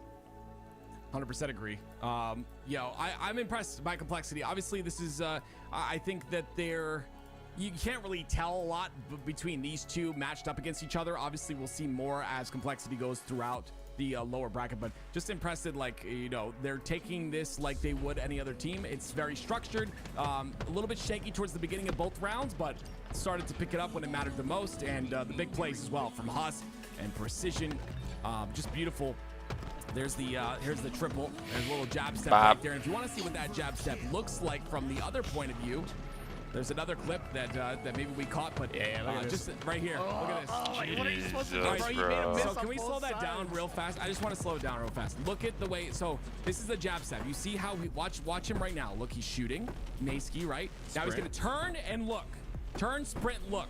Then shoot. Then turn like that. That is a jab step, and that's what makes it very difficult to shoot a player. Obviously, in slow motion, it looks really easy, but changing that speed and that momentum really makes it tough. That actually might be. Yeah, I don't want to say the hardest, but for me, it's the hardest mechanic in the game. The jab step. It's just like it breaks my brain. You have to shoot and then run and sprint, and then you gotta shoot. It's like you basically have to do 3 very quick movements with 3 different buttons. Yeah. Right. You have to press sprint. You have to whip your right reticle, and you have to whip your left stick. So it's just like trying to balance all those things. But the players that are really good at it, man, they make you miss. Especially like Huss is very good at it. Lucid, very, very good at jab stepping, and it makes a big difference in their one-on-one fights. It's mostly utilized, and that player's when the player utilizing it is no shields. You just try to win a fight when you are at a disadvantage. Definitely do it mid gunfight. Don't do it to start a gunfight. Yeah, exactly. But Tools, I want to talk about Origin again, and I said this before, and this is to anyone that wants to listen to me. This is one of the best Halo Infinite maps. I know it was a Halo 5 map. It is one of the best Halo Infinite maps we have in the pool. I think it is incredible. I don't know if anyone will disagree with me. To be completely honest, I don't care. Yeah, they were just saying it last time. Most well received map has been added into the game. I really haven't seen any complaints about Origin, okay, good. So far. I think there are things that are different from Origin than they were in Halo 5, with in particular about a little bit. Yeah, but they're not like bad. It's just a little bit different. But it just takes me back to the glory days of Halo 5. And oh my, Cerex able to hit a great shot, but they're down 7 early in this game, and it can be tough to come back, especially on maps like this where it's so easy to manipulate your spawns and to get players trapped. So for them, it's important not to get what we like to call in business average, where you jump out and you have a depth that just like should not, like most of the time you shouldn't die, right? It's like you're in a spot where you could stay alive, but you made a play where you kind of die, and it's what we like to call average. Those moments, right, against Complexity, they can really, really turn the tides. If you're getting momentum, you got one average, that can be the difference between all that momentum going away. 20-10 here. The lead is starting to escape Pink Lambos. And these are players like, I don't know how well known they are in the community, but I will say they are very good players. Mayski being a part of his college team, there's a lot of grinding that goes on in matchmaking every single day. These guys play every single day in matchmaking, and just a great set of players, but you're up against Complexity. This is a tough task. Cyrix, not Cyrix, I mean Daylight, also part of that same Fisher College team. So him and Maysky have that connection from there. They've won, awesome, I believe 3, maybe 4 College Halo championships. They did not win last year. They're trying to reclaim their trophy this year. Very cool to see. I never thought I would, you know, in 2005, I would, you know, see colleges doing, you know, gaming scholarships. It's so cool. Ironically, Spartan also part of that team, so playing against their teammate. I'm not sure if he's competing this year or not for College Halo, but 35-13. Things have really gotten out of hand, but oh man, someone said in the chat, and I don't know your name, but you know, they said, imagine if the midship map worked. Oh, goodness me. Yeah, they took that out like after a week, right? Jeez, bro. Just doing 360s, men 7-all. Men's 7-all. Disrespectful. That's the alter ego of Men's 7-all, right bro. Saying, hey, let me show you if I can hit it. It's just his gamer tag, bro. It's still mental. And it just shows you, Deep down, you know? If you aren't able to get your foothold, it's so easy to just always apply pressure because of how open everything is, right? Even the back base, it's like sometimes it can be deceptively close. When you're in base, you think you have a lot of room to move, but you don't. It can be overwhelming, the pressure that can be applied. And I mean, so far, that's what we've been seeing from Complexity. They're just constantly shooting them off spawn. Like, they're not able to really move up and get any safety. 13-3. 13-3. 6 and 5 assists. Sparty and Mental almost double digits as well. That's actually insane. You love to see this. And yeah, I mean, you described it really well. This is one of those really difficult maps, and 2 kills is all Complexity needs, and they'll go up 2-0 in the series. This has got to be a hit to the mental for Pink Lambos. I mean, you know, this is going to be a really rough loss. He's 11. This guy would say that. Well, I meant for Pink Lambos. Gotcha. Yeah. Like their mental. Sorry, I thought. Yeah. Yeah, my bad. Yeah, I think. I mean, I think they understand what this map is, right, and how fast it can get out of hand. So I don't think it would necessarily be like, you know, down in the dirt thinking bad about your gameplay here. But it certainly is. It's certainly gonna make you reevaluate what the strategy was going into Origin, and trying to figure out how you can make up for some of those. Like, because every player on Complexity just has a gunny on them, right? They're not gonna lose easy fights. Jeez, so what Pink bro. Lambos is probably gonna need to think about in the future is how you limit those fights, right? Like, don't take the one-on-one, right? The best players don't put themselves. Damn, in round that, 6, in that it's like not even situation because of close. this, right? Because they That's all like the went to gap right amateur scene there. at one point 6 and 7. and had games like this against professional teams, and they realized, yeah, we just can't win this way. No, we shouldn't have started. Tony's going to the bathroom. We're not. He said not to start it. That's too late. It's too late, Tony. No one cares about you and your bathroom habits. Complexity. You know what I care about? Going for their 3rd game in a row. Recharge, King of the Hill. What I care about? I care about style. Okay. I care about swag. And okay. if you're wanting to get some of that swag, exclamation mark merch in the chat. Check it out. Support grassroots Halo boys and girls. Guys, there's not a lot left, guys. Like, there was last time I saw there was under 100, and this is it. Like, once this goes, it's gone. All right, so get yours quickly. Damn. But here we go. Game 3, Complexity up 2-0. Will it be a sweep? King of the Hill recharge. Let's see how they do. Let's see if we'll see some 360s out of Mental this time. I don't think we will. Hey, you never know. The Never know. shot rifle is up. And 4 down for Pink Lambos almost instantly. And here we go. Camo shock.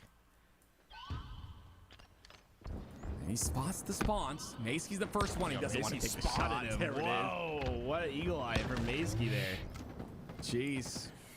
Maysky goes down though to Mental. Husk gets a kill onto Sarix. It's 4 dead once again. Hill time for Complexity. This is rough, man. Like, if you're Pink Lambos, is there any chance to break through this? Like, what exactly do you have to do in order to try to combat what Complexity's putting on the table? You gotta overwhelm at least one player, right? Try to find an isolated player from Complexity and just shove all in against them, and see if Complexity will call your bluff.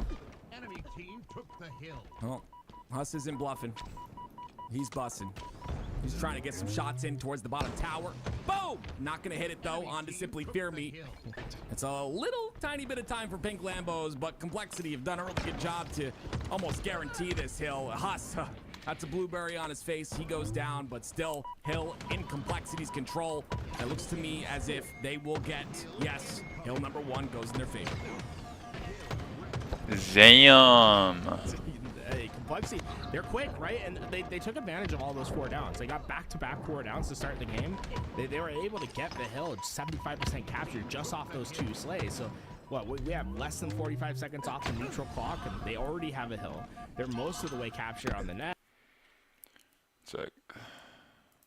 A new follow on Twitch from Azured Dragon. Much appreciated, Omi. Welcome to the stream. Less than 45 seconds off the neutral clock. BRB guys, take a little break here and come back, stretch the legs out. They'll have a camouflage to fight for on this next rotation. 2 seconds, Precision can't stay alive. It might just be that Pink Lambos gets a camo here. Simply Fear Me's got to get it. That's all right. So 2 players end up dropping down. Sarks is gonna be the one with the camo.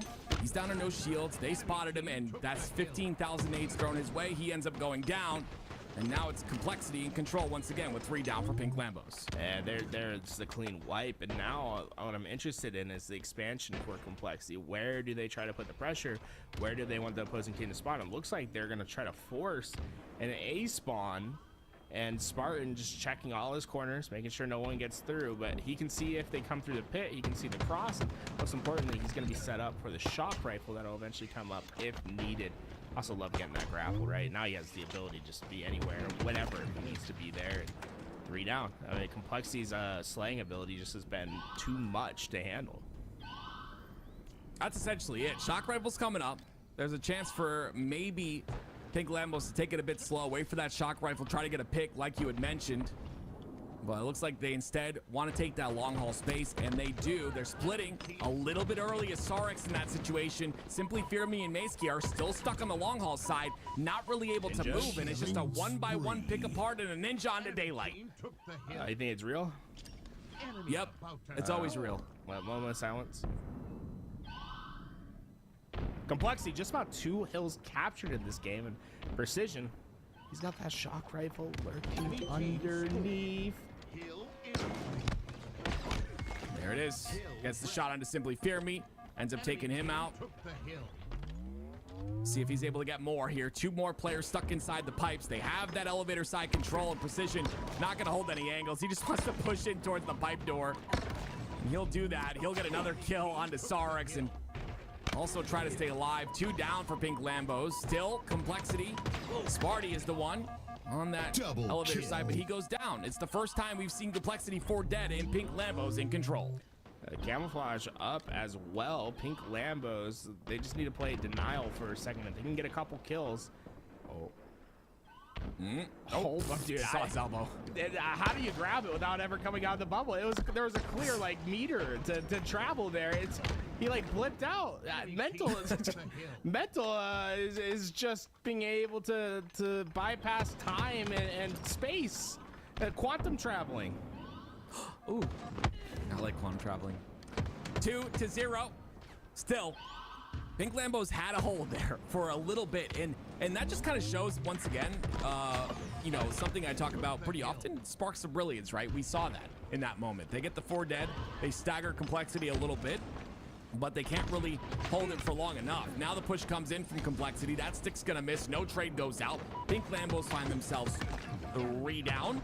Make that 2 dead with the spawner coming up, but it's just time and time again. Complexity just walk on through, break the setup easily, and now they have control again. 3 down. Lambos gonna have a struggle on just getting this contest in time, and a 3-0 down against Complexity might as well be a death sentence.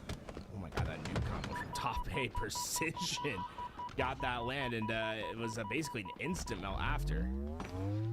Maesky having a really solid game, by the way, regardless of what's going on right now. 12 and 11. Yep. Last few weeks we've seen Maesky. I've been really impressed with his gameplay. Hill incoming. Well, it's 3-0 now. Maysky on your screen. Nice shots. Gets another kill to add to his tally. Daylight trying to clean up his own. He gets one as well. 3 down for Complexity once again. So what I'm seeing and what the story tells me is that the individual pivs are the most important thing. If you could win those individual pivs, you start to stagger Complexity just a bit, then you get some hill time. Camo's up as well. That wouldn't be a bad addition to the equation either.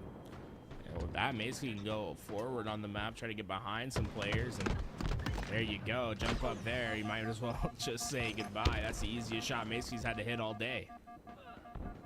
Now he's got a little bit of camo left. I would assume it runs out very shortly here, but he's at least going to get one. The second one is precision. I love that by him. Make sure to get behind the box to take the minimal amount of damage that he can. And now he's got a shock rifle to use as well as his teammates push here alongside him on the long haul. Complexity set up though for a strong defense here.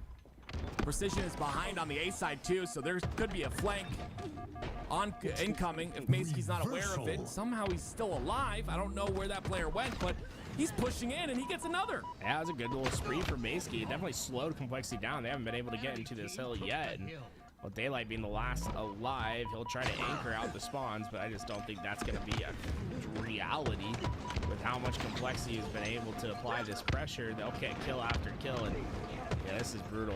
Look at how Pink Lambos is going to die here. This last player goes down as the first spawner comes up, so now Pink Lambos won't have a full 4 up for at least 10 seconds.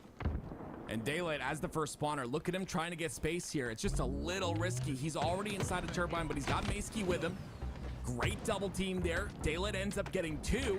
And we talked about Maysky, but Daylight's starting to slay as well. Is it too little too late though? A minute left on the clock. Complexity obviously playing time. They're not stepping in that hill. They're allowing this clock to continue to run down. So it's up to Pink Lambos to get their feet inside of it. Fisher duo slaying out in this game. Both of them positive. I mean, that's a big accomplishment. Even like, you know, Sarah's not having the greatest KD, but he's got 10 assists to his name, so. Right. Yeah. I'd say so far, the second half of this game, we've seen a much better Pink Lambos. Kill. And they've been able to kind of handle a high-flying Complexity, at least in that last rotation. And, you know, it might be improbable, but nothing's impossible. I don't have a kit per se. I don't. You never even thought about No. it? What would you think would be good things to be in it? Oh boy. Oh, sure, put me on the spot. I would guess there would be a flashlight, I've got matches, blankets, extra clothing, extra batteries. Non-perishable food. I do have bandages in it, I know that, yeah. In the event of a storm power outage, have an emergency kit prepared. That bottom hill, it's Spartan using the pad. It's the nade shot metal, pulling out the HBR as he goes through long haul. And will be able to get that kill, and so far, I mean, Complexity that we saw, just the slaying prowess come out this game, and it's just too much for Pink Lambos. 24 and 14. That's slaying prowess, if you ask me, out of precision. Love to see that out of the young gun. 5 seconds left in the game. Daylight will go for a last-ditch effort to get inside the hill. He'll get a kill, and you see both players stacking in this hill, both aiming towards the same direction. It's going to be C-Plat and the player in the back. Hydro, do they know he's there? They can't find him. Yeah. Macy's looking for him. Like, he knows. His spider senses are going off. He's like, I'm tingling. I know someone's here, but unfortunately for him, while he was searching, the rest of his team went down. Him and Daylight, though, they'll finish positive in the game. And Fisher College, the 3/4 of the Fisher College roster here competing. Fun little elimination bracket run, but we knew what Complexity was sort of built out of. We expected them to come out, and so far standing strong. Complexity expectations for this team, or I should say the minimum expectation for this team is make it to day 2, right? If you don't do that, there's something wrong. Their path not that clear from this point on. A lot of pressure on this Complexity roster. Does it work? I mean, there's some times where chemistry won't add up, but they looked good in that series. They 3-0 Pink Lambos, and they'll move on to continue on. And once again, it's they're going to play the winner, I believe, of Tenrai and BTC. And if I'm seeing the chat correctly, it'll be Tenrai that they end up playing next. So Complexity against Tenrai, we'll see how that pans out. Tenrai is a very good roster, right? So it could be throwing a wrench in the plans of complexity this tournament. I would not be saying 100% guarantee, yes, complexity makes it to day 2 with this bracket ahead of them, but if we're gonna see improvements for complexity this year, I think this is a do or die for this roster. I don't think not making it to day 2 is acceptable. Double kill. Well, ladies and gentlemen, as we continue to go on through the lower bracket today, just a reminder, we do have merch available for LVT, and that merch, there's only under 100 shirts left. And last weekend, guess how many we sold? 246. So get this quickly, especially before tomorrow, because after tomorrow, I think they're all going to be gone. The payment methods are down at the bottom of the screen. There's many of them: Venmo, PayPal, etc., etc. So get yourself a shirt now, and then let us know in the chat if you want to that you got one, that you're supporting LVT. Yeah. This will be the only time to get this shirt. It's free shipping, by the way. So if you're getting it, there is no shipping cost. We built it all into the price, and that's how I like to. When I go to shops, I'm like, I hate paying shipping. So I was like, we can't do shipping, and and it makes it nice and easy. And so far, I mean, you guys have been killing it with the support today. We did the pre-orders, and we're like, man, so many people are excited about it. Like, we got to order probably a little bit more just so more people have an opportunity to get them. And so we have a stock. Once that's gone, though, it's I don't know what we're doing from there, because it's a lot of shirts that we put an order in. So thank you guys so much for supporting the way that you guys have. I think you guys blew our expectations out the water, and I'm curious whether we sell out this weekend, man. I think we will. I mean, the only time to get the shirt, you can wear it at the first event. We will see. But regardless, ladies and gentlemen, you can see on your screen our next matchup. It's going to be Tenrai against Complexity. This will be a test for Complexity. Will they pass this test? Will they make it to tomorrow? That's to be found up next. Don't go anywhere.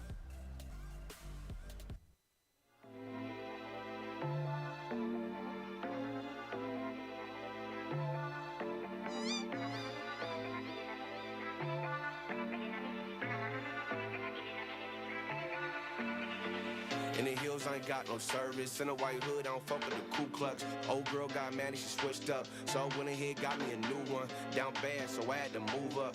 01 like, hey, what you doing? CA plates in different states.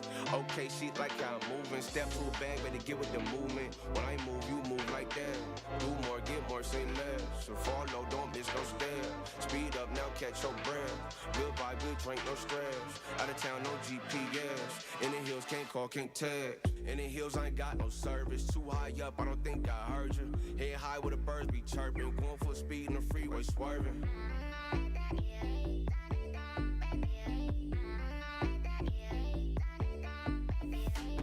the hills, I ain't got no service. Too high up, I don't think I heard you. Head high where the birds be chirping. Going full speed in the freeway, swerving.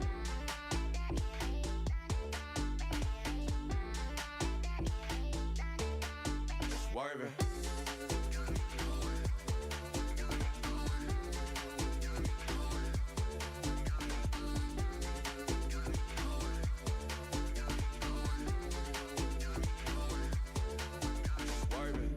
Call, but I can't pick up. Locked in, my mind's encrypted.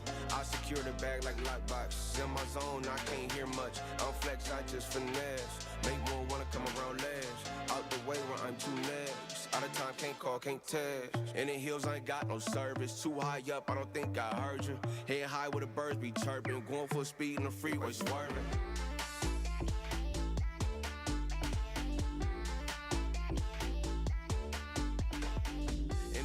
Got no service, too high up, I don't think I heard you. Head high where the birds be chirping, going full speed in the freeway, swerving.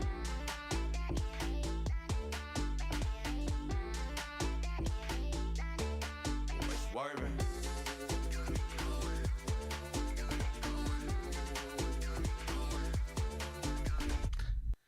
Welcome back, ladies and gentlemen. It's your HCS Championship Series Open number 2. And man, am I excited for this one. I got my man active with me. I'm Why Not Be Reckless, aka Why Not Be Casting, and your Twitch and YouTube chat. Hello, how are you? Hope you're feeling good. Ready for another matchup down here in the lower bracket. It is do or die. Tim, you know very much throughout your competing career what it's like to be in the losers bracket. Please tell the people at home what it's like. Wow. It's not fun because you're a loser. No, lower bracket. We call it the lower bracket, and it's not fun, and I don't want to talk about it, Tony, all right? But both of these guys trying to make it to tomorrow. Complexity's first test. Tenrai comes through. Can they make something happen here? Tony, I hate you, but let's get this going. Let's get it going. And Origin Capture the Flag is quickly becoming a fan favorite. I know Tool says it's his favorite game type map combination. And Tim, you've been actually really fond of it as well. 10 Ryan Complexity. Hopefully they're happy to see it because we got Kruvu, Tony 2-turn, Envoy, and Super CC Evades making up this 10 Ryan roster. And they starting off a bit hot. Yeah, you love to see that. Sparty, though, is a big player to watch out for. He's on that snipe side, and he's got the snipe in his hand, so many lanes can be watched for him here. They've got to take him out or make sure to know exactly where he is so they can avoid any shots from him. Snipe in the back pocket here of Party. Notice Precision pushing up with the Rockets. Wants to cover his back. And notice Party goes down so quick. And the Rockets end up trading out their lives. But now there might be one Rocket sitting towards the mid-map. Fought over. Actually, no, it's out. But the Sniper is not. Mental has it. And, I mean, again, it's very important he lives here because there's a lot of damage that can be done with this snipe. Unfortunately, he goes down. That's a lot of pressure off his spawn. And hopefully it'll be Kruvu who takes advantage of that snipe. Great defense by Tenrai so far, Tony. Beautiful quick skill coming out of Menso. There's Kruvu there onto Menso, and then the no-scope right to the body of Sparty. He's not done yet. Rotating the snipe over towards the elbow and Rocket side. And Complexity to be careful that this reposition is about to be deadly. The man has started 6-2, is sniping everybody in sight. He must have got his LVT merch early because he's shooting like he's wearing the shirt. Possibly. A trade comes out. That's 4 down for Tenrai, and now Mental running the flag. I love how quick they are to get that 4 down and immediately run the flag, but we got to be careful. The spawns come out of the cave. More slays come out, Tony. Complexity doing a really good job of continuing to slay as they run the flag. Despite what felt like game-changing sniper shots being hit by Kruvu, it's somehow Complexity that are able to put the first flag cap in on Bordeaux with an excellent double kill, but still has to ultimately trade out his life, and Complexity are still holding forward. Sparty is definitely holding forward here, and again, he's like the first point of contact, so Sparty's the player that is going to try to get that damage in. Little does he know, though, there's some massive pressure on the Rocket side, and only one player was on that snipe side, and that was Tony 2-turn, so attention is turned, and it's going to be Tenrai pulling a flag on the side of Complexity. 4 quickly going down here for Tenrai. He doesn't even have time to play for the return here. They got to play forward. They got to get these Rockets. They have to continue to stagger Tenrai right off of spawn. Tony 2-turn gets sent right back. Rockets in the hands of Huss, and he gets the flank off right to the backside of Kruvu. He'll feel that one in the morning, I promise you that. Meanwhile, Super CC takes down 1, can't take down 2. 3 down go Tenrai. The final player is Envoy. A double kill is nice, but Precision still moving the flag. Yeah, doing all he can as the last player alive, and unfortunately for Precision, he does miss the flag toss to the other side, so he's gonna have to take a different route. That stalls things a little bit, but still, it looks like there's a lot of pressure from Complexity on this flag, and they'll continue to run it, but here comes Tenrai.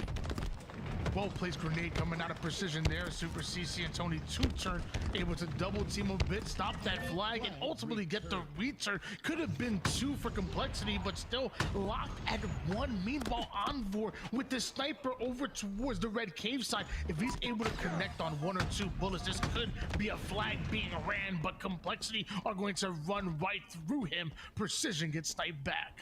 Great job by Envoy in that scenario to make sure to waste as much snipe ammo as possible. There's only 1 bullet left now after Precision whiffs that other one. So Envoy pressuring that cave and wasting ammo, definitely some good value out of his life. One thing I'm thinking of when looking at a lot of these players here is that you're going to have some experience with Halo 5. You're looking at Sparty and Envoy and Super CC, but Tony 2-turn and Huss, I believe, came from Call of Duty. Precision and Mental from Gears of War. I don't know how much Halo 5 they've played, so I wonder if this map is fairly newer to some of these players that are in the lobby right now. Yeah, something I'm curious about as well is, you know, with it being maybe a newer map to them, how are they enjoying it? Because I think a lot of the Halo 5 players just love the map because it was a Halo 5 map. I'm curious on their thoughts on that. Envoy pushing up towards the elbow side. Notice how Kruvu is collapsing from the snipe side. A beautiful pinch being created by Tenrai, and that's the opportunity they want in order to curb slide this flag through the oven over towards Maze. But Super CC taking way too much damage and ultimately being taken out. The defense from Complexity will stand stout. It's really difficult. All of Complexity, as Tenrai are 4 dead, by the way, all of Complexity spawned on the elbow side. They had full line of sight towards through the basement towards that flag carrier and stopped it in its tracks, and now it's a fight for the Rockets. And so it's the fadeaway backwards to stay alive here. Super CC still having that high ground that Anakin always told us about, right? So Rockets are up. 3 down to go. Tenrai, Mental, with some cross-map shots, turns it into Rockets, and now it's Complexity dropping a meteor onto the elbow side. Flag still on the move, and this might turn to a flank for Mental. That's got to be the worst. Spawning into a rocket shot like that has got to be tough, but 3 go down for Tenrai, and an opportunity for the second flag cap. That will be punched in. Complexity lead 2-0. By the way, never watched Star Wars a day of my life.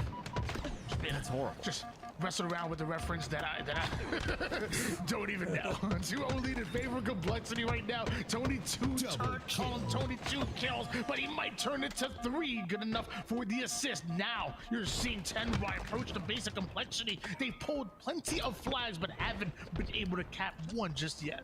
It's because of the spawn control. You have to make sure to force these spawns, but also get lines of sights on those spawns. That's the way you're able to slay after you slay the first time.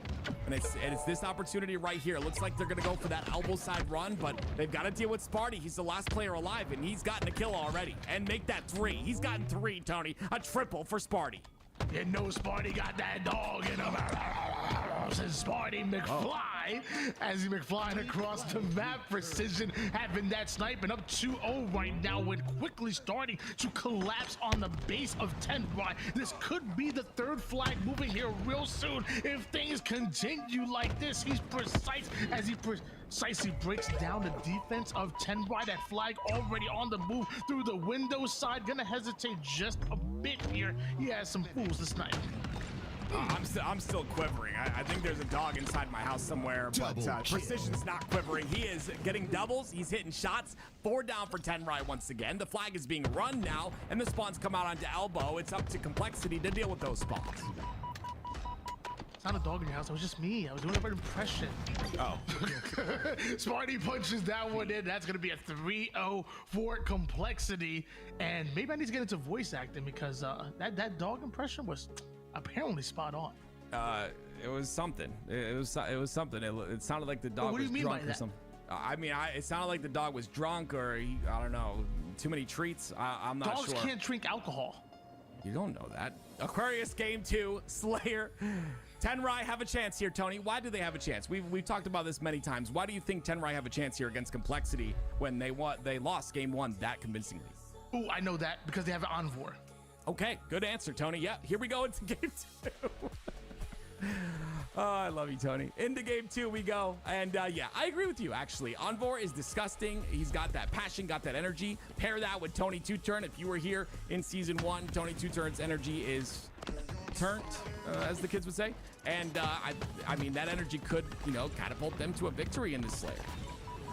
That is good. And one thing that Tenrai are maybe a little upset with is the fact that their next map they're playing on doesn't have a sniper on. I feel like you put the sniper in the hands of Envoy. I remember last week on Fortress, he dropped a crazy overkill in order to kind of lock down the map. Even on this map, you saw Kruvu with the sniper ends up starting off with a 7-0, 7-1 start because of it. We saw some crazy snipes out of him. Aquarius, all you got is your bandits and the camo, and sadly the heat wave is G8, so you're not even going to see that in play. I don't know if Tenrai are going to like that very much. If I was in these tournaments, I'd pick up everything and just use it to win. But these guys, they don't want to pick them up. But so they'll go for the camo instead. It's Tony 2-turn. Tries to get that camo, but unfortunately, one of his teammates was dead. So it was a lot of pressure for Complexity. That means camo's still up on the top center. And now Complexity have that in their control, or they have that in their control. And it'll be a push. This is insane. Wait a minute. Okay, I mean, they still have it until just now. Precision ends up going down with camo, but good trade outs, right? 6-6 is the score. I feel like Precision might have like used Huss as like a distraction there. Like he hid with camouflage. Huss joined Sparty over towards car 3, and it seemed like Tenrai thought maybe that was Precision, but Precision was like, nah, I'm just gonna wait for my camo to go and completely go ghost. And eventually Tenrai do end up slaying out and getting rid of that camo. But I like the thought process there, despite the fact that Tenrai are up 3. Well, 3 go down for Complexity, and now it's up to Tenrai to continue on this momentum. They've got the spawns. They've even got an isolated play. Introducing WWE 2K25. Here, anything can happen. You want some of this? We're talking a new epic world, new arenas, new storylines. This is gonna be big. This is WWE 2K25.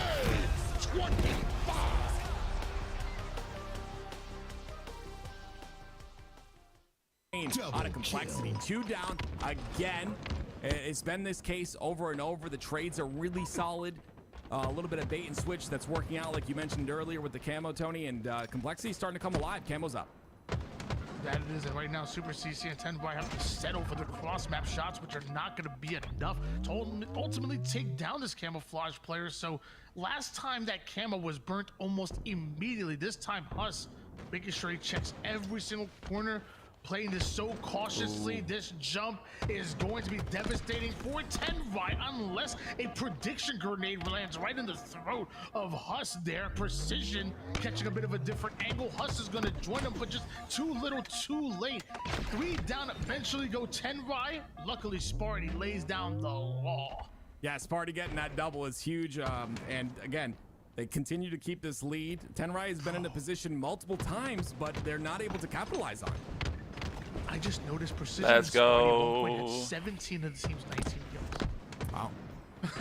That is crazy to think about, but one thing I am noticing is that Huss and Mentor are definitely not slacking when it comes to the assist department. It is like a perfect yin and yang that we're seeing right now. 14 assists out of Mentor and Huss. Meanwhile, most of that slaying power really coming in from Precision and Sparty.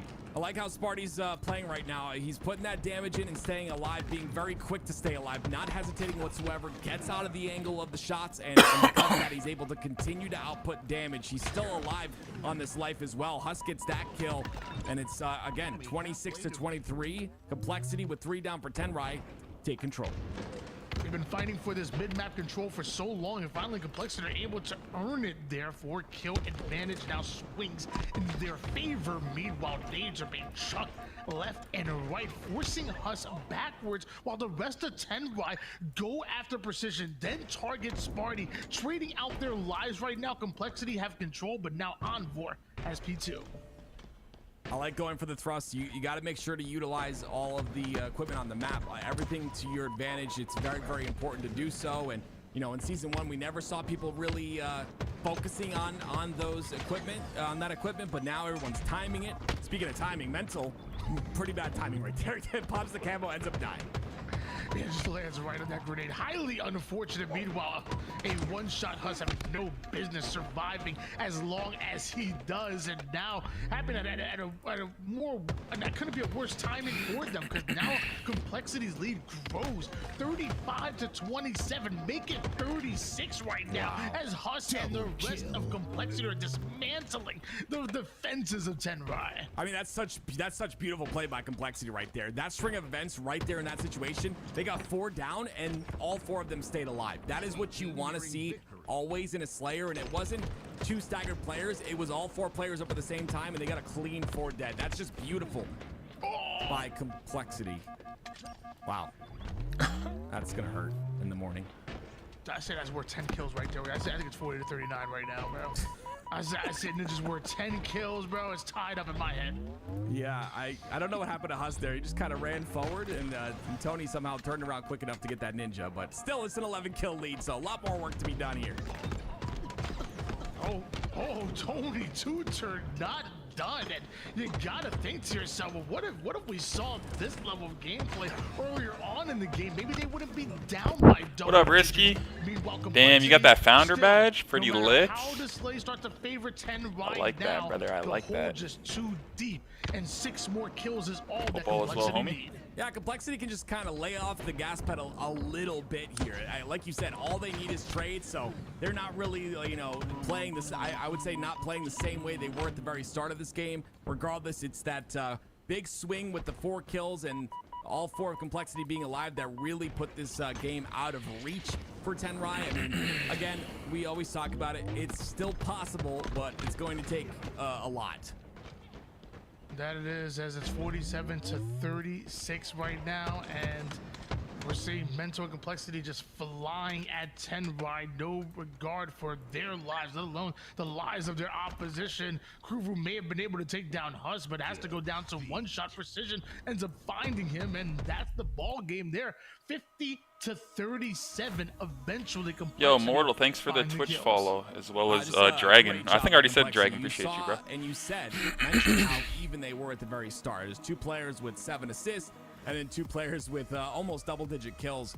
You love to see that balance out of players. It means that everyone is engaged in the fights. Everyone is making sure that they're there to assist, and you can see the ending of the game. Obviously, we've got almost double-digit assists from everyone on that Complexity roster. 19 and 11 out of precision. Absolutely beautiful. I mean, you said Complexity had the opportunity to take their foot off the gas. Well, I don't know if we saw that. We saw Precision dropping 19 kills and 80% accuracy being shot by Precision. That's why they call him precise. Good God. That is very high accuracy, and you in the chat, I know what you're saying to yourself right now. That accuracy is easy. I've gotten that before. Try doing it against professional players. It's not easy. They move different, and yeah, that's just really impressive, honestly, out of Precision. You know, a lot of people talk about potentially maybe he's not pre-firing a lot. I don't pre-fire a lot. I know some people do. Regardless, though, we go to Stronghold's live fire here, and Complexity looking very good to go into this game number 3. I want to see some life out of Tenrai. I know they're capable of it. Some really, really heavy hitters on this squad. I want people to go into Academy right now and like load up a practice and like play with bots. And just play for like play for like 12 minutes like of a gameplay and try to shoot 80% while going like full on. Like even shooting at bots shooting 80% is tough. So like imagine doing it in a I mean, dude, this is elimination bracket round 7. This is against some of the best players in the entire world. Like it's kind of crazy to me, but Complexity starting off not with camouflage, but with an early CB setup. Meanwhile, Kruvu missing that jump. Yeah, he wanted to get towards top sandbags with that camo, but unfortunately the camo's not really being used too well here. I think maybe going for B, but he doesn't have any reinforcements anymore. Both of his teammates go down. They're gonna get spawns onto Brutes, and it's a triple cap. So, and look at that, he spotted Tony. So that entire camo is gone. A jab step out of Sparty with a snipe. Wow. Yeah, Smarty just absolutely turned on that man. That was crazy to see. Eventually, we see a double kill going down, and so does Super CC in almost the entirety of Tenrai. Now, this triple cap will turn into a double cap, but we talked about this before. It goes from 2 points to still scoring 1 every second. So, Complexity are still pretty happy with that. Oh my word. Wow. This is the highlight reel when you watch these Complexity members, especially on live fire. The last time you watched them on live fire, it was the same thing. Everybody getting a turn with that sniper that we've seen so far, even without it. Mental with the stick and repulse combination. Eventually, we do see Tenrai capture both Alpha and Charlie. And you know what? Even Tenrai members can snipe. This sniper is hot. Again, everybody must be wearing their LVT merch. Yeah, get that merch, guys. That's funny. Please do not take his opinions to light. We cannot get sued. Here we go. Game number 3. 2 caps in A and B, but they will switch A. They'll get the spawns onto A. The question for me is, how are they going to get this camo? And it's going to be tough. I mean, it is Complexity on that A side. It'll be Precision going for A instead. So, yeah, Tenrai are going to get the camo. What can they do with this one? They've already had a camo, and it didn't provide a lot of value. 94-41 lead in favor of Complexity at the moment, and Envor with this camouflage in hand is already pinging left and right, wants to make sure the C side is covered, but it's not Charlie that they're pushing. It's actually over towards Bravo that Complexity are. Bravo to Alpha, they go. Envor now going to turn this camouflage into a flank, and they need him. This triple cap could be really good for Tenrai if they can lock it in. Of course, Complexity is going to trade out A. You know, Tenrai just doesn't have the slays in order to contend with it, and the rotation's really quick as well. You see Mental gets off C right there. Oh. It's because he knows his teammate's gonna spawn on C, and he can just grab Sniper and do things like that. Going absolutely mental on the battlefield right now is Complexity's finest. Meanwhile, Precision picks up a double kill to clear things out just a bit, already having 98 seconds, trading out Alpha for Bravo. I think they'll take that trade any day. Yeah, everyone at Tenrai is stuck on the Alpha side, so I'm really curious how they break this. So we look on the screen, we see two players going towards that bottom center. We see one player still on A, and we see the other players going towards Brutes, it looks like. So definitely a split in the resources. It's up to Kruvo to stay alive during this push, and it's up to Mental to snipe some heads. And Mental has been able to make his way towards the top nest side. Notice Super CC and Envor taking the low side, settling right now, and more being hunted as opposed to settling. They won't get imagine this guy just does a random 360. Back to the setup, go Complexity. Yeah, that push Okay, is buddy. really solid, but unfortunately, you got a Mental on the nest who is not missing a shot. And when you try to hide towards mud because you're weak, you got to know that Mental's there. And now it's Complexity, just, you know, strongly holding on to this strangling grip that we see, and they're not letting go of these two points. They're just continuing to score 163 and counting.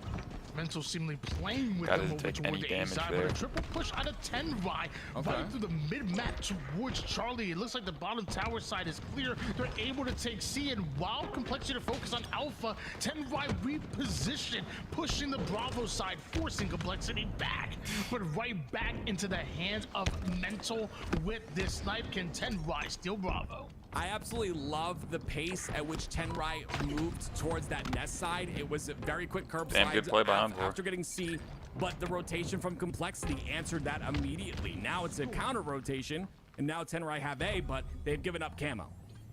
They out-rotated the out-rotating rotators. Good God, 172 to 764 in favor of Complexity, and Precision making one of the craziest plays. Super CC literally was spinning in circles after Precision breaks his ankles there with the camo. Envor picking up a double kill right back towards Alpha, but Complexity are still taking Bravo at the exact same time. How do Tenrai respond? Yeah, they've got an interesting hold here, Tony. It's a CA hold, but look how fast Complexity get towards A. Now, again, it's a rotation on the rotation on the rotation. That's what Strongholds is. So many people have trouble with Strongholds. You've got to be quicker on the rotations, and you see how quick Complexity is. Not only do they rotate, they get all four dead while they do it, and now a triple cap is locked in with spawns coming out on A.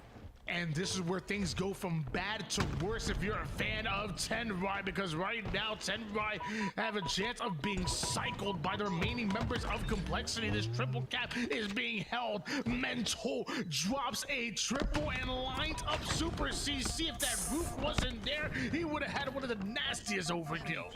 I love what Mental does there. He tries to go for the crazy shot, but because he wanted to extract as much value from his life as possible, he goes for the beatdown as well. And I mean, it's not going to pan out. It will be a double cap for Tenrai, but the damage has been done. Complexity, 20 points, and they'll win this series in a sweeping fashion. Alpha and Bravo currently belong to Tenrai right now, but you'd never say never in this industry. Oh, that's a never right there. Multiple going down here for Tenrai. Complexity take Alpha right back. 234 points and counting. Tony Chucha with the sniper will have to turn up as he's able to take down Us. Tries to snap on Precision. Portal's right out of danger, and right back into it he goes. Oh, it's just so beautiful.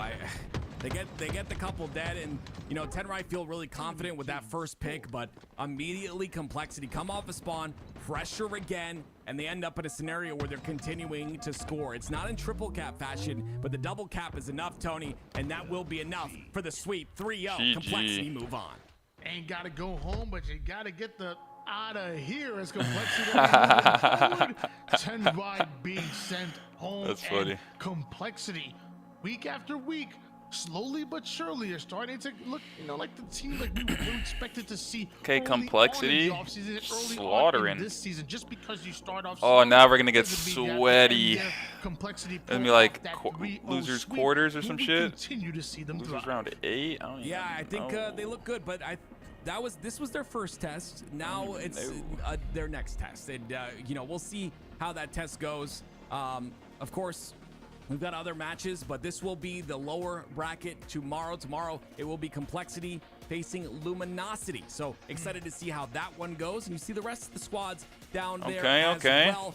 Excited to see how these pan out, especially TSM. I'm really, that's one team that I'm like, where is it? Where is the firepower that you brought so many seasons in a row? Where is that firepower? Excited to see who we're watching next. Then it's gonna be some like people fighting for a pool play spot, I guess, or like a tomorrow spot Sunday. Yeah, I'm actually excited about a lot of those lower bracket matches. Before we get there, might as well talk about what we have. There we go. Tony's reading my mind, bro. I'm seeing Mental 18 and 6. Yo, Tony's reading my mind, bro. He's like, I'm excited, also excited. And when Mental's playing like this, awesome. you know Complexity gonna have a really good time. I feel like a lot of times they're going to be relying on the firepower of a Precision or a Spartan, but dude, when Mental has games like this, Complexity damn right might be able to compete with anybody in the league. I mean, 4,330 damage being dealt with taking less than 3,000 in return. Yeah. If that was Active's gameplay, that would have been reversed, and then maybe add another 1,000 worth of damage being taken. But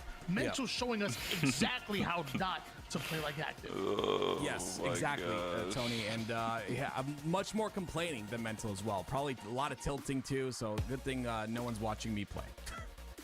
Ladies and gentlemen, we go to a quick break, and when we come back, we'll have some more Halo action here. Guys, don't go anywhere.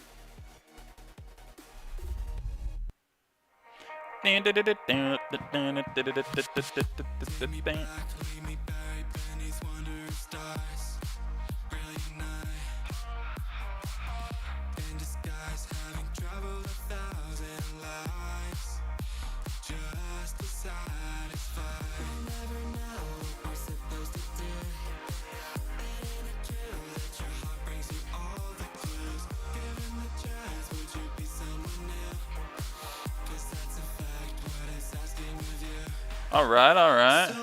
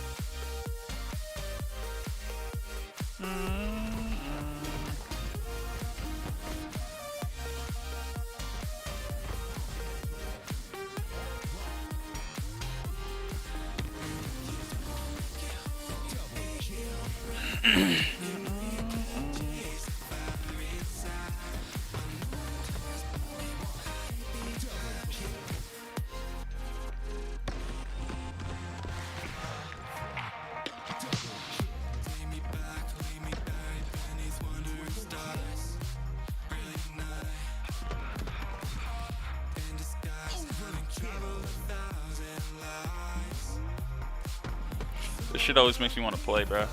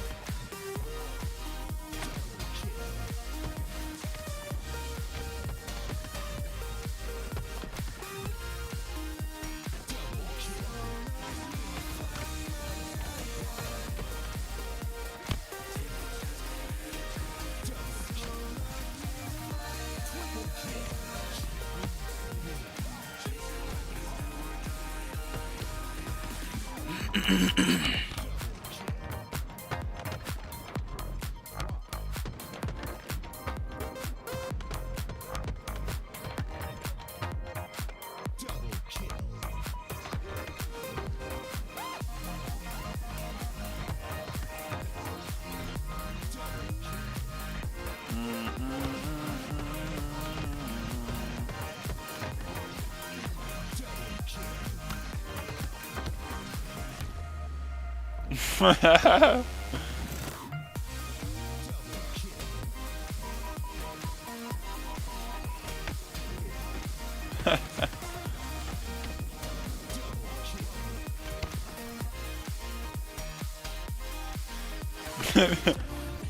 guy said, yo, why is my government on the screen? I look, it says Sex Panther.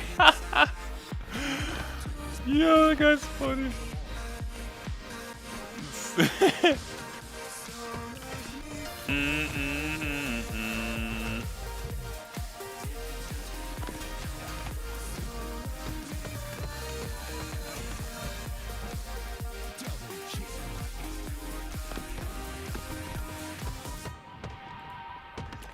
So let me fly, oi, oi, oi. Hey. Okay, we vibing on a Saturday.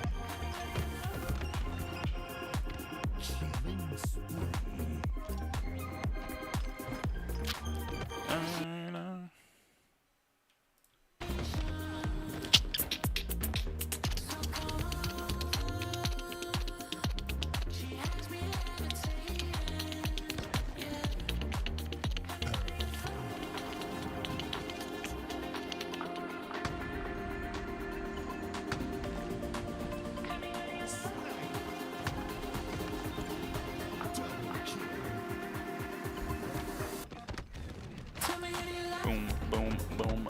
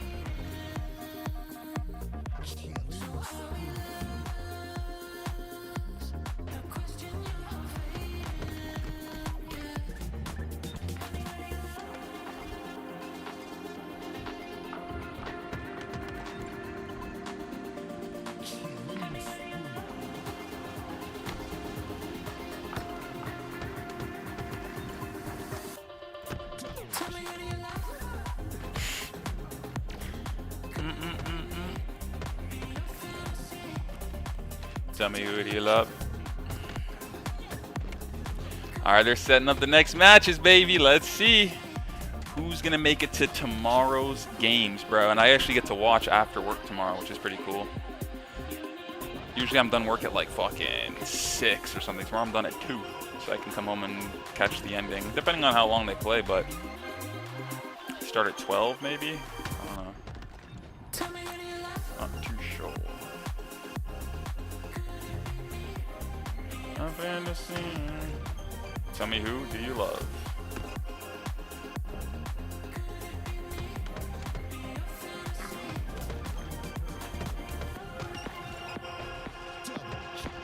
Probably throw a TV dinner in once that goes.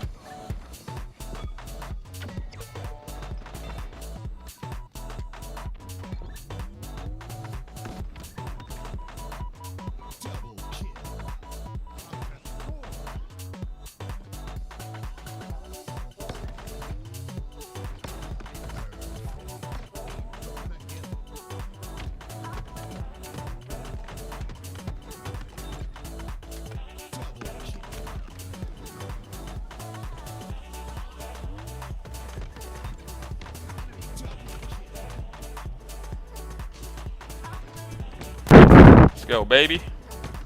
I got food in the oven. What time is it? Okay, so about...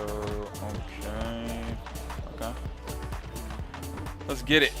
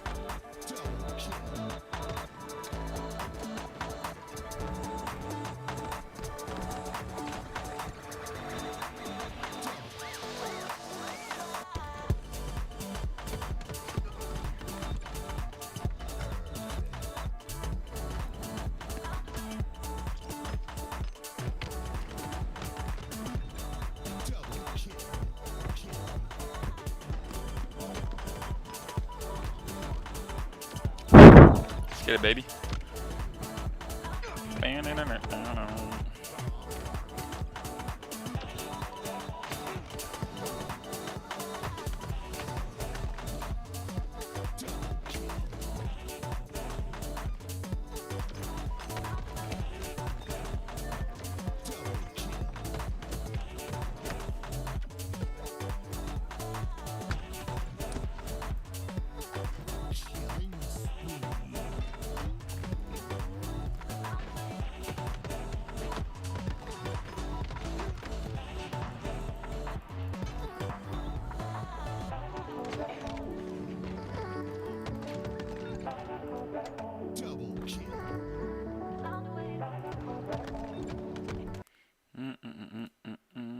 Let me hear this. Hold on.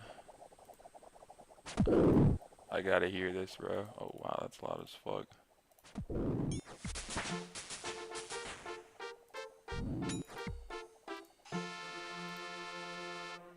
Damn, that sounded sick. Alright, cool. I had to hear that, bro.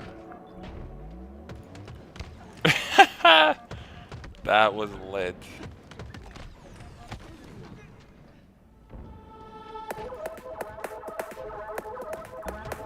Alright.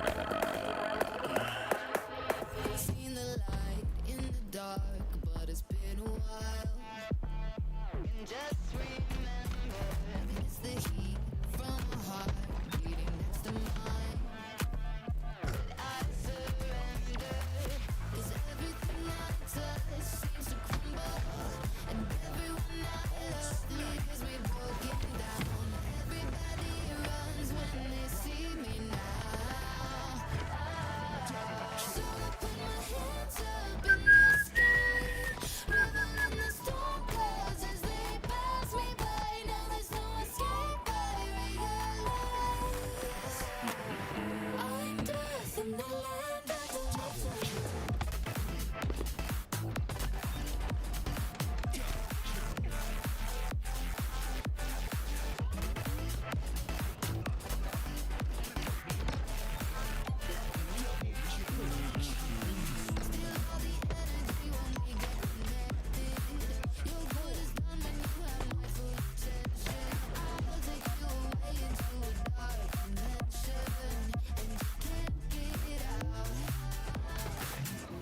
I never thought I'd be like this. Further down into the deep abyss I'll go. Stay off my radar 'cause I never miss. Yeah, everybody knows. So I put my hands up in the sky, reveling the storm clouds as they pass me by. Now there's no escape, I realize I'm dead in the land of the living. My hands up in the sky, reveling the storm clouds as they Pass me by.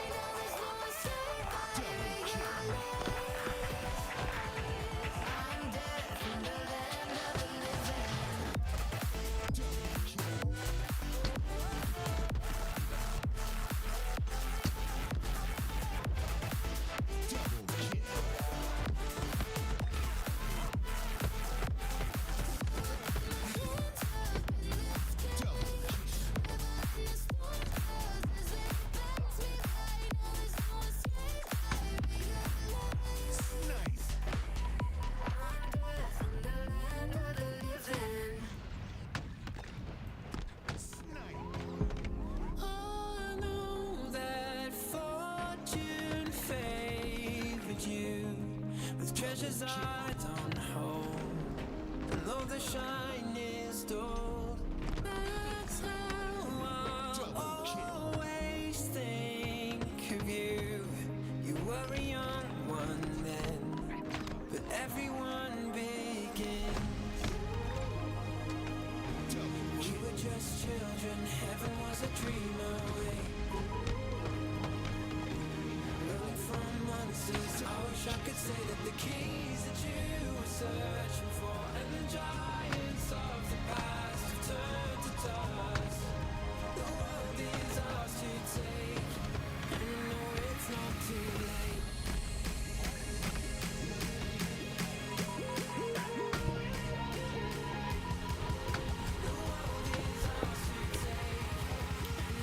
It's not too late.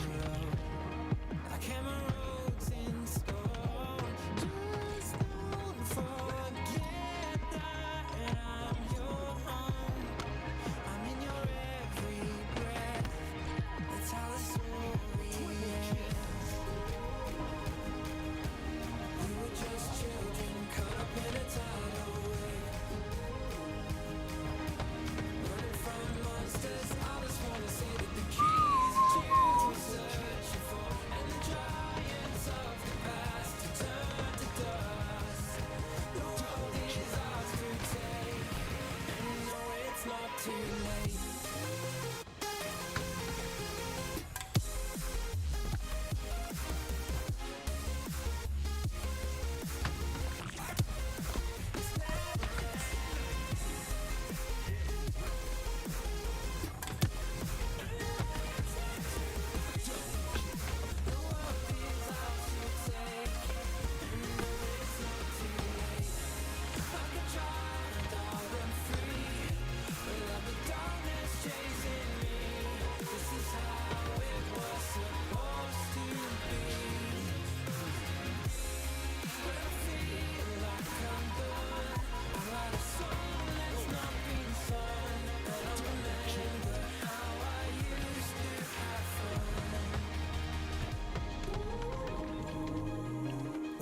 Just children and heaven was a dream away. Running from monsters, I just wanna say that the keys that you were searching for and the giants of the past have turned to dust. The world is ours to take, and no, it's not too late.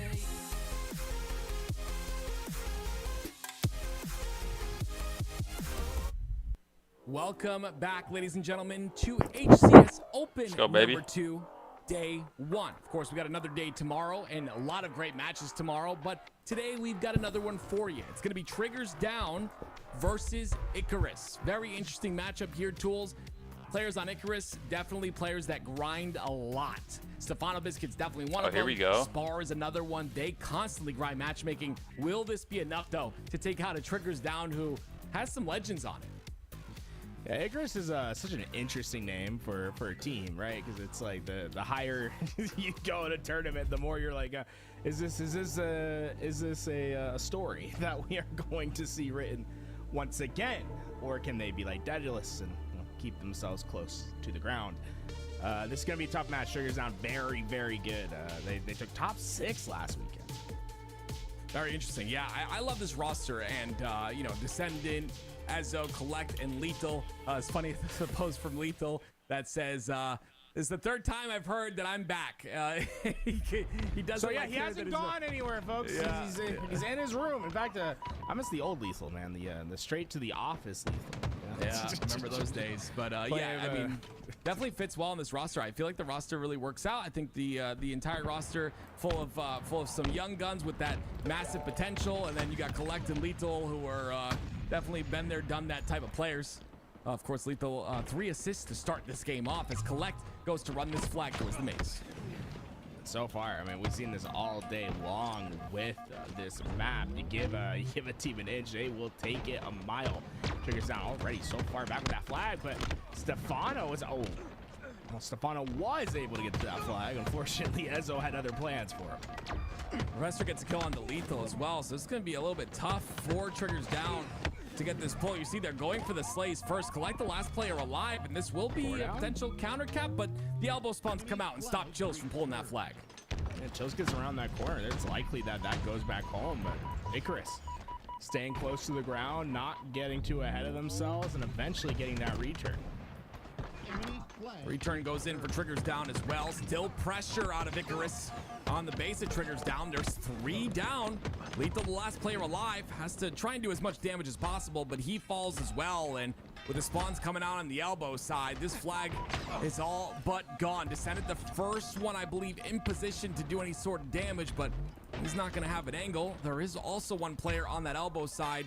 That first flag goes in. Icarus up 1-0.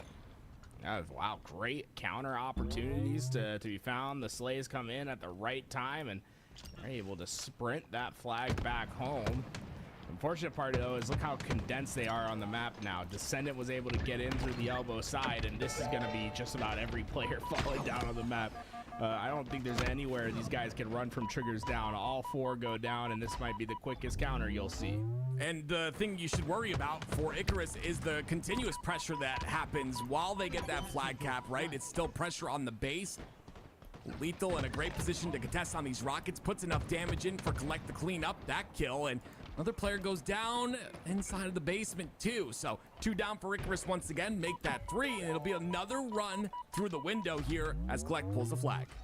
The elbow spawns come through, but Descendant got those rockets as well. So this is just about everything you possibly want, and while the shots just don't miss. Rocket for the round 7, third. that's pretty good for these guys, bro. I'm not gonna lie. Unfortunately, not going to be able to connect for that kill, but already Triggers down, pouring on the pressure. Yep, up 2-1 We made just games and heaven was a dream I really like that. away. It allows the spawns in the back of the flag instead of on the elbow or inside the cave, and it seems like that's where they're spawning when the flag is pulled window. So very interesting. Spawn them as far away as possible. Window's interesting because when you go window, you have 2 options, right? You go, you either jump through the silvers, which is like the middle of the map, or you take it through the sniper. It all just kind of depends on what spawn is open, right? So if they spawn cave, you take it through the silvers. If they spawn back base, you take it through sniper. If they spawn elbow, you take it through sniper. That's what this whole map is, right? It's like you have a bunch of different route trees that you can take, and taking the right one is what results in flag captures, just like how Triggers down was able to get 3 in just a moment's time. Once they started scoring, it just didn't seem like they were going to slow it down at all. Yeah, I blinked and the game was over. That, you know, you thought you'd see like a pretty competitive game, especially with the fact that Icarus got that first cap, but Triggers down once again, flipping that switch, leaning in just a bit and take that game over. Aquarius Slayer is our next game here. While we do that, while we prepare for that next game, let's take a look at the stats real quick.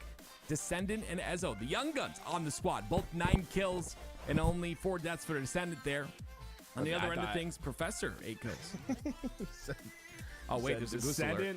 He said Descendant and Ezzo, the young guns, both 9, and I was like, I think they're older. Oh man, I was like, yo, that's funny. Little goose out there, unfortunately. I hate to see the goose alert, but we move on. Slayer Aquarius is next to play. It's tough, especially when you get pressured like that. It's just tough to no freaking way. I mean, I'd probably goose as well. So Triggers down, definitely applying that pressure that you talked about in the last game. Now we hop on to Slayer Aquarius, where things can get a bit faster. No way. This has been a great day today. Many shirts were sold. I think we're under 85 or so left, ladies and gentlemen. So if you're trying to get your shirt, get it now while this game goes on. Here we go. On board with Collect towards P2. Get it now. Fast pace already. Collect is flying at the opponents. The double kill out the gate. Love that double kill. That's exactly what will allow them to get the camo up top. Descendant somehow gets away with it as well, and he has no fear whatsoever. He comes directly back. He'll have information on 3 different players at this point, so how he handles it is the next question here. And the information turns into a couple of kills. So a 6-7-7-2 lead here for Triggers Down. I'm not going to try to keep up because that number just keeps climbing. Jeez, bro. Send it. You're going to be able to push right through the middle of the map. Remember, this camo gives him a lot of freedom to move up, and he's able to get the P2 without anyone seeing him. And yeah, you can't hide in a corner from him. Descendant knows exactly where these players are likely to be hanging out, and that's just because Icarus, they know the spawns of Icarus. They haven't seen anyone push out, so it's just standard work, right? Check all your corners. And 2 standard spawners is gonna be big trouble for them. You see, they're running away towards the car side. They'll get Chills a util spawn on the yellow util, and now all 4 of them will be up, and they'll be able to try to regain here. But as that happens, 2 go down. They do get 2 trades though. And Collect is just patiently waiting for the push. I love how he positions himself. No fear whatsoever. Gets Chills down to no shield and takes out Professor too. Yeah, there's a situation for baiting and switching there. Icarus has 2 players against Collect. The first one goes in, takes heavy damage, and drops out. But the reality is that that's not a bait and switch spot. That's a spot for you both to gun them out. And you know, either you trade one player out, but you guarantee the kill. When you bait and switch in a 1v2 like that, when you don't have a numbers advantage, when you don't have a damage advantage right away, oftentimes it just leads with one player getting 1 kill and staying alive. This is where Triggers Down ends up having fun. You can see them just running around the map, playing this like it's a free-for-all, and again, just staggered spawners out of Icarus. Icarus will get 2 dead though. One of them is traded. Both of them are traded, and it's 22-10. Yeah, Collect's on a little bit of a tear. I wonder what he can finish at. 10-1 so far. We're not even halfway through. He's on pace for like 25 kills or something like that. I love that threat sensor again. I think it's going to be a big factor on this map. Plasma pistol as well at car 1. Collect going in. Oh, he ends up going down. That's his 2nd death, but he'll get an assist off of that. 11-3-2 to start this game. Homebro with Stefano, who had a bit of a rough game, number 1, but starting off this game solidly. He's got 3 kills to his name already. And the bait switch a bit. I got my food in the oven. It's going to be ready pretty soon. A lot from just go double check everything. That they don't necessarily play for trades in these close situations. We saw it from Collect when he went down earlier. He backs up in his gunfight, right? He could move forward and guarantee the kill with a melee trade, but oftentimes when they have as much confidence in their shot as they do, they're not going to play for trades. They're just going to play for the kill and to stay alive. Well, Descendant anticipating the spawns on the blue base, but they ended up spawning on P side, on Fridge. Now the splits happen once again. 2 staggered spawners on the util. Let's see how they play this. Descendant's right up in that base, and it's exactly what you need to do. You need to... Oh, goodness me, man. Dude. I need to see if that works on land. I understand what Cherish said. I get it. It doesn't work on land, but I still need to see. If you've got a habit of doing something in the middle of your fights, how are you going to break that habit on land? So I guarantee we see that out of Descendant when the land events come through. I'm just excited to see if it works. You gotta win tournaments, or you gotta place well in tournaments to get to land, you know? So whatever, True. Whatever it takes. I'm not convinced that it wouldn't work on land. I don't understand why it wouldn't work on land, so we'll have to see. Very excited to see so. And again, this is just the mechanics that come out year 4 of Halo Infinite. This is what it's about. That's why we're going to see a very competitive year. As oh my goodness gracious, the double kill. Gets I've never seen a camo teabag. I don't know if you have, but 42 to 20. Yo, getting bagged by this Casper is definitely crazy. rough. Icarus having a rough time getting any sort of momentum here. Everything is just starting to slip away. Icarus feeling the wax melt on the feathers. And eventually it'll be a long way down for the rest of the Slayer game. Chills ends up winning that fight regardless of the movement of Descendant. Descendant's got 10 assists. Lethal has 11. Very solid out of these 2. And this is to make it to you tomorrow, got leaked on? The winner of this series will go on to play, if I'm not mistaken, it could be wrong. I'll double check real quick, but I believe it's Cloud9 tomorrow. So the winner of this will play Cloud9 tomorrow. Very interesting matchup. That'll definitely be a competitive one in my opinion. But yeah, 2 more kills and Trigger's down. We'll close this one out. So Tim, what's your favorite ancient Greek parable? I don't have one. What does that even mean? Icarus. It was right there. No, I'm not gonna pretend. There it is. There it is, ladies and gentlemen. Trigger's down, winning game 2 very convincingly, and we expected this to be, we expected this to be a 3-0, but with that first cap, I'm gonna be honest with you, I was expecting a little bit more of a competitive series. We go to Live Fire Strongholds up next. Icarus just vying for their life right now, trying to make it to day 2. That's always the dream, right? To get to day 2, but right now they've got to get through the beasts on your screen, collect 16 and 6. Ezo 16 and 6 as well. Goodness me, and the assists out of the other 2. That's a perfect balance right there. Yeah, that's at one point, like 2 players had 14 kills and 2 players had 7 kills. I was like, damn. Everybody's in multiples of 7s right now. It was about even work all around through. We go into Live Fire Strongholds, and I wouldn't expect anything different in this game than what we've seen from Triggers Down thus far. Yeah, it puts us in a rough position, right? Because you want to give Icarus a chance. You don't want to just say, oh, this is going to be a blowout. You know what I mean? Like, as a commentator, we're trying to build the story for you. It's just tough at this point. These teams are very, you can tell this is very unevenly matched. And, it'd have to be some sort of a miracle, I think. Or just some, maybe lax play out of Triggers Down. What do you think? There's one way for Icarus to come back into this game. How? Tell me. Going to lbthalo.com, going to the shop, putting in the new grassroots LVT shirt into the cart and checking out. Oh, what do they have to type in the chat to get the link to that? So if you're on Twitch, it's !merch. If you're on YouTube, you can just check the description in the video below. Nice. I gotta get myself one of those shirts. I haven't done it yet. The and best there's part? only like 90 left, right? So Yeah. You don't have to pay for shipping. I gotta it's get in all there quick. One price. I got the first LVT glass like years ago. Oh, and yeah, I the still year one. cherish that to this day. I think that was like Halo 5, man. Yeah, I still cherish it to this day. I got a little glass and a little like a foam cup holder. Yeah, the cozy. Beer cozy, right? Okay, I don't know what it's called. I don't drink beer, so I drink water out of it. Yeah, unfortunately, I don't do either. But yeah, I like my shot glass. I keep it up in my room. It's cool. 24 2 caps. 0 on Icarus so far. I mean, they found their scoring. They just need to take it a step at a time and honestly just keep slaying. I mean, that's what they've been doing well so far is they've had the slays. The problem that could arise is they just given a specific player sniper rifle, and well, he might just get an over on you. Oh no! Don't miss. Oh boy. Okay. What? Collect made a cool triple turn into like one of the weirdest looking non-over kills of all time. Okay. Wow. All right. Well, yeah, he stays alive though, and he keeps sniping his heads. 2 bullets left to work with. Ezo holding down the big door here, and a nice little hold on to B and C. But you'll see a conversion of the 3rd cap if they can get a couple of kills. Spar's the first one to fall. There's a little bit of time between Spar and the other 3, but it's 4 dead. And Collect's like, okay, I gotta sit here and block spawns for a second. Maybe you can get a spawn kill on He's looking. On he can. mud. Oh, yeah, okay. you can. Yeah, you can. Okay. If y'all want to know where the spawn traps are, that's where they are, right there. Let's see if you can run it back one more time. I honestly didn't know that left side spawn happened. So that's my bad.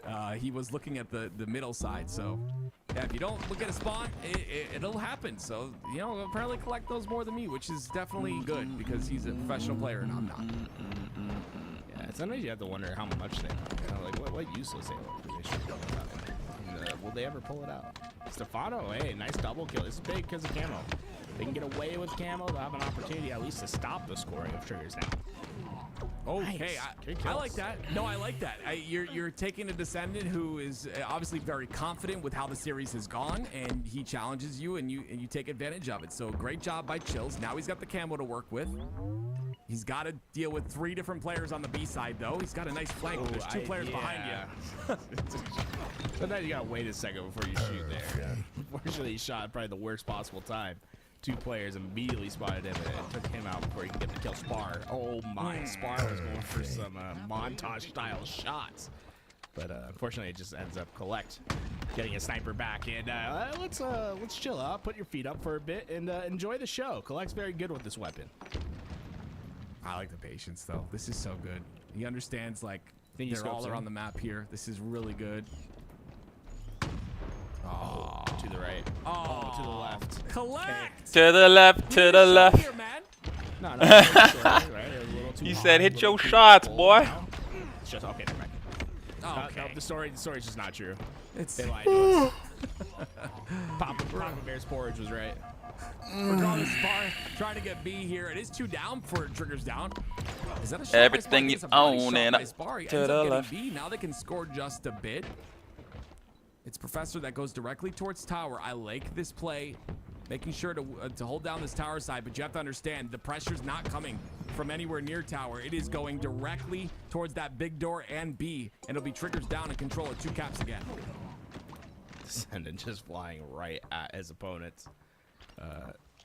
Icarus gonna try to find their exit, and they certainly know that there's a corner to check. Collect's been there just about all game, and fortunately, you can't go to the same spot 6 times and not expect to eventually get taken down by a couple predates.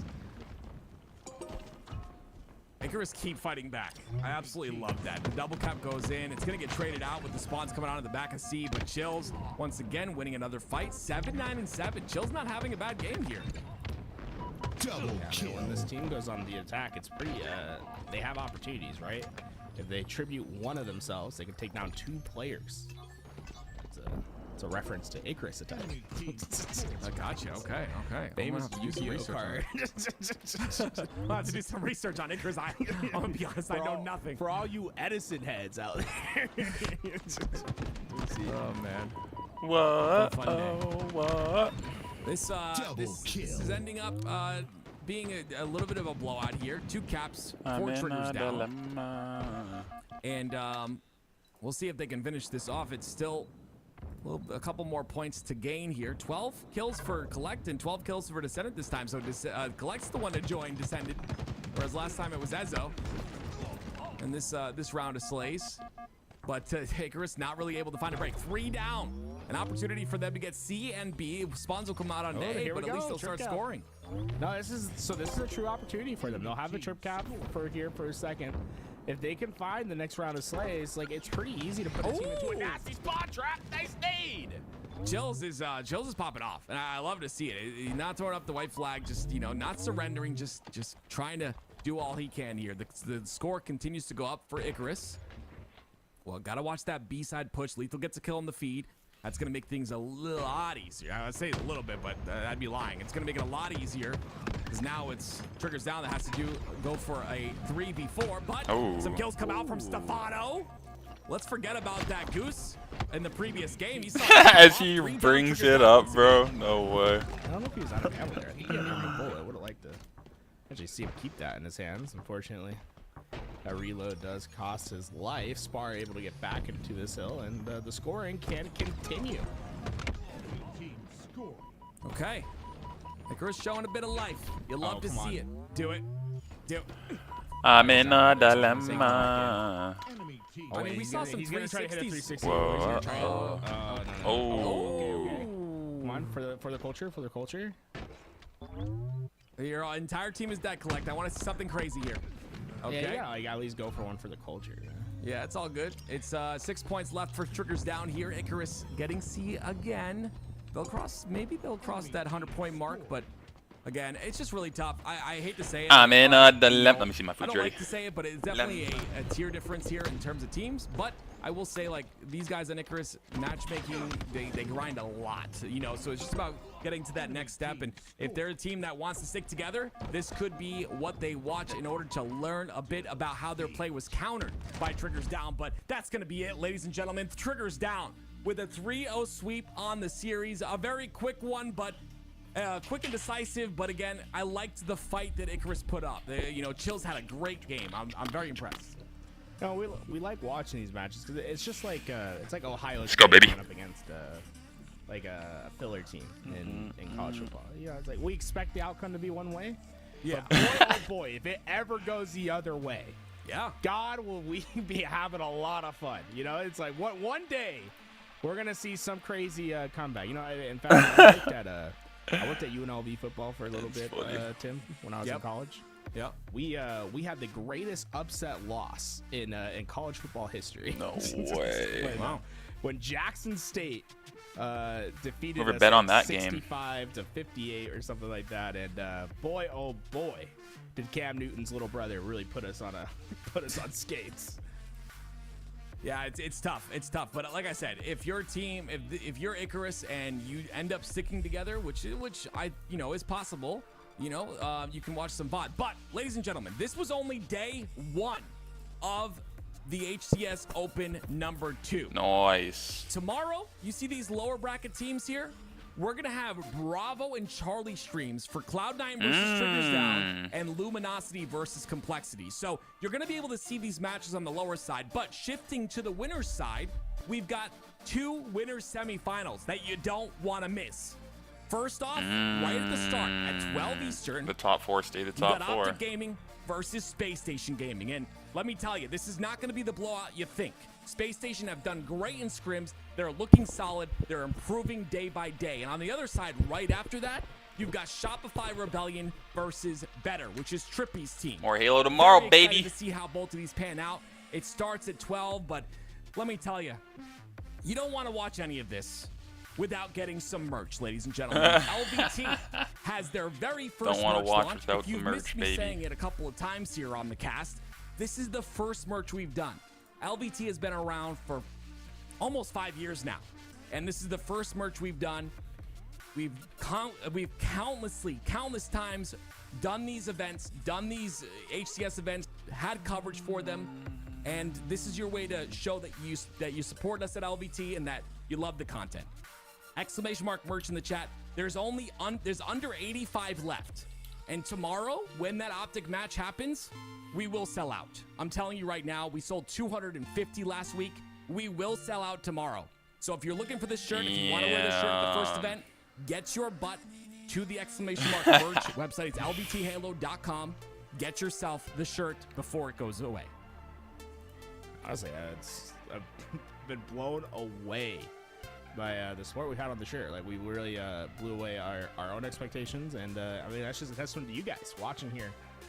Thank you so much for watching, helping. We had a lot of subs throughout the day. I don't think we got to Facts, bro. Today was a crazy day, man. Great weekend start. We got Sunday tomorrow. I do have work, but it is what it is. The channel, it really helps us out do what we do here today. Is what it is. On YouTube, if you're wanting to watch the Bravo stream, that'll be up on the YouTube, guys. So if you go to our YouTube, on the Twitch chat, you subscribe there. If you're wanting to watch the Bravo and Charlie, there'll be like clean feeds of the games with the and all that jazz. Just get in there. There'll be multiple live streams in the live tab. Check that out. And then the other way you guys can support on YouTube is by subbing to the channel. We've had over 100 subs today. I would love to get to 13,100. We're at 1380 right now. So 13,080 subs. Let's try to 13,100. Why not, Tim? 62. I went and looked at the stats already for this live stream. 62% of the people that are watching right now on the live stream aren't subscribed to the channel. 62%? That out of 1,500 people, that's crazy. Guys, it's free. Click the sub button. It's free. Click the follow button if you're on Twitch as well. That way you get to know when we go live tomorrow. Yeah, and then Very cool. if you... There is an equivalent of like Twitch subs on YouTube. They're called memberships. We're trying to think of like stuff we can do for members, but if you're interested in supporting and you're like been watching on the YouTube, memberships help. It's just hell basically the yeah! same I thing also as have a memberships Twitch sub. enabled on my Get some perks for the YouTube. channel, and eventually we'll find some Pretty cool sweet, stuff to do pretty with sweet. members in You the- got in the future, emotes, as well as a little subs badge on next to your Twitch. name. Pretty cool. On Twitch, at least you get like some cool emotes and stuff. We You gotta can do figure that on something out YouTube. for the YouTube people. Well, ladies and gentlemen, like I've said countless times, LVT would not be here without you guys, so we appreciate all your support. Get your hands on the merch, hit the follow button, the sub button on YouTube. This is HCS Open number 2, but this is only day 1. We continue our action tomorrow in the winter semis, Optic versus Space Station Gaming. You're not going to want to miss it. We will see you tomorrow. Have a good night. Dub. Bum, bum, bum, bum, bum, bum, bum, bum. What a day, bro. What a day.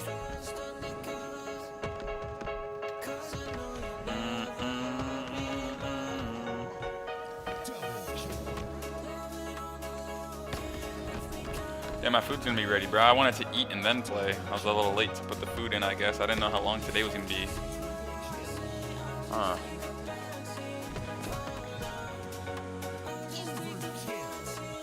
Huh.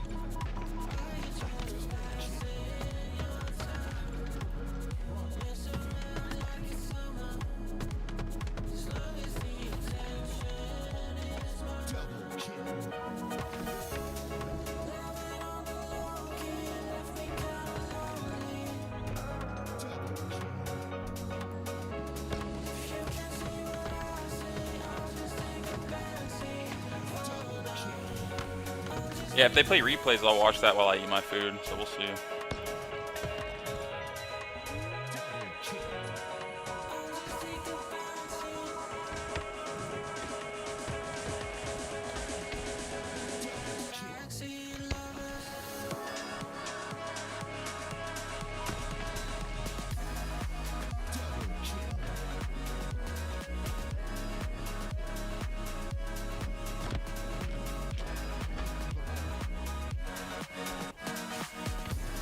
Alright, for the YouTube chat, my YouTube chat, probably end here. Keep my kick and Twitch going for a bit. But that was the watch party for now. I'll see you guys tomorrow for part 2.